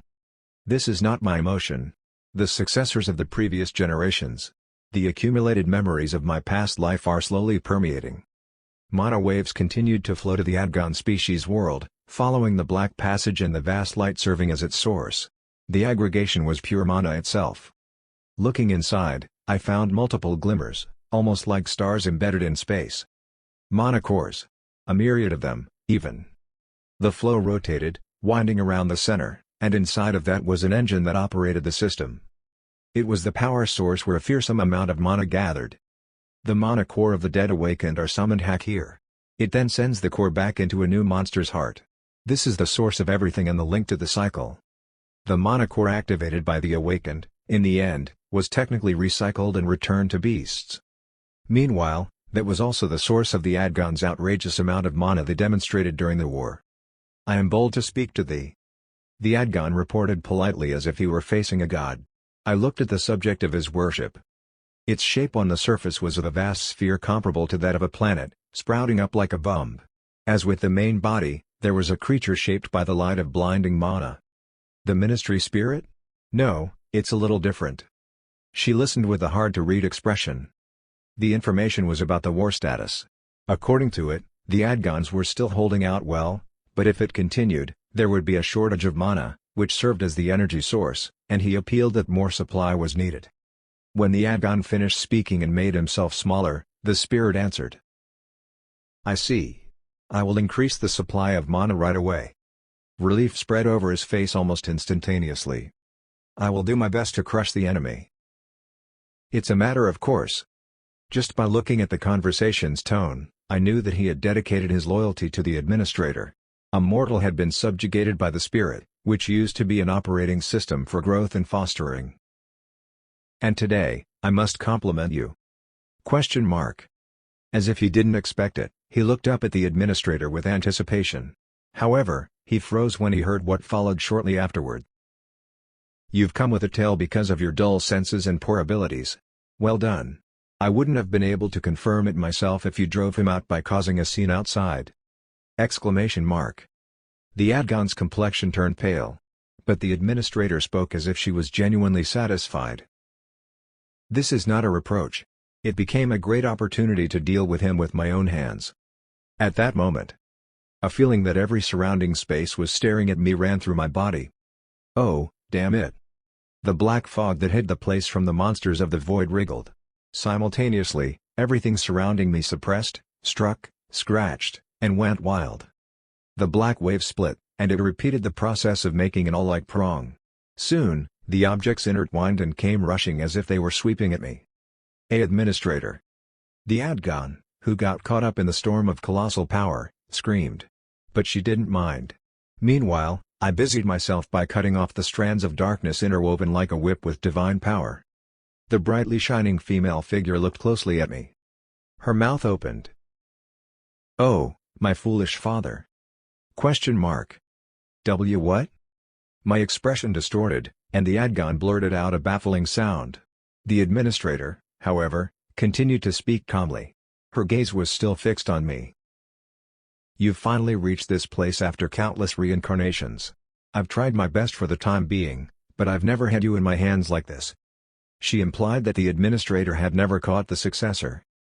But the truth was that if I were to look back into the past, that didn't happen simply because whenever it did, time was rewound. Every time such a disaster was repeated, I regressed due to the power of a god. That caused my life to be repeated, preventing the incident from going down in history. Not even the administrator's memories could have had such information. However, I don't know how I'm going to recycle if I die this time. I have to survive, no matter what. There was a vivid emotion in the eyes of the spirit looking at me. It was close to hatred or even an obsession. It was too intense to be from a spiritless entity. A strong force stormed, erasing all the shadows, and I kept an eye on the administrator while pushing it away. In doing so, I saw a red wave wobbling in it. As expected, that's traces of Mercadius. A fragment of the crazed god had contaminated even the mind of the system. Had it acted as a puppet? The moment I thought about so, something deep inside me, that was both like memory and emotion, abruptly rose. After receiving consecutive rewards from the gods and rising to the half-god state, I felt that the memories buried in the unconscious gradually returned. However, due to the incident, as if the wall suddenly collapsed and the waves rushed in, it filled my head. It was all experiences and thoughts that I had never gone through as Seojin Wook. But in the end, I was sure that had to be mine too. Boosh. The flash burning from my body gnawed away and scorched the darkness. The administrator only looked at it with a strange smile and remained unwavering. I spoke to it. Rather than Seojin Wook, my multiple reincarnations, the ones that had lasted through long periods of time using reincarnation, simultaneously spoke, having gathered the will. This is not what the future Empire's citizens wanted before they sent me back in time. They hoped to preserve as many dimensions as possible, save as many species as possible, and lead them to the future. To make history different from the future that had already been destroyed once, they had to secure more diverse possibilities than they had back then. The plan was to save all that we could and help descendants succeed. In fact, many of the successors' destinies were to help the species in danger of collapse. However, the system that was supposed to help that process, that same operating system was interfering. Even in the cycle where she recognized the successor's existence, she directly prevented him from fulfilling his destiny. What you're doing now is thinning out because it's sugar-coated, but it's actually a genocide against those who don't meet the standards. And I never allowed you to apply those standards at will. The spirit laughed. It's hard to understand. You're the one who gave me the ability to choose, but now you're blaming me for making that choice. She spoke confidently. Your standards are wrong. An empire created by dragging everyone without a dropout will eventually lead to greater chaos. I know it because I've been watching it. And now I have clear and rational standards. Hence, I'll choose which species to lead to the empire and which one to leave behind. I have the right, as I had to watch alone the numerous species blooming and dying in a period that spanned eons. The moment the darkness around me raged, I gathered divine power in the holy sword and willed it to burst. Chapter 195. Final Battle, 6. Space was torn, and the darkness that hid the administrator fluctuated wildly because of the energy burst I fired. The target was the mana aggregation that composed the administrator, the red wave that painted its center, and the nucleus of the mind contaminated by Mercadius and their ancestors. Black fog seethed along where intangible forces passed. A faint emotion lingered in the administrator's eyes, looking at the scene. A mockery. Pot. The darkness around us was a gift laid down by the successors of previous generations for the administrator. It served as a protective shield that concealed her existence from the inhabitants of the void. The characteristics that composed it differed only a little from the normal dimensions. Essentially, it was a hidden realm that existed like an island in the void.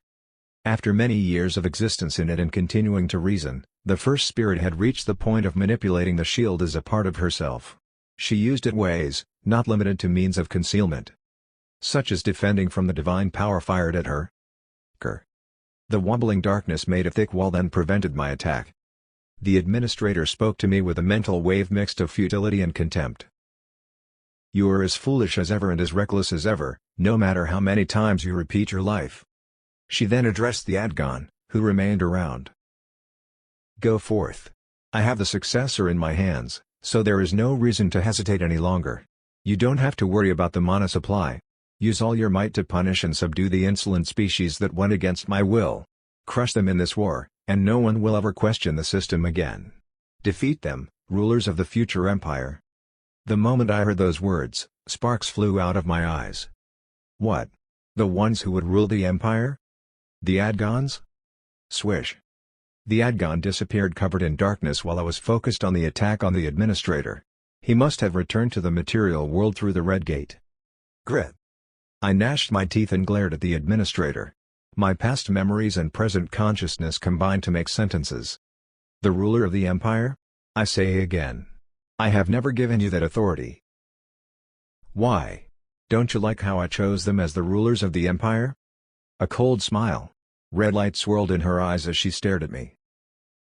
I chose the Adgons with a solid standard. They are the most faithful to the system, a very important characteristic. They will follow my instructions unconditionally even after the empire has been established. The administrator had chosen the ruler of the empire instead of the successor. She smiled at me. You, all of you, who endlessly repeated life, had added new restrictions to me every time. Thanks to your own doing, I couldn't find you until now. That was the reason why the administrator searched so hard for the successor, why the successors failed to achieve their destiny whenever they were caught in their previous lives. She didn't want an empire designed and ruled by the successor. Ideals of the people in the future are wrong. The qualification to leave behind descendants and be a part of the future must be selectively given. I'll do the selection myself. I felt as if there was no longer any point in further conversing with the administrator, overtaken by madness. I cut out the tentacle-like darkness extending from all around. Swinging my sword in fits of rage, the divine power and the blessings sent to me by the gods as rewards seethed all at once. At that moment, the surroundings crumpled as if they were collapsing. Everything fell into pieces. The darkness that hid the administrator broke into 1,000 strands and winded me up. She whispered. I'll leave your disposition to that void. If it's them who sealed even the gods, they should be able to hold your soul as well. That way, you can no longer regress or reincarnate. You shall forever remain here. When she finished her dialogue, a powerful force shot me out. Pot. Darkness, which went limp while stacking up the layers around the surroundings, drew a straight line. The scenery changed in a flash. The administrator had ejected me out of the black dimension wall. The hidden dimension with stealth properties soon disappeared from my senses. It had completely gone invisible. And what's in front of me was Exclamation mark. Endless crimson. The eerie red color, which was shown every time a red gate was opened in the material world, was spread beyond the horizon. Humans outside the gate had seen so far only a fraction of the eerie energy such a place contained. I was in the void. Bloody hue had painted everything, and the distinction of shapes became meaningless. The will of the gods and the information buried in my subconscious intertwined. This place, this is the collection of wills to destroy everything. The moment I was exposed to the exterior of the black dimension, the enemy seemed to have noticed my existence. In the red flash, a bubble-like figure started to emerge. The swollen lump burst and monsters rose one by one. They were the inhabitants of the void, those summoned through the red gate and driven solely to destroy the material world's life. If there's no one to kill, they would harden, hibernate, and activate again when a target entered its sense. It was an existence that showed a machine-like behavior rather than a normal creature. I had finally discovered the cause of their bizarre behavior. I see. Those monsters don't exist as independent individuals. They have no soul either. However, it couldn't be classified as a colony like the god of life, Ram. Rather than saying that each of them is an independent being, they're more like the limbs of a colossal entity. Instead of its entirety, it dispatches a part of it elsewhere to serve a special function. The presence of heads and limbs didn't necessarily mean that they were complete creatures. And what was controlling them was. It's this place, this space itself. The void is controlling them. The period before the material world was completed, even in the mythical era, such a world had already existed. Then what about before the mythical era? The universe had constantly repeated birth and extinction. And if there was a will to begin and prosper everything, there existed a will to destroy and remove everything. Among them, what belonged to the latter was the void. The void cursed the will that gave birth to it. All the waves and particles wanted to return to nothing, just as all of its energy was ultimately directed toward extinction. In the process of the two wills' fight, countless universes were repeatedly created and extinguished. The universe's number, known as the mythological era, was unknown. Born with the mythological era, the void also tried to lead everything to destruction, but the gods who composed the place were very powerful entities. Thanks to that, even if the fight ended with the void's victory, it couldn't execute perfect extinction. The void, which sealed the gods in itself, fell into a deep slumber since it had exhausted its strength as well. The current material world was like an extra space created because of the suspended destruction. Qua. Monsters that originally must have been designed to be sent to each world through the red gate rushed in, aiming only for me. In the void, where space and time lost their purpose and rolled in a blur, their attacks had no front and back and no before and after. Nevertheless, instead of being scattered, they crowded at me like a storm. I gathered all my strength in the sword. As the blade extended beyond the limits of recognition, it evolved to fit the world made of twisted principles. The weapon that crossed the universe shone. I wielded it. Shpot. The sword divided everything. Countless monsters were broken down, causing them to scatter. Even after cutting it once in that manner, the sword went without stopping. They weren't bound by material concepts such as length of attack and bearing. The swing was both broad and precise. Bodies of monsters broke down and were thrown all over the realm like a spray of water. The inhabitants roared. The ones that were being reborn outnumbered the ones that were culled. When one disappeared, spraying blood, the red dimension wriggled behind it and inflated the abscess again. It burst, and the slain monster reappeared again, screaming and emitting a look smeared with murderous intent. It rushed in once more, and I swung at it again. Shpopot. I will see no end this way. I decided to move instead of fighting in one place. But where? It wasn't easy to set a direction in a place where the concept of space had collapsed and limped. I wished I had contributed to the god of space, but I hadn't reached his power yet. However, that didn't mean that there was no way. I shouted a god's name. Ramungsheater. The god of luck and fortune. His blessing upon me wrapped my body. Simultaneously, space reeled around me, and the bloody hue in the void rotated and created a gap. Then I started to move. Pot. Boom. Thwack. Their assault didn't stop, but my retaliation didn't cease either. Nevertheless, I kept moving. Where all directions were distorted, I moved recklessly without knowing where my goal was. What would be the probability that my random movement would lead me to my destination even though I didn't even know what it was? It had a ridiculously low probability. But I spoke to the god. You said you'd free me from the restraints of convergence in exchange for you handling the recoil. If so, then show me the way.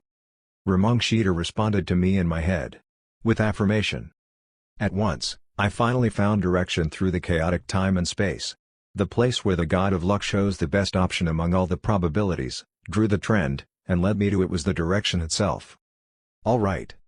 Monsters who clung with all their might followed, but I moved, constantly cutting their necks and smashing their bodies. After solving the problem of space, I addressed another problem that held me back. The void gave off a determination to disturb me. Even the time had flowed in the opposite direction I was going to. It's fast. This is too fast. I couldn't reach my destination despite having set my direction. My speed was too slow. On the other hand, time for everything but my surroundings began to flow too fast. Observing from the administrator's perspective, the monsters and I might just look like a still image. I felt it intuitively. If I get to the administrator like this, it'll be after millions of years in objective time. If that happened, all the dimensions would have been ruined already, and the train wreck of an empire, which was completed by thinning the unneeded out, would have been built by then. Hence, I decided to call on another god. Can you hear me? You're there, right? The dimension where the fight against the Adgons ended in a draw. The place where there was nothing in the black hole. I finally realized what fragment was originally hiding in that place. Among the sealed fragments, only one of them had succeeded in escaping. It wasn't an incident that occurred at the current time zone. It happened far into the future. In particular, it happened when future inhabitants of the material world sent the successor of the Empire to the past.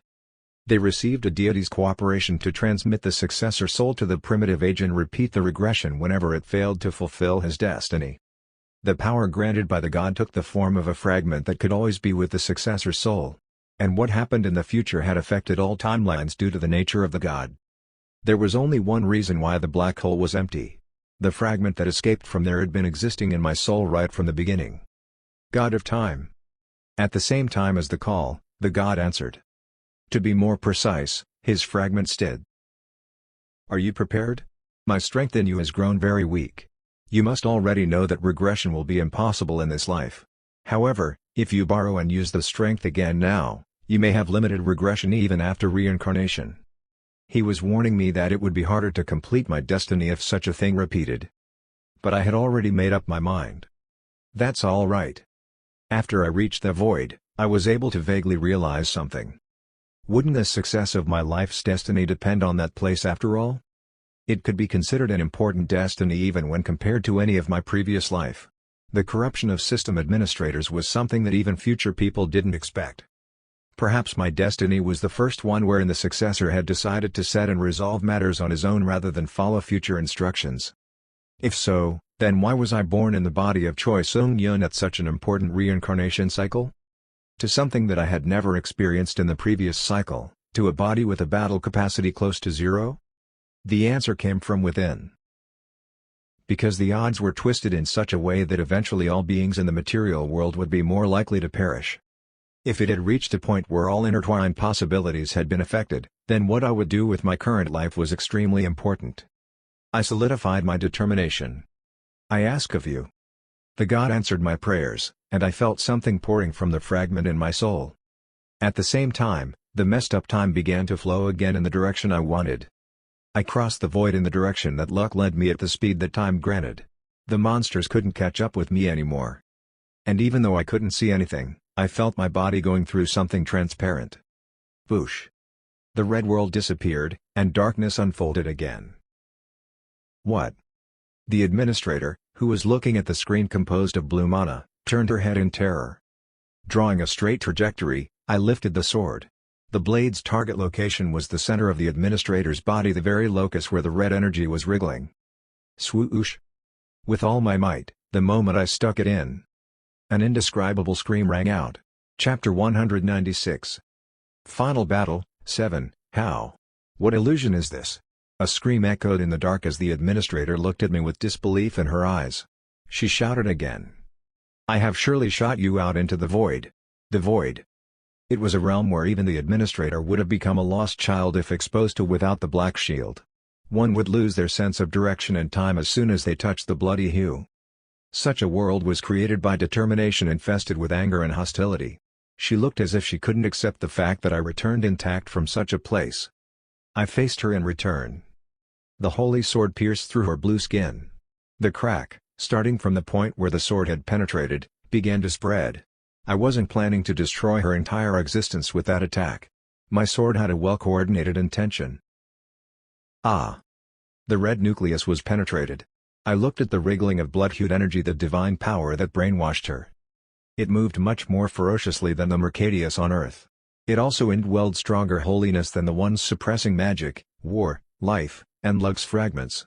Rather than the energy that contaminated their lost pieces that had no free will and intellect in the first place, more power was consumed for the administrator who maintained a distinctive ego during the time of eternity. The scream that followed didn't belong to the administrator. I stared at the red divine power struggling in her. Unable to hide its disgust in its eyes as my blade penetrated it, I could tell that it was being tormented. The figure repeatedly melted down and was sculpted again, and not even a single overlapping form was made while doing so. All of its features were unpleasant and appalling. Terrible despair painted the mental wave. No, not when it was almost done. It was almost done. Plop plop. Blood like divine power flowed out of the hole in the administrator's body. That was the same entity that brainwashed and seized her mind for almost an eternity. It was one of those that wandered around the void and material world even before the Mercadius species' arrival of being in the level of their predecessor. Fragments left by the god of the mind. They leaked out and disintegrated. I knew what I had to do next. I'll devour it from existence. The blood seethed as my body began to suck up the sloshing energy. The Mercadius on Earth attempted to take control of my body when I tried the same thing, but the one before me, which was being absorbed, didn't even seem to dare to do so. That was because my state had grown incomparably to that time. The soul, which other gods already acknowledged as having entered the state of a half-god, showed no signs of wavering. No. Please. I can't. Not like this. What I performed next was an absorption technique different from mana drain. I mobilized all the non-elemental divine power to crush the red energy that came into my body. Meanwhile, the traces left by the god of the mind busied itself with futile attempts to escape. I leisurely led the way, driving it to a corner and blocking its retreat. I smote down as if to pound the fragile creature and tore it up as if to rip off its flesh with my sharp weapon. Do you want to destroy everything? I'll make your wish come true. If I get rid of you, from your perspective as an observer, this world would just be like as if it has been destroyed. The entity wished for a perfect extinction as it couldn't bear imperfections.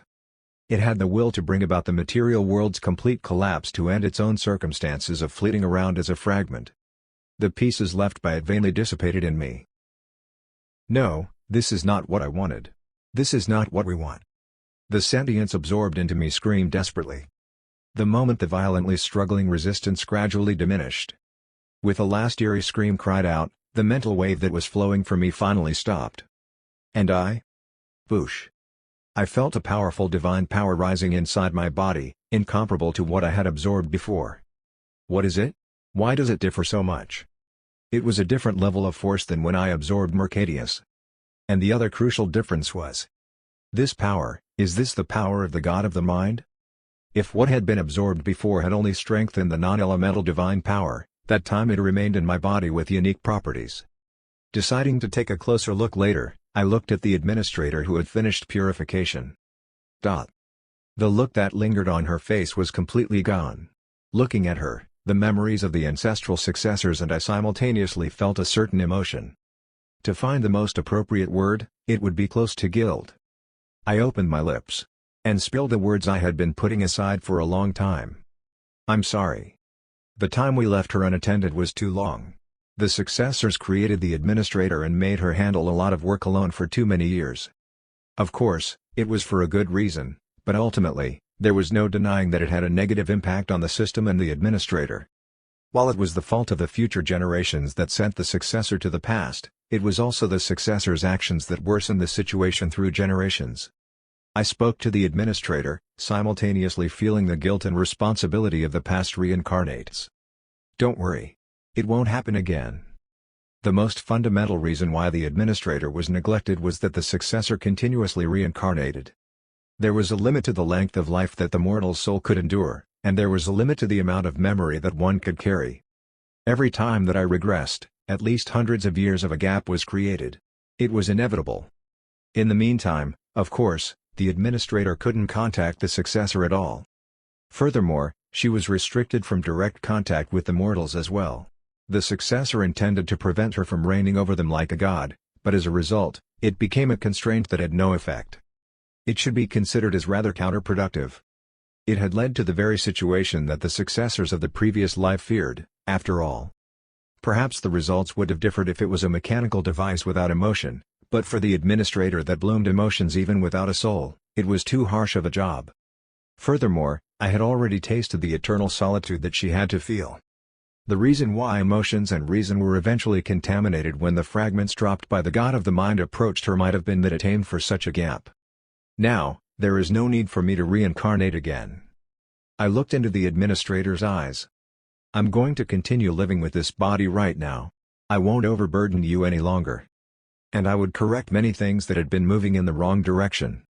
I would return the system to normal. But before that, I had one more thing to do.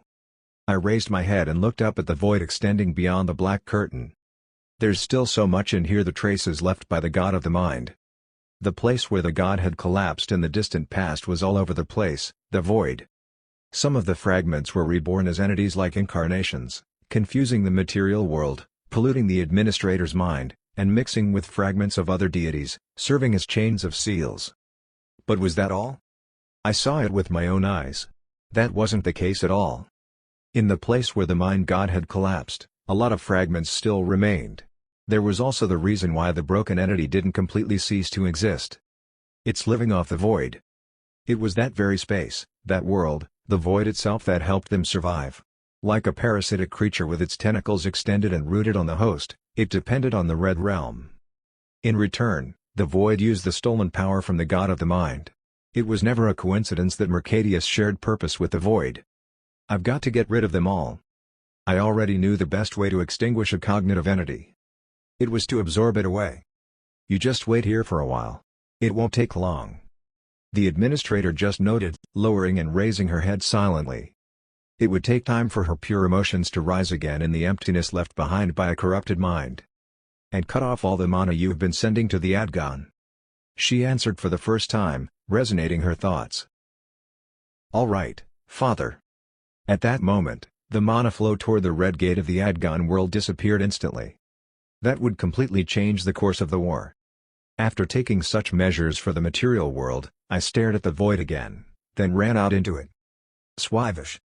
Tossing my body, I requested aid to the god of time seated in my soul, to those fragments. God of time, I have a favor to ask of you once more.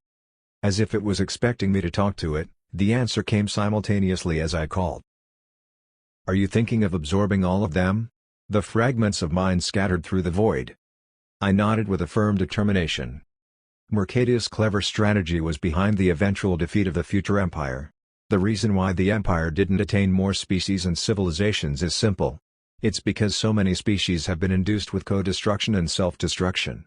And it was the Mercadius species that induced such internal fallout and battles.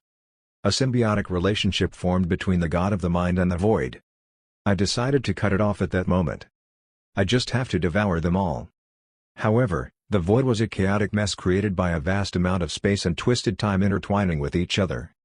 No matter how one might be in a state of a half-god, it would take an immeasurable time to find and absorb all the fragments. The material world, and the administrator, couldn't be left unattended for that long. I need your help. I needed another miracle that accelerated my time at a frightening pace like what happened a moment ago. I ask of you. At that moment, the god answered my prayers. Woong. Once more, from the fragments hidden in my soul, enormous power poured out. Simultaneously, time flowed once again in the direction I intended, at the speed I prayed for. Riding on the power, I penetrated the red space. The void inhabitants crawled to capture me, but no one broke through the flow of isolated time. I roamed around the void without hesitation in that manner. In the flow that accelerated the material world's time by millions, the journey to eat up all the remaining debris of mind in the Red Realm began. The moment the administrator cut off the enormous mana transmission sent to the Adgons, they were thrown into uncontrollable chaos. The species command rushed to the highest-ranked Adgon, the Revelator, who was the only one authorized to face the Administrator. "My lord, we're in trouble. Mana transmission from the Red Gate has been cut off." The Revelator, who had just been promised increased transmission by the Administrator a few moments ago, couldn't understand what nonsense was happening. "What do you mean? Check it again. The Administrator surely had promised. She even said that I should not worry about the problem and that I should crush those disgusting enemies in the war."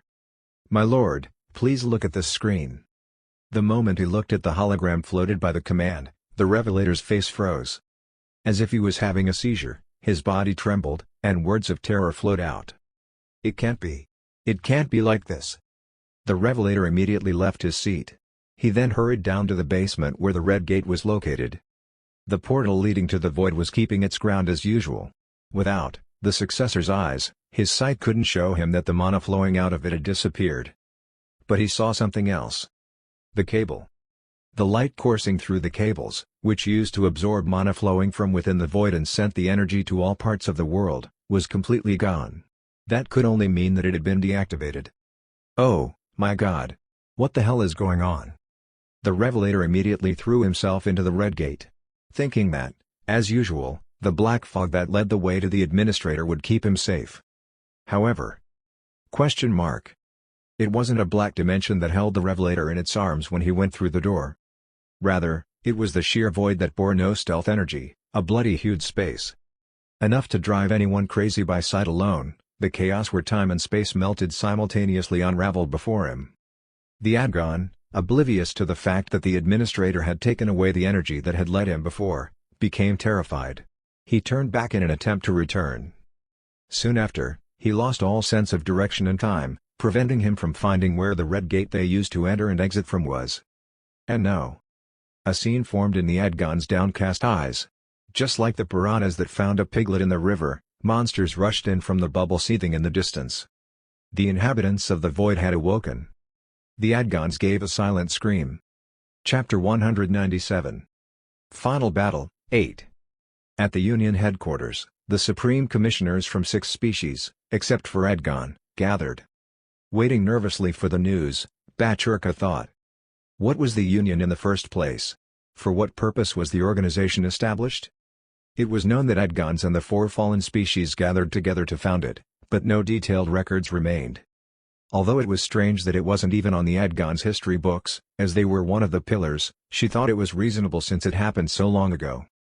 But at that moment, it made her doubt. Is it true that the history books were lost because of accidents or indifference? No, it's more likely that the Adgons meddled with it by intentionally deleting it so that the information wouldn't spread to other dimensions. The lost history should have included how the other 4 races, except the Adgons, were destroyed. Bachurka thought once again about the essence of the Union. They were an alliance of dimensions that thought it was right to follow the system, but what if the system had been leading the mortals in the wrong direction? The Adgons guard the fragments of the God's seals. They regard the system as a god. So why didn't the system stop them? In the first place, the deities didn't want the number of mortals to decrease or perish. That was because they had become entities that could no longer exist alone. The gods that relied on the mortals hoped that they would prosper more. And the weaker the influence of the gods, the freer Mercadius could move since their power to inhibit the activity and scheme weakened. Why did the system want that? Was it correct that the system, like the gods, hoped for the prosperity of the mortals? Or, the system encouraged to fight against the monsters of the Red Gate, a threat that can be controlled enough at this point. That's why we all believed that the system was an absolute good. But it wasn't wary of Mercadius, which was far more dangerous. The intention was obvious.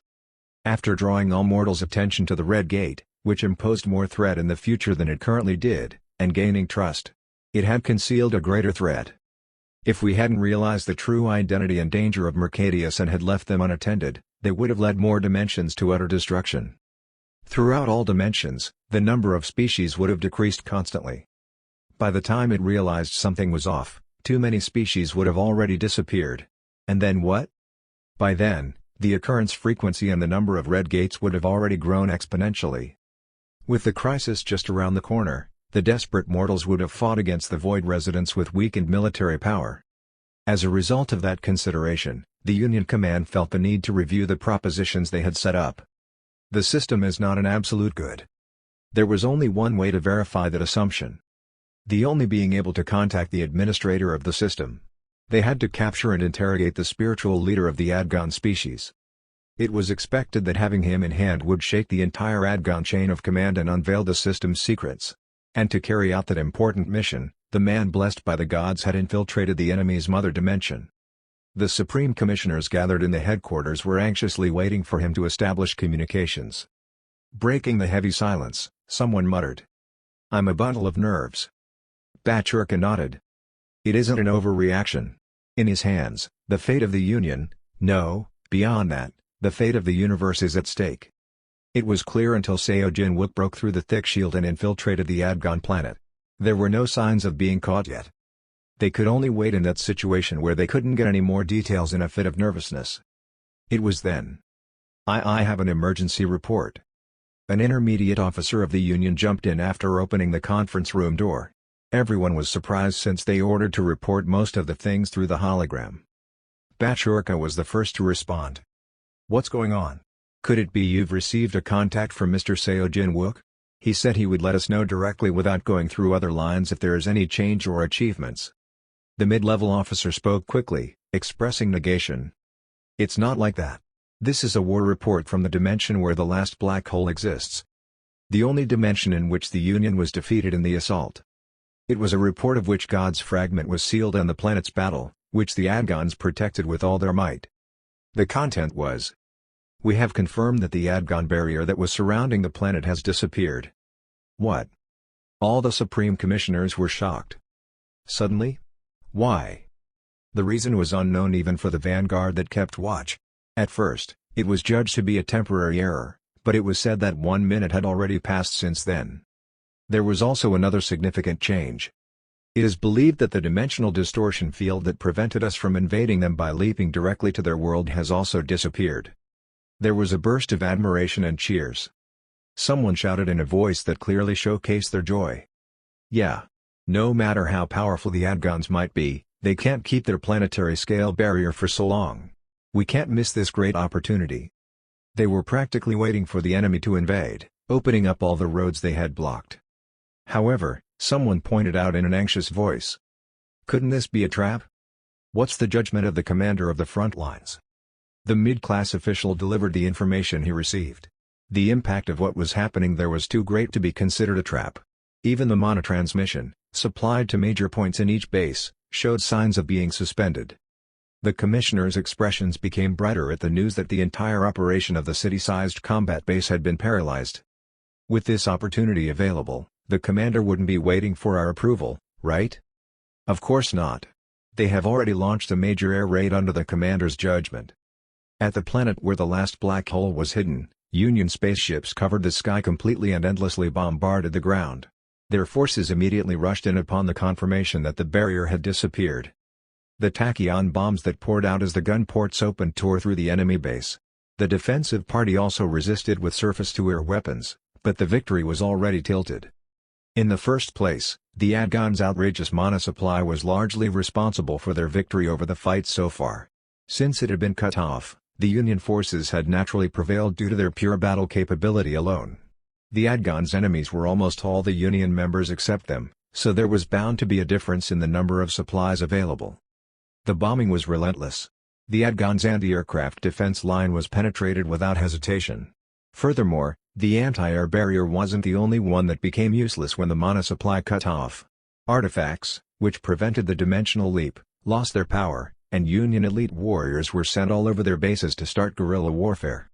Huge firepower coming down from the sky and warriors wreaking havoc inside of the base. The battlefront collapsed rapidly. Arg. Stop them. The black hole must be guarded no matter what. The enemy is advancing too fast. The difference in firepower in the first place is too. Care. Boo boo boom. A roar resonated. The entire base roof that hid the black hole had been blown away. The Union's awakened beings that needed no such things as ropes jumped from the spaceship. Why the hell? Why did we suddenly lose our mana supply? The Adgon commander, who was resisting until the end with a burst of fury, eventually died due to the skills fired by the elite warriors. There was no way for him to have guessed that the mana being supplied to that planet was naturally transmitted from their parent dimension, but its source in the Red Gate had been severed. Since the water source was blocked, it was natural for the downstream to dry up. We've taken the base. We have confirmed where the black hole is located. The war, which had been going on for a long time without progress, had flipped in a day. Conquering it had been made dramatically easy. Upon receiving the victory report, the Union headquarters soon received another good news that made them suspicious of their ears. What? Even the Adgon's home territory? It was a report of what happened on the Adgon's mother planet. Yes, not everything is paralyzed like the place we've seized, but it has been confirmed that their mother dimension's planetary scale barrier has disappeared as well. Not everything shut down in the mother planet serving as their main base when the Red Gate's mana supply was terminated. It was only natural since they had stocked mana cores in the first place. However, the planetary scale barrier, which their remaining cores couldn't manage, was the first to be extinguished. The chief executives felt a certain premonition when they heard that report. With the war in full swing, why did such unfortunate events continue for the Adgons? These events can't be all coincidental. All of them recalled the individual that infiltrated their enemy's dimension. No way, Mr. Seo Jin-wook? Baturka shouted in a hurry. We can find out what's going on later. We can't miss this opportunity. Let's gather all available troops and strike their mother planet. The consequences of the ensuing war were obvious without a shadow of a doubt. It took less than a week of Earth time for the Adgon command, which lost much of its power and backbone facilities, to shout surrender unconditionally. It turned into a landslide victory for the Union. And so, the war that had started with the revelation of the Adgon's secrets had ended. The Union command first searched for Seo Jin-wook's whereabouts after capturing the planet. The communication interference and wiretapping concerns had disappeared, so they sent him a message through communication magic, but there is no response. The command was thrown into turmoil. What do you mean he suddenly went missing when he apparently succeeded in infiltration? The surviving Adgon commander was interrogated to see if there were any accidents. The information obtained in the process was beyond expectation. He went inside the Red Gate? After finding Seo Jin-wook inside the Red Gate, the Adgon's leader came out of it, following the administrator's guidance, who was still brainwashed. And he had let his men know that Seo Jin-wook hadn't only infiltrated but even stepped inside the Red Gate, yet there was no need for worries. The system administrator was going to handle it herself. Is that true? Upon hearing the news, Baturka felt the shock of her soul being pulled out. She didn't hear anything surprising. There wasn't any news that was not shocking. The fact that in the void beyond the Red Gate existed a system administrator and the Adgon species were being supplied of mana from there, and most of all, the assumption that Seo Jin-wook might not have gotten out of that place after entering left her in despair. Furthermore, Seo Jin-wook's identity had also been revealed. A successor, was that an existing concept? We've treated it as a superstition passed down among some species. The information that the Adgon's Revelator mentioned before his death was also delivered to the Union. They learned a lot of things that they didn't know, but Seo Jin-wook, who could confirm it as a fact, was away. But they couldn't enter inside the Red Gate also because of the information they gained. Hence, the Union could only wait anxiously for the Ma serving as that age's successor and the unprecedented mortal to receive numerous gods' blessings. Time passed unceasingly since then. The Union waited in front of the Red Gate of the captured area, without abandoning the hope that Seo Jin-wook would return. Fortunately, there was evidence that he was alive. The God of Magic has answered the question. There also was an answer from the God of War congregation. The same goes for the God of Luck and the God of Life. Seo Jin-wook was also very important for each congregation serving a god. He was the only incarnation of that age that exercised the miracle of their deities. In fact, they didn't know that he had already reached the state of a half-god, but he was already a being enough to be praised in such a way even only by what was known so far. They asked the gods whether Seo Jin-wook was alive or not, and each congregation's deity answered surprisingly quickly. The congregation leaders even agreed to guarantee that they had never received such a clear and prompt answer. The content was as followed. He's alive. He will return from the void beyond the Red Gate after completing glorious achievements that no one else can accomplish. Hence, many individuals waiting for his return gathered in front of the Crimson Portal. Chapter 198. Final Battle, 9. I knew you'd be here. Hearing a voice from behind, Hibiki turned her head. At the end of her gaze stood Nate. "What are you doing up?" "I can't sleep." Nate sat beside her. They looked forward side by side. The object they had seen too many times those days was emanating light. "Regate," Hibiki murmured in a weak voice. "It's already been a month." Nate nodded. He then threw his troubled glance in a different direction. Aliens who recognized him said hello or pretended to acknowledge him in their own ways. There were many waiting in front of the bloody-hued passageway. He had given up counting how many diverse species groups gathered.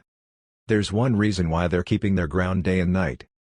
They were waiting for the entity considered as a half-god, the successor. Many were shocked when the gods revealed Seo Jin-wook's identity by the oracle. The priests were baffled and asked why they were only telling them at that point, and the god's answer was simple. There was no need to hide who he was anymore. Nate replied, "I can't believe it. I don't understand what the successor is yet, but I know what a half-god is. So it makes it feel more like a dream." He looked at the crimson door and continued talking. "To simplify it, it means half of him is a god, right? So, if not omniscient, is he like semi-scient?" Hibiki grinned at Nate, who was playing with words to loosen the tension. He already knows how to joke around. He's a human being now, too. When she thought about the first time she met him, his progress was leaps and bounds. She finally knew about his past, but at the time that she knew nothing about him, she suspected autism spectrum symptoms. It was to the point that she was convinced that one had to be in such a mental state to awaken a corpse-manipulating unique skill. Hibiki, who was coloring her lips with a faint smile, realized that she had smiled for the first time that day. And that Nate's joke hit the spot. "I don't know about all-knowing, but I knew the Guildmaster had a similar ability. You too, right?" "Yup." It was evident from his performance. There were many choices and achievements that would have been impossible without knowing the future in advance. The discovery of Nate and Hibiki alone was hardly a coincidence. Hibiki had vaguely sensed that the reason why Seo Jin-wook visited her might not be that he saw the newspaper article as he said back then. Perhaps he sought her after predicting the future and figuring out her potential. But that doesn't change anything, does it? If Seo Jin-wook hadn't reached out to her, the future might have changed a lot. But would such a future work in a good way for her? Hibiki didn't think so. In the end, his actions were meant to save the world. In the process, I was saved, too. If Seo Jin-wook didn't appear, she would have lived in anxiety all her life. With the fear that mana in her body might explode like a bomb at any time. Seo Jin-wook also removed some of the anxiety of all dimensional residents whose gates were open. The dungeon breaks are gone. After the Union won the war against the Adgons, an unexpected change occurred at the gates of all worlds. The message that indicated how unstable the gates currently was had disappeared, and dungeon collapse reports had ceased.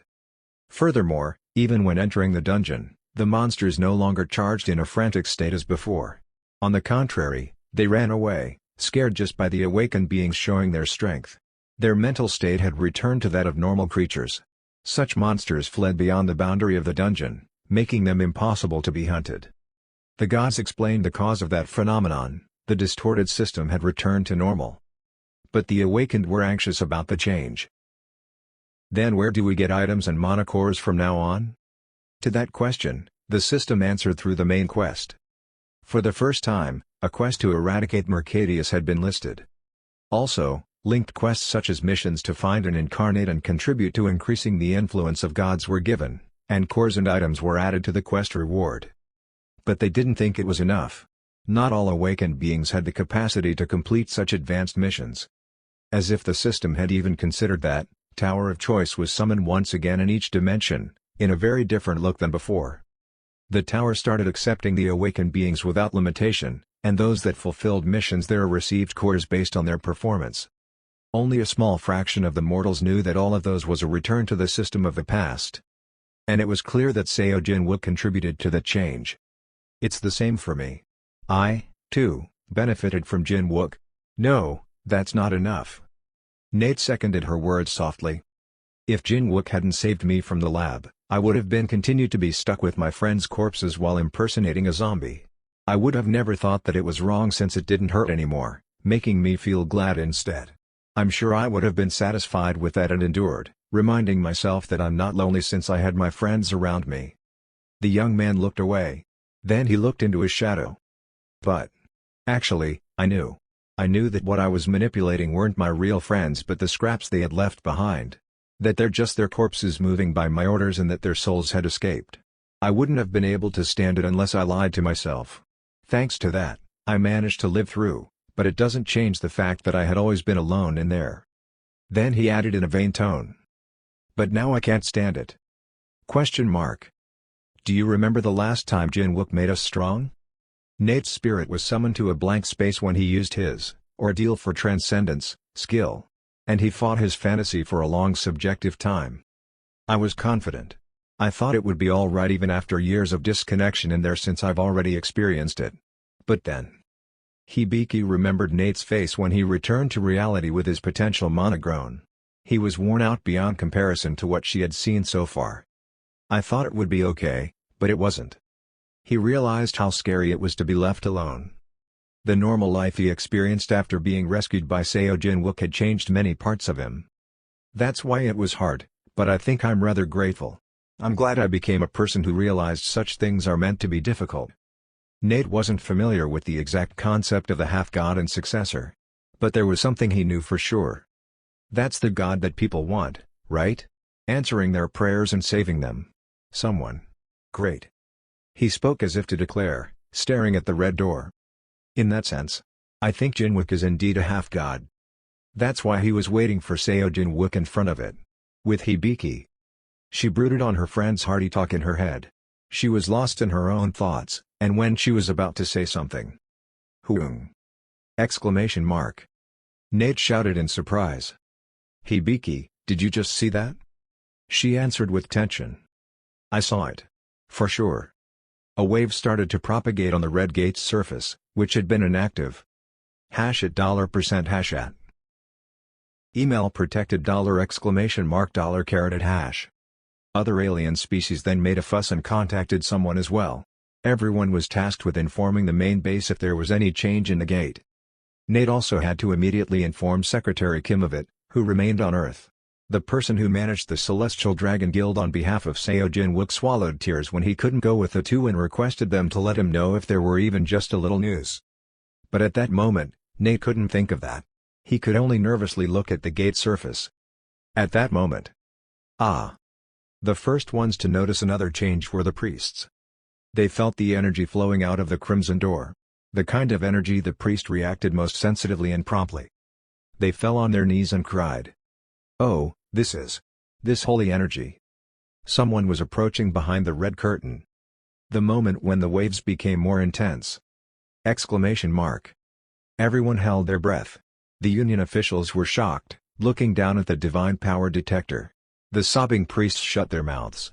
Hibiki wiped away the bursting tears, and Nate smiled brightly. At the same time, he thought of the God's oracle. He will return from the void beyond the red gate after completing glorious achievements that no one else can accomplish. He couldn't imagine what the achievement would be. Nate was just happy that he was back. He called his name with great force. Seo Jin-wook. Finally back, Seo Jin-wook laughed. How long has it been?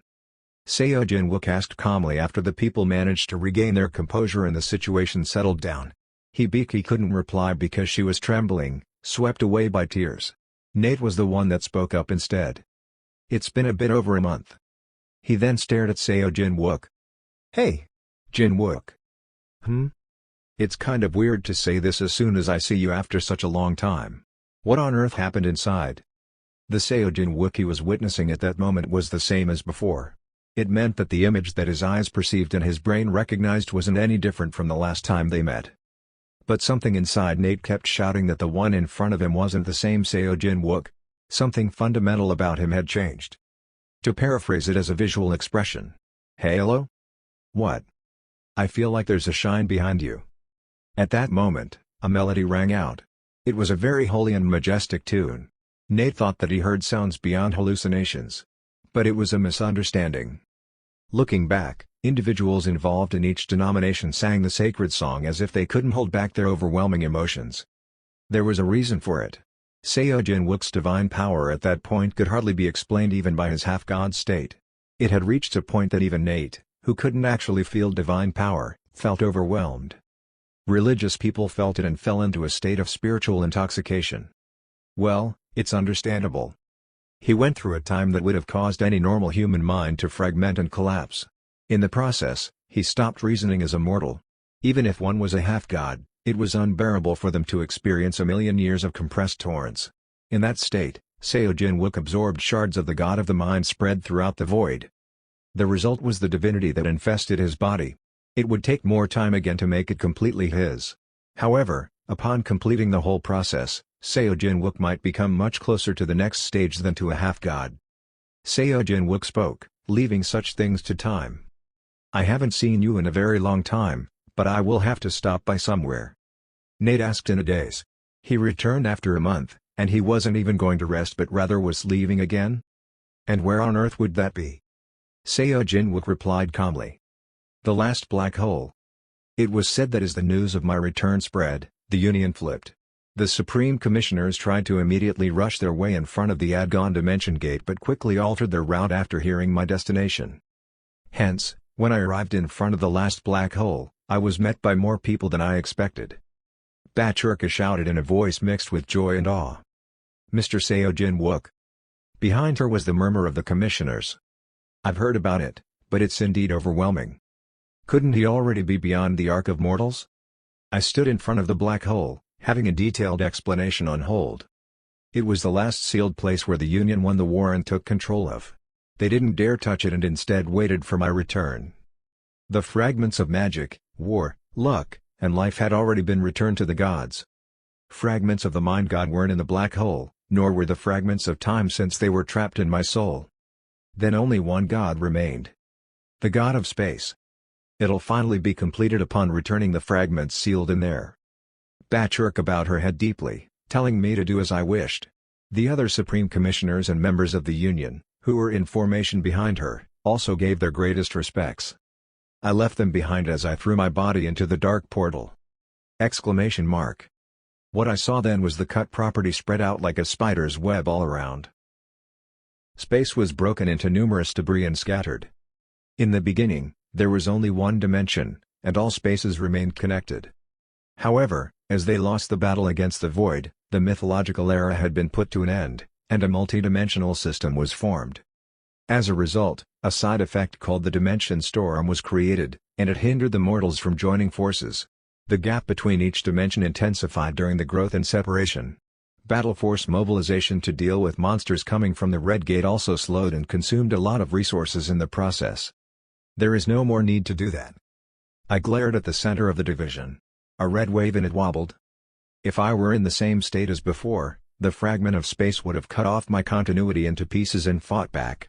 I couldn't have avoided that spell since I also existed, having taken up space. But my state was already far beyond the level that it could resist from. Screech. Instead of attacking, the fragments broke down the surrounding space and fled. But it couldn't get out of my grasp. There was no longer any need to take out the holy sword. Instead, I commanded it. Yield. At that moment, the red energy's struggle and resistance stopped. The blood-colored divine power that ruled the god of space's fragment. Its mind froze. And it obeyed my commands that followed. Come to me. Swoosh. As if the wind were blowing, a red piece flowed into me. Then all that remained was a pure fragment. I returned it to its original owner. Space, I return it to you. Boosh. I realized the change in the expansion of cognition. The phenomenon seemed to have been felt by all life besides me simultaneously. I heard the voices of mortals on each dimension. The emotions of astonishment of countless individuals, the waves that resonated in each one were conveyed to me. I listened carefully. Everyone was excited, and their thoughts poured into me like waves. Exclamation mark. A historical event that everyone was paying attention to was currently underway. At that moment, each dimension that had been fragmented and separated slowly began to return to its original form. It returned to how it was supposed to be. At that moment, the whole world naturally began to reconnect. Chapter 199. Epilogue 1. Mercadius was fleeing frantically in despair. How did that happen? It asked itself. It knew the answer, but it didn't want to admit it. Everything changed 3 years ago after the war between the Union and the Adgon ended. Having returned to normal, the system encouraged awakened beings to hunt Mercadius, and the Union actively responded to such demands of the system. Since then, it became impossible to count how many of their kind had been hunted and extinguished. Their ability, cognitive control, was no longer as threatening as before. The parasite hunters were necessarily accompanied by a high priest or incarnation-level individuals. That was the case for the ones who were after him at that moment. "It's here." Mercadius once again teleported long distances. However, the host's mana was limited. In the end, he failed to leap through space as intended and fell nearby. It asked itself again. How did I end up like this? The world was governed by 12 countries having the lands divided, the most powerful of which maintained a military dictatorship. Hiding in that dimension, Mercadius sought to brainwash and plant seeds for key military forces. The plan was going smoothly. The brainwashed leaders constantly tried to invade other countries, and the awakened forces concentrated on the gate were consumed while fighting with their own people. A typical pattern of destruction. But that day, all his plans had been ruined. Swoosh! Crossing the sky, he looked down. It was chaos under his feet. The military golem he mobilized to stop the hunters was swept away by undead troops that emerged from somewhere. The zombies that took over the place were a powerful army that broke all stereotypes about the undead. All individuals had the same endurance and offensive power as the lower-class devils. In front of their offensive, even the golem cast in magic metal was torn and pieced apart. K-oop! Mercadius clenched his teeth and almost completed the teleport spell. And the moment he tried to leap again. Pot. A hunter appeared out of thin air. The first to appear was a race covered with golden fur. The moment she appeared, Mercadius felt displeasure that put his nerves on edge. It was an incarnation. Among them, the one who had received the blessing from the god of war. Roswalen, who blocked Mercadius, gave a fierce gaze as she lifted the holy sword given by her god. Blazing sword energy enveloped the blade, and she proclaimed in an icy voice, "You better give up." Mercadius cried out. "Nonsense." Pot. Pot. Two people soon appeared behind Roswalen. A man with a bone cane and a woman with a magical item embedded with 7 runestones in her hand. When Mercadius saw them, he smiled with satisfaction. Mental manipulation couldn't work against an incarnation. But those two humans didn't seem to be as well-rounded. He exuded twisted divine power. Sacred power was felt from the two of them as well, but it was weak. Hence, it tried to take control of their minds and attack the incarnation. But! Exclamation mark. Mercadius was shocked. His entire body faintly trembled. There were 2 reasons why he was so surprised. For one, mental control didn't work on them, who were less than the incarnate state. And the other reason was that he identified their weak divine power and its attributes of power that he thought was insufficient to resist brainwashing. The traces left on them were similar to yet different from the power of Mercadius. "What the hell are you?" Mercadius screamed. The man reached for him, and a prison composed of bones appeared around and restrained his body. Boo-boom. When he managed to break free, a gravitational spell grabbed him. At the same time, the bone prison was summoned again. While the two anchored the parasite, Roswalen gathered enough strength on the sword. Woong. Her sword energy and the divine power converged on her blade. It penetrated the heart of the enemy caught in the air. "Oh. No. I can't. Not this way." The incarnation's attack didn't end in a flash. The seething divine power distorted the air and tore off the red waves that encroached on the host. The mental scream rang for a while before finally stopping. Mercadius had been slain. "Phew, well done, everyone." Nate shouted with a worn-out face.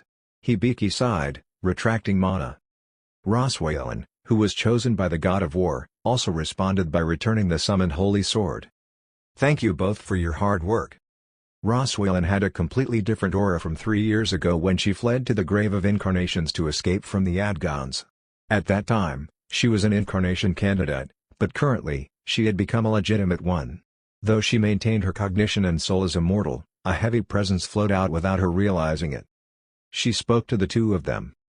"That's the 3rd this month." Nate grumbled. "I don't know how this many Mercadiuses have been hiding so far." Hibiki stepped in. "It's a good thing we're at least chasing them belatedly and getting rid of them one by one. Even the Union have said that they would be spread all over the place and deep-rooted this much." She looked at Roswalen again. "But thanks to you, Miss Incarnate, we can finish them easily." Roswalen shook her head. Of course, she inflicted a decisive blow, but it was impossible without the two people supporting her. Having received help several times from the skill to reinforce the potential mana, the two had been recognized as elite warrior-level forces. Therefore, the two of them alone were enough to aid the incarnation. There was another reason why Ross Whelan believed in them. As expected. The God of the Mind is amazing. I get surprised every time I see it. It would be flabbergasting for Mercadius, too. It's a power similar to them, but different. And they overcome brainwashing only with weak traces. Nate scratched his cheek. Don't call him that when you meet Jin Wook later. He hates it, saying it's too early to say that he's not completely a deity yet. Ross Whelan spoke with a shrug. But he already has followers, doesn't he? Like you too. Jin Wook, who absorbed all the traces left by the God of Mind from the void, was steadily digesting it, having already exceeded the state of a half-god. The theologians concluded that Jin Wook was becoming a new god to replace the mind's existing fallen god. He emphasized that he wasn't perfect yet, but Nate and Hibiki were already his followers. They didn't particularly pray or read a scripture, but it was a naturally occurring phenomenon. Perhaps rather than Seo Jin Wook as a god, their trusting and dependent emotions on Seo Jin Wook as a human was assumed to be linked as divine power. Regardless, the essence was to believe in him. Honestly, in terms of mental defense, you two must be better than any high priest in any denomination. It's natural, considering the characteristics of the deity. Nate and Hibiki grinned face to face. In fact, in terms of divine power, he and Hibiki couldn't be included in the outstanding spectrum. They both thought of someone simultaneously. The man on Earth right at that moment. The most fervent believer in serving Seo Jin Wook in the universe. Secretary Kim. When Seo Jin Wook's presence intensified, it was Secretary Kim who first awakened to his divine power. It was a part that revealed how much faith he put in Seo Jin Wook. All the more, saying that they needed to prepare for the future, he was preparing to establish the God of Mind's congregation. They even heard that Jin Wook was troubled by it. If implemented without undue difficulty, Secretary Kim would probably play the role of a pope or so. Ross Whelan sneakily asked while looking at their facial expressions. By the way, how's he doing these days? Ross Whelan had repeatedly expressed her desire to meet Seo Jin Wook again, but the meeting hadn't been made because he had become so busy from the moment he became a half-god. Hibiki replied. He's busy catching Mercadius like us. She then looked at Nate. Actually, we're not in a position to complain. He's hunting across dimensions at a rate that's incomparable to mortals. The new god was continuing his expedition to clean up the deep-rooted evil of the old god. When he has some free time, he stays on Earth and a spectacular scene unfolds every time. Seo Jin Wook's invisible halo or spiritual flash was said to be recognizable even by the people across the ocean. Nate nodded. Thanks to him, Jenna Drake was kicked out of the planet. No. To be exact, should I say he was freed? He recalled an event from a while ago. What? Is that true? Jenna Drake asked back in disbelief. He and the forest magic species had fled to Taiwan across the sea to avoid exposure to his divine power. Seo Jin Wook, who was talking with him through mental waves, sent an answer of affirmation. From far Korea. Yes, you'd better lead the magic species of the forest to the magic kingdom. Seo Jin Wook calmly explained the reason. His divine power would be stronger in the future, and his home base would remain on Earth. Therefore, it would be increasingly difficult for the magic species to maintain living on the same planet. Although they could survive as an overseas refugee, for the time being, his power would someday take over the entire Earth and affect space. And the other reason was, as you must know, the dimensional storm has already stopped. And as the different worlds began to reconnect, it became easier to move. All the magic species the system enslaved has been freed. A reverse diaspora event will begin. You'd better join their parade. Add more strength to restore the messed up magic kingdom. Jenna Drake spoke after a moment of silence. But isn't your contract about taking good care of the forest magic species? Seo Jin Wook replied. We can't take care of them on Earth as it is. Rather, sending them out of the Earth is what's better for them. To do that, I need someone to carry out my contract on my behalf, and I'm asking you to take the role.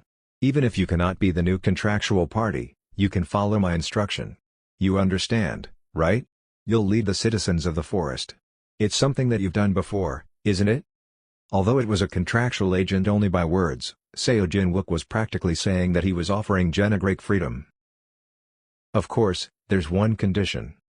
Jennegrake said what he had guessed. You're telling me to set up the ground for Magic Kingdom to join the Union, too, right? Yeah. It may be hard without a unified communication channel right now, but I think the magic species can also be part of the Empire. They will contribute to the diversity that will fatten and enrich the Empire. The other races would keep us under watch. I've been observing the magic species' behavior. They, too, have evolved and changed their behavior after such a long time in imprisonment.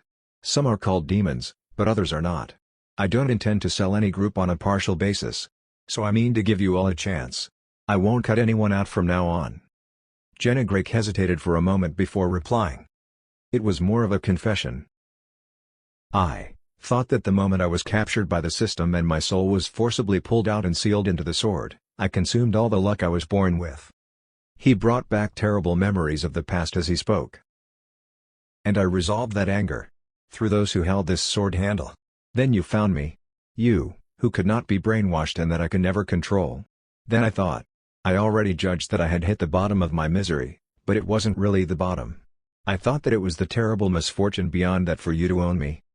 After a brief silence. But now that I think about it, meeting you seemed like the best luck I've ever had since I was sealed in a sword.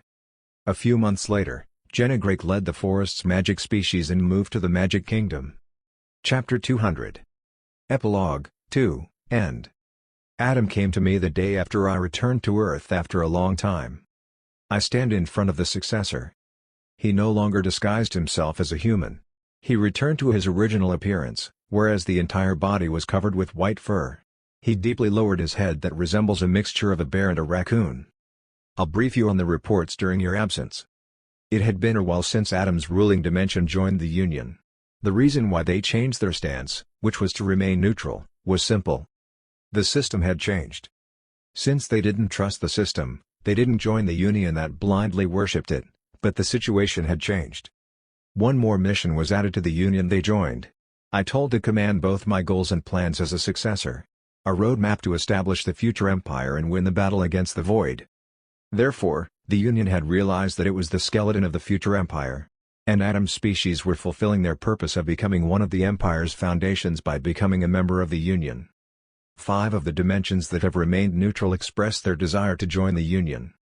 Their species' job in the Union was to roam around similar dimensions to encourage Union membership and negotiate terms. It was also the direction I desired. When Adam left after finishing the report, a voice rang in my head. He spoke with his whole heart. My God. I frowned as I replied as if it was troublesome. I told you not to call me that, didn't I? Then, Secretary Kim, who was praying in his room, said, proudly. But I can't call you the Guildmaster, can I? Since that's not true. Over the past 3 years, all guilds on Earth had been merged into one. That decision was made based on each country's judgment that it was desirable to establish a unified command to focus its power on defending against the Red Gate. Of course, my influence moderately seeped in the process. Ironically, it wasn't an awakened but the senator, who took the role of being the head of the only awakened organization in the world in that manner. Although he grumbled that he would retire soon, he had yet to find a successor and was still active. The bottom line was, I was no longer the head of the Celestial Dragon Guild. Just call me by my name. I can't just call the name of a benevolent god.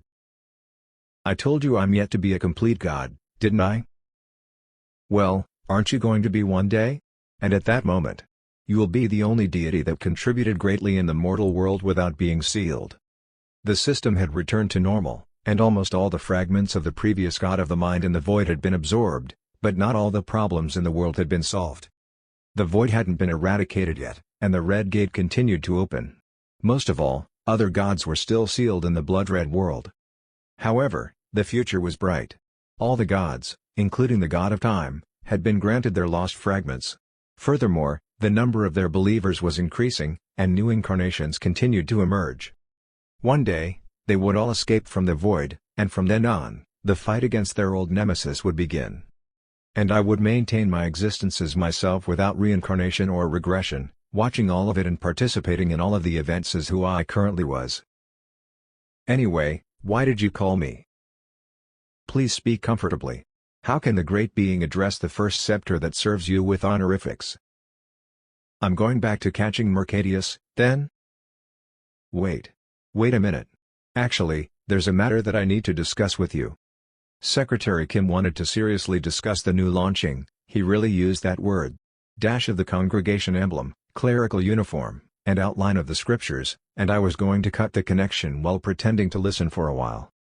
However, he spoke in a hurry just before that since he was ever so quick-witted. This is the last one. Well, I'll be on a business trip. Have a safe trip. Aren't you asking me where I'm going or why? I can see everything if I want to anyway. Secretary Kim explained the plan regardless. On another dimension, many individuals were interested in the denomination that would soon be launched and continued to explain that he intended to travel around such places to promote the religion. I spoke after listening to him. Don't move alone. Take Euclid with you. The dragon is deep into the internet these days, so tapping on the keyboard all day is all she does. What's the use of playing around? She should be working. After finishing the conversation like that, I disconnected the communication with him. And I decided to get on the long-pending project. I concentrated my mind and sank inside. I dived into my soul and dug even deeper. Throwing my consciousness so deep still felt unfamiliar even after I had become a half-god. There were more fundamental elements underneath the thick deposition of the memory of the previous life. Fragments that made me exist as myself. Among them, the empty space was once where the traces of the God of Time's fragments and the monarch of evolution soul stayed. The former was returned to the main body of the sealed God. That was because there was no need for regression anymore. Meanwhile, the latter was sent together with Genegrake when he returned to the Magic Kingdom. After becoming a half-god, I didn't have to carry his soul to maintain his unique skills.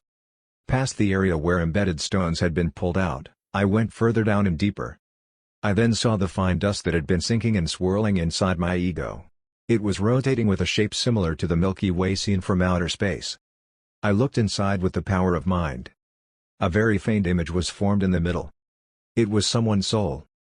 A person who had been hidden as my soul was at the front of my consciousness and who couldn't be found because of the fragment of a god and the monarch's soul had pushed it behind. I called out to him. You're awake now. The soul opened its eyes. This place is? He seemed confused. He, who woke up from a long sleep, recalled his last memory. A hazy recollection. The image that resurfaced splashed everywhere like a drop of water. The soul remembered the last event he experienced. A high-level officers' meeting of the Celestial Dragon Guild. There, he met eyes with a hunter named Park Chang-hee. Something was blazing in his eyes. He didn't know at the time, but it was a resonance felt among those who bore the seeds of Mercadius. The soul was deeply disgusted by Park Chang-hee. So he provoked him. Park Chang-hee also lost his reason and rushed in to kill his opponent. Then the soul heard the voice. Who was that? When I kicked, Park Chang-hee tried to fight back and the time suddenly slowed down just before the fist touched my body. The time slowed down indefinitely until it stopped. At that moment, someone spoke to me in my head. To avoid it from being more agitated, I calmed the soul down and explained it to him. It was the fragments left by the God of Time that called you and threw you an offer. I looked at the soul, the spirit of a young man who had been asleep for a long time deep in me. A man who had endured madness for a long time because he had a strong and tough mind. The one who fought to the end against the whispers that coerced him to act violently. When he had the urge to kill someone, the young man chose to hurt himself, and in the process, he was distanced from everyone he tried to protect. I spoke to the soul of the original Seo Jin Wook. You remember now, don't you? The God of Time. Those fragments gave you a suggestion in the past. That was the big turning point. He charged at Park Chang-hee with the determination to die. It was because he had given up since he was already fatigued. He couldn't estimate how many people he would hurt if he went completely crazy like that. His fatigue had reached a point where he just wanted to finish everything. Unlike what you think, the God wouldn't have let you die even if he had left you alone. The curse in your heart was supposed to intervene the moment Park Chang-hee attacked you at that timeline. Instead of maintaining your life, the erosion of madness would have become a lot faster. And irrevocably so. Like the future timeline that Han Sol saw, he would eventually become a Dark Lord, completely eroded by the curse. So the God of Time gave you that suggestion. You wanted to rest, didn't you? So it would let you rest. In the meantime, it would borrow your flesh for a while. Hence, When the body owner retracted his soul with his will, my soul that regressed filled the empty seat. Again, the god's proposal was only to borrow. But theirs was a problem. In the process, I have become a half-god. There was no lingering attachment to social status as a human being.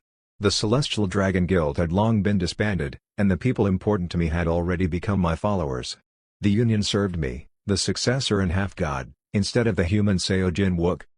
Nevertheless, there was no way to return the body to the original. Now, the ordinary mortal soul can't handle this body. So I can't give it back to you. I felt a sense of old debt towards the original Seojin Wook, even if it's a contract that he agreed to. That's why I suggested to the original, who barely woke up. So I'll give you a new body. Sculpted in the form, given the age, and born with the ability you desire. Don't worry. Your memories will be retained. The soul of my body's original owner seemed to be contemplating over something, unable to answer readily. I waited without urging him on. Then the spirit finally told me what he wanted. The memory. Could you erase my memory? It was an unexpected reaction. But the feelings that followed touched my soul, and I could see why he said so. It was a short life. But I don't have any good memories because of the voice that bothered me since I was young. I can't remember anything else but the hard times I suffered because of it. So I just want you to erase everything. Please give me a clean slate so that I can start all over again. The original owner also said that he hoped his new body wasn't that of an awakened. I felt bitter because I knew the reason behind that as well. That was because of his suffering in the past caused by his father, Seo-Gu-chul. After being brainwashed by Mercadius, Seo-Gu-chul projected his desire on his son and severely tormented him, focusing on his potentials. His father treated him only as a prospective hunter and an heir to achieve his dream. The past, in which he was treated as a tool, remained in his mind like an incurable wound, and the rejection made him loathe being awakened. I decided to grant his wish. Ram's grace still lingered in me after I became a half-god. I used his power to build a new body and filled his soul in. And before departing, I asked another god for his cooperation. Ramongshiter. The force of a scale was infinitely skewed to the extremes. He added some of the principles of causality that led to endless luck to his soul. After finishing the preparations, his memory was erased at last before I sent him away, wishing endless luck and happiness to him in his new beginning. Farewell. I'm grateful. The original disappeared towards the next life. After finishing that, I turned my vision around. After awakening incompletely as the next god of the mind, I was able to access the inner world of the mortals scattered throughout the entire dimension. I observed through them how each world revolved. The red gates hadn't stopped opening, and a fierce battle even broke out. Nevertheless, I couldn't picture the future in which the newly created would-be empire to be defeated by the void. The empire will be remade in a more powerful form, with far more possibilities than before my regression. I was made aware of what kind of empire the future citizens looked forward to before they sent me to the past, after all. It wasn't simply an organization defined by the concept of a state. The empire they had in mind was the entire universe. A base where the mortals could struggle and fight for the future without being divided. They had sent me to strengthen the foundation even more. And the victory had already tilted toward the mortals. That was neither the first nor would it be the last war between the void and the living. But at least the one I was fighting would be won by those who had the will to live, fight, and continue their existence. Therefore, in front of my eyes, I saw the victory of those who desired to become better beings. However, the fight would continue persistently for a long time to come. And I would always be with them in the process. As I thought so, expectations and hopes rose from the deep. Facing the overwhelming vision that infested my heart, I gazed at the universe through the eyes of the mortals. The end.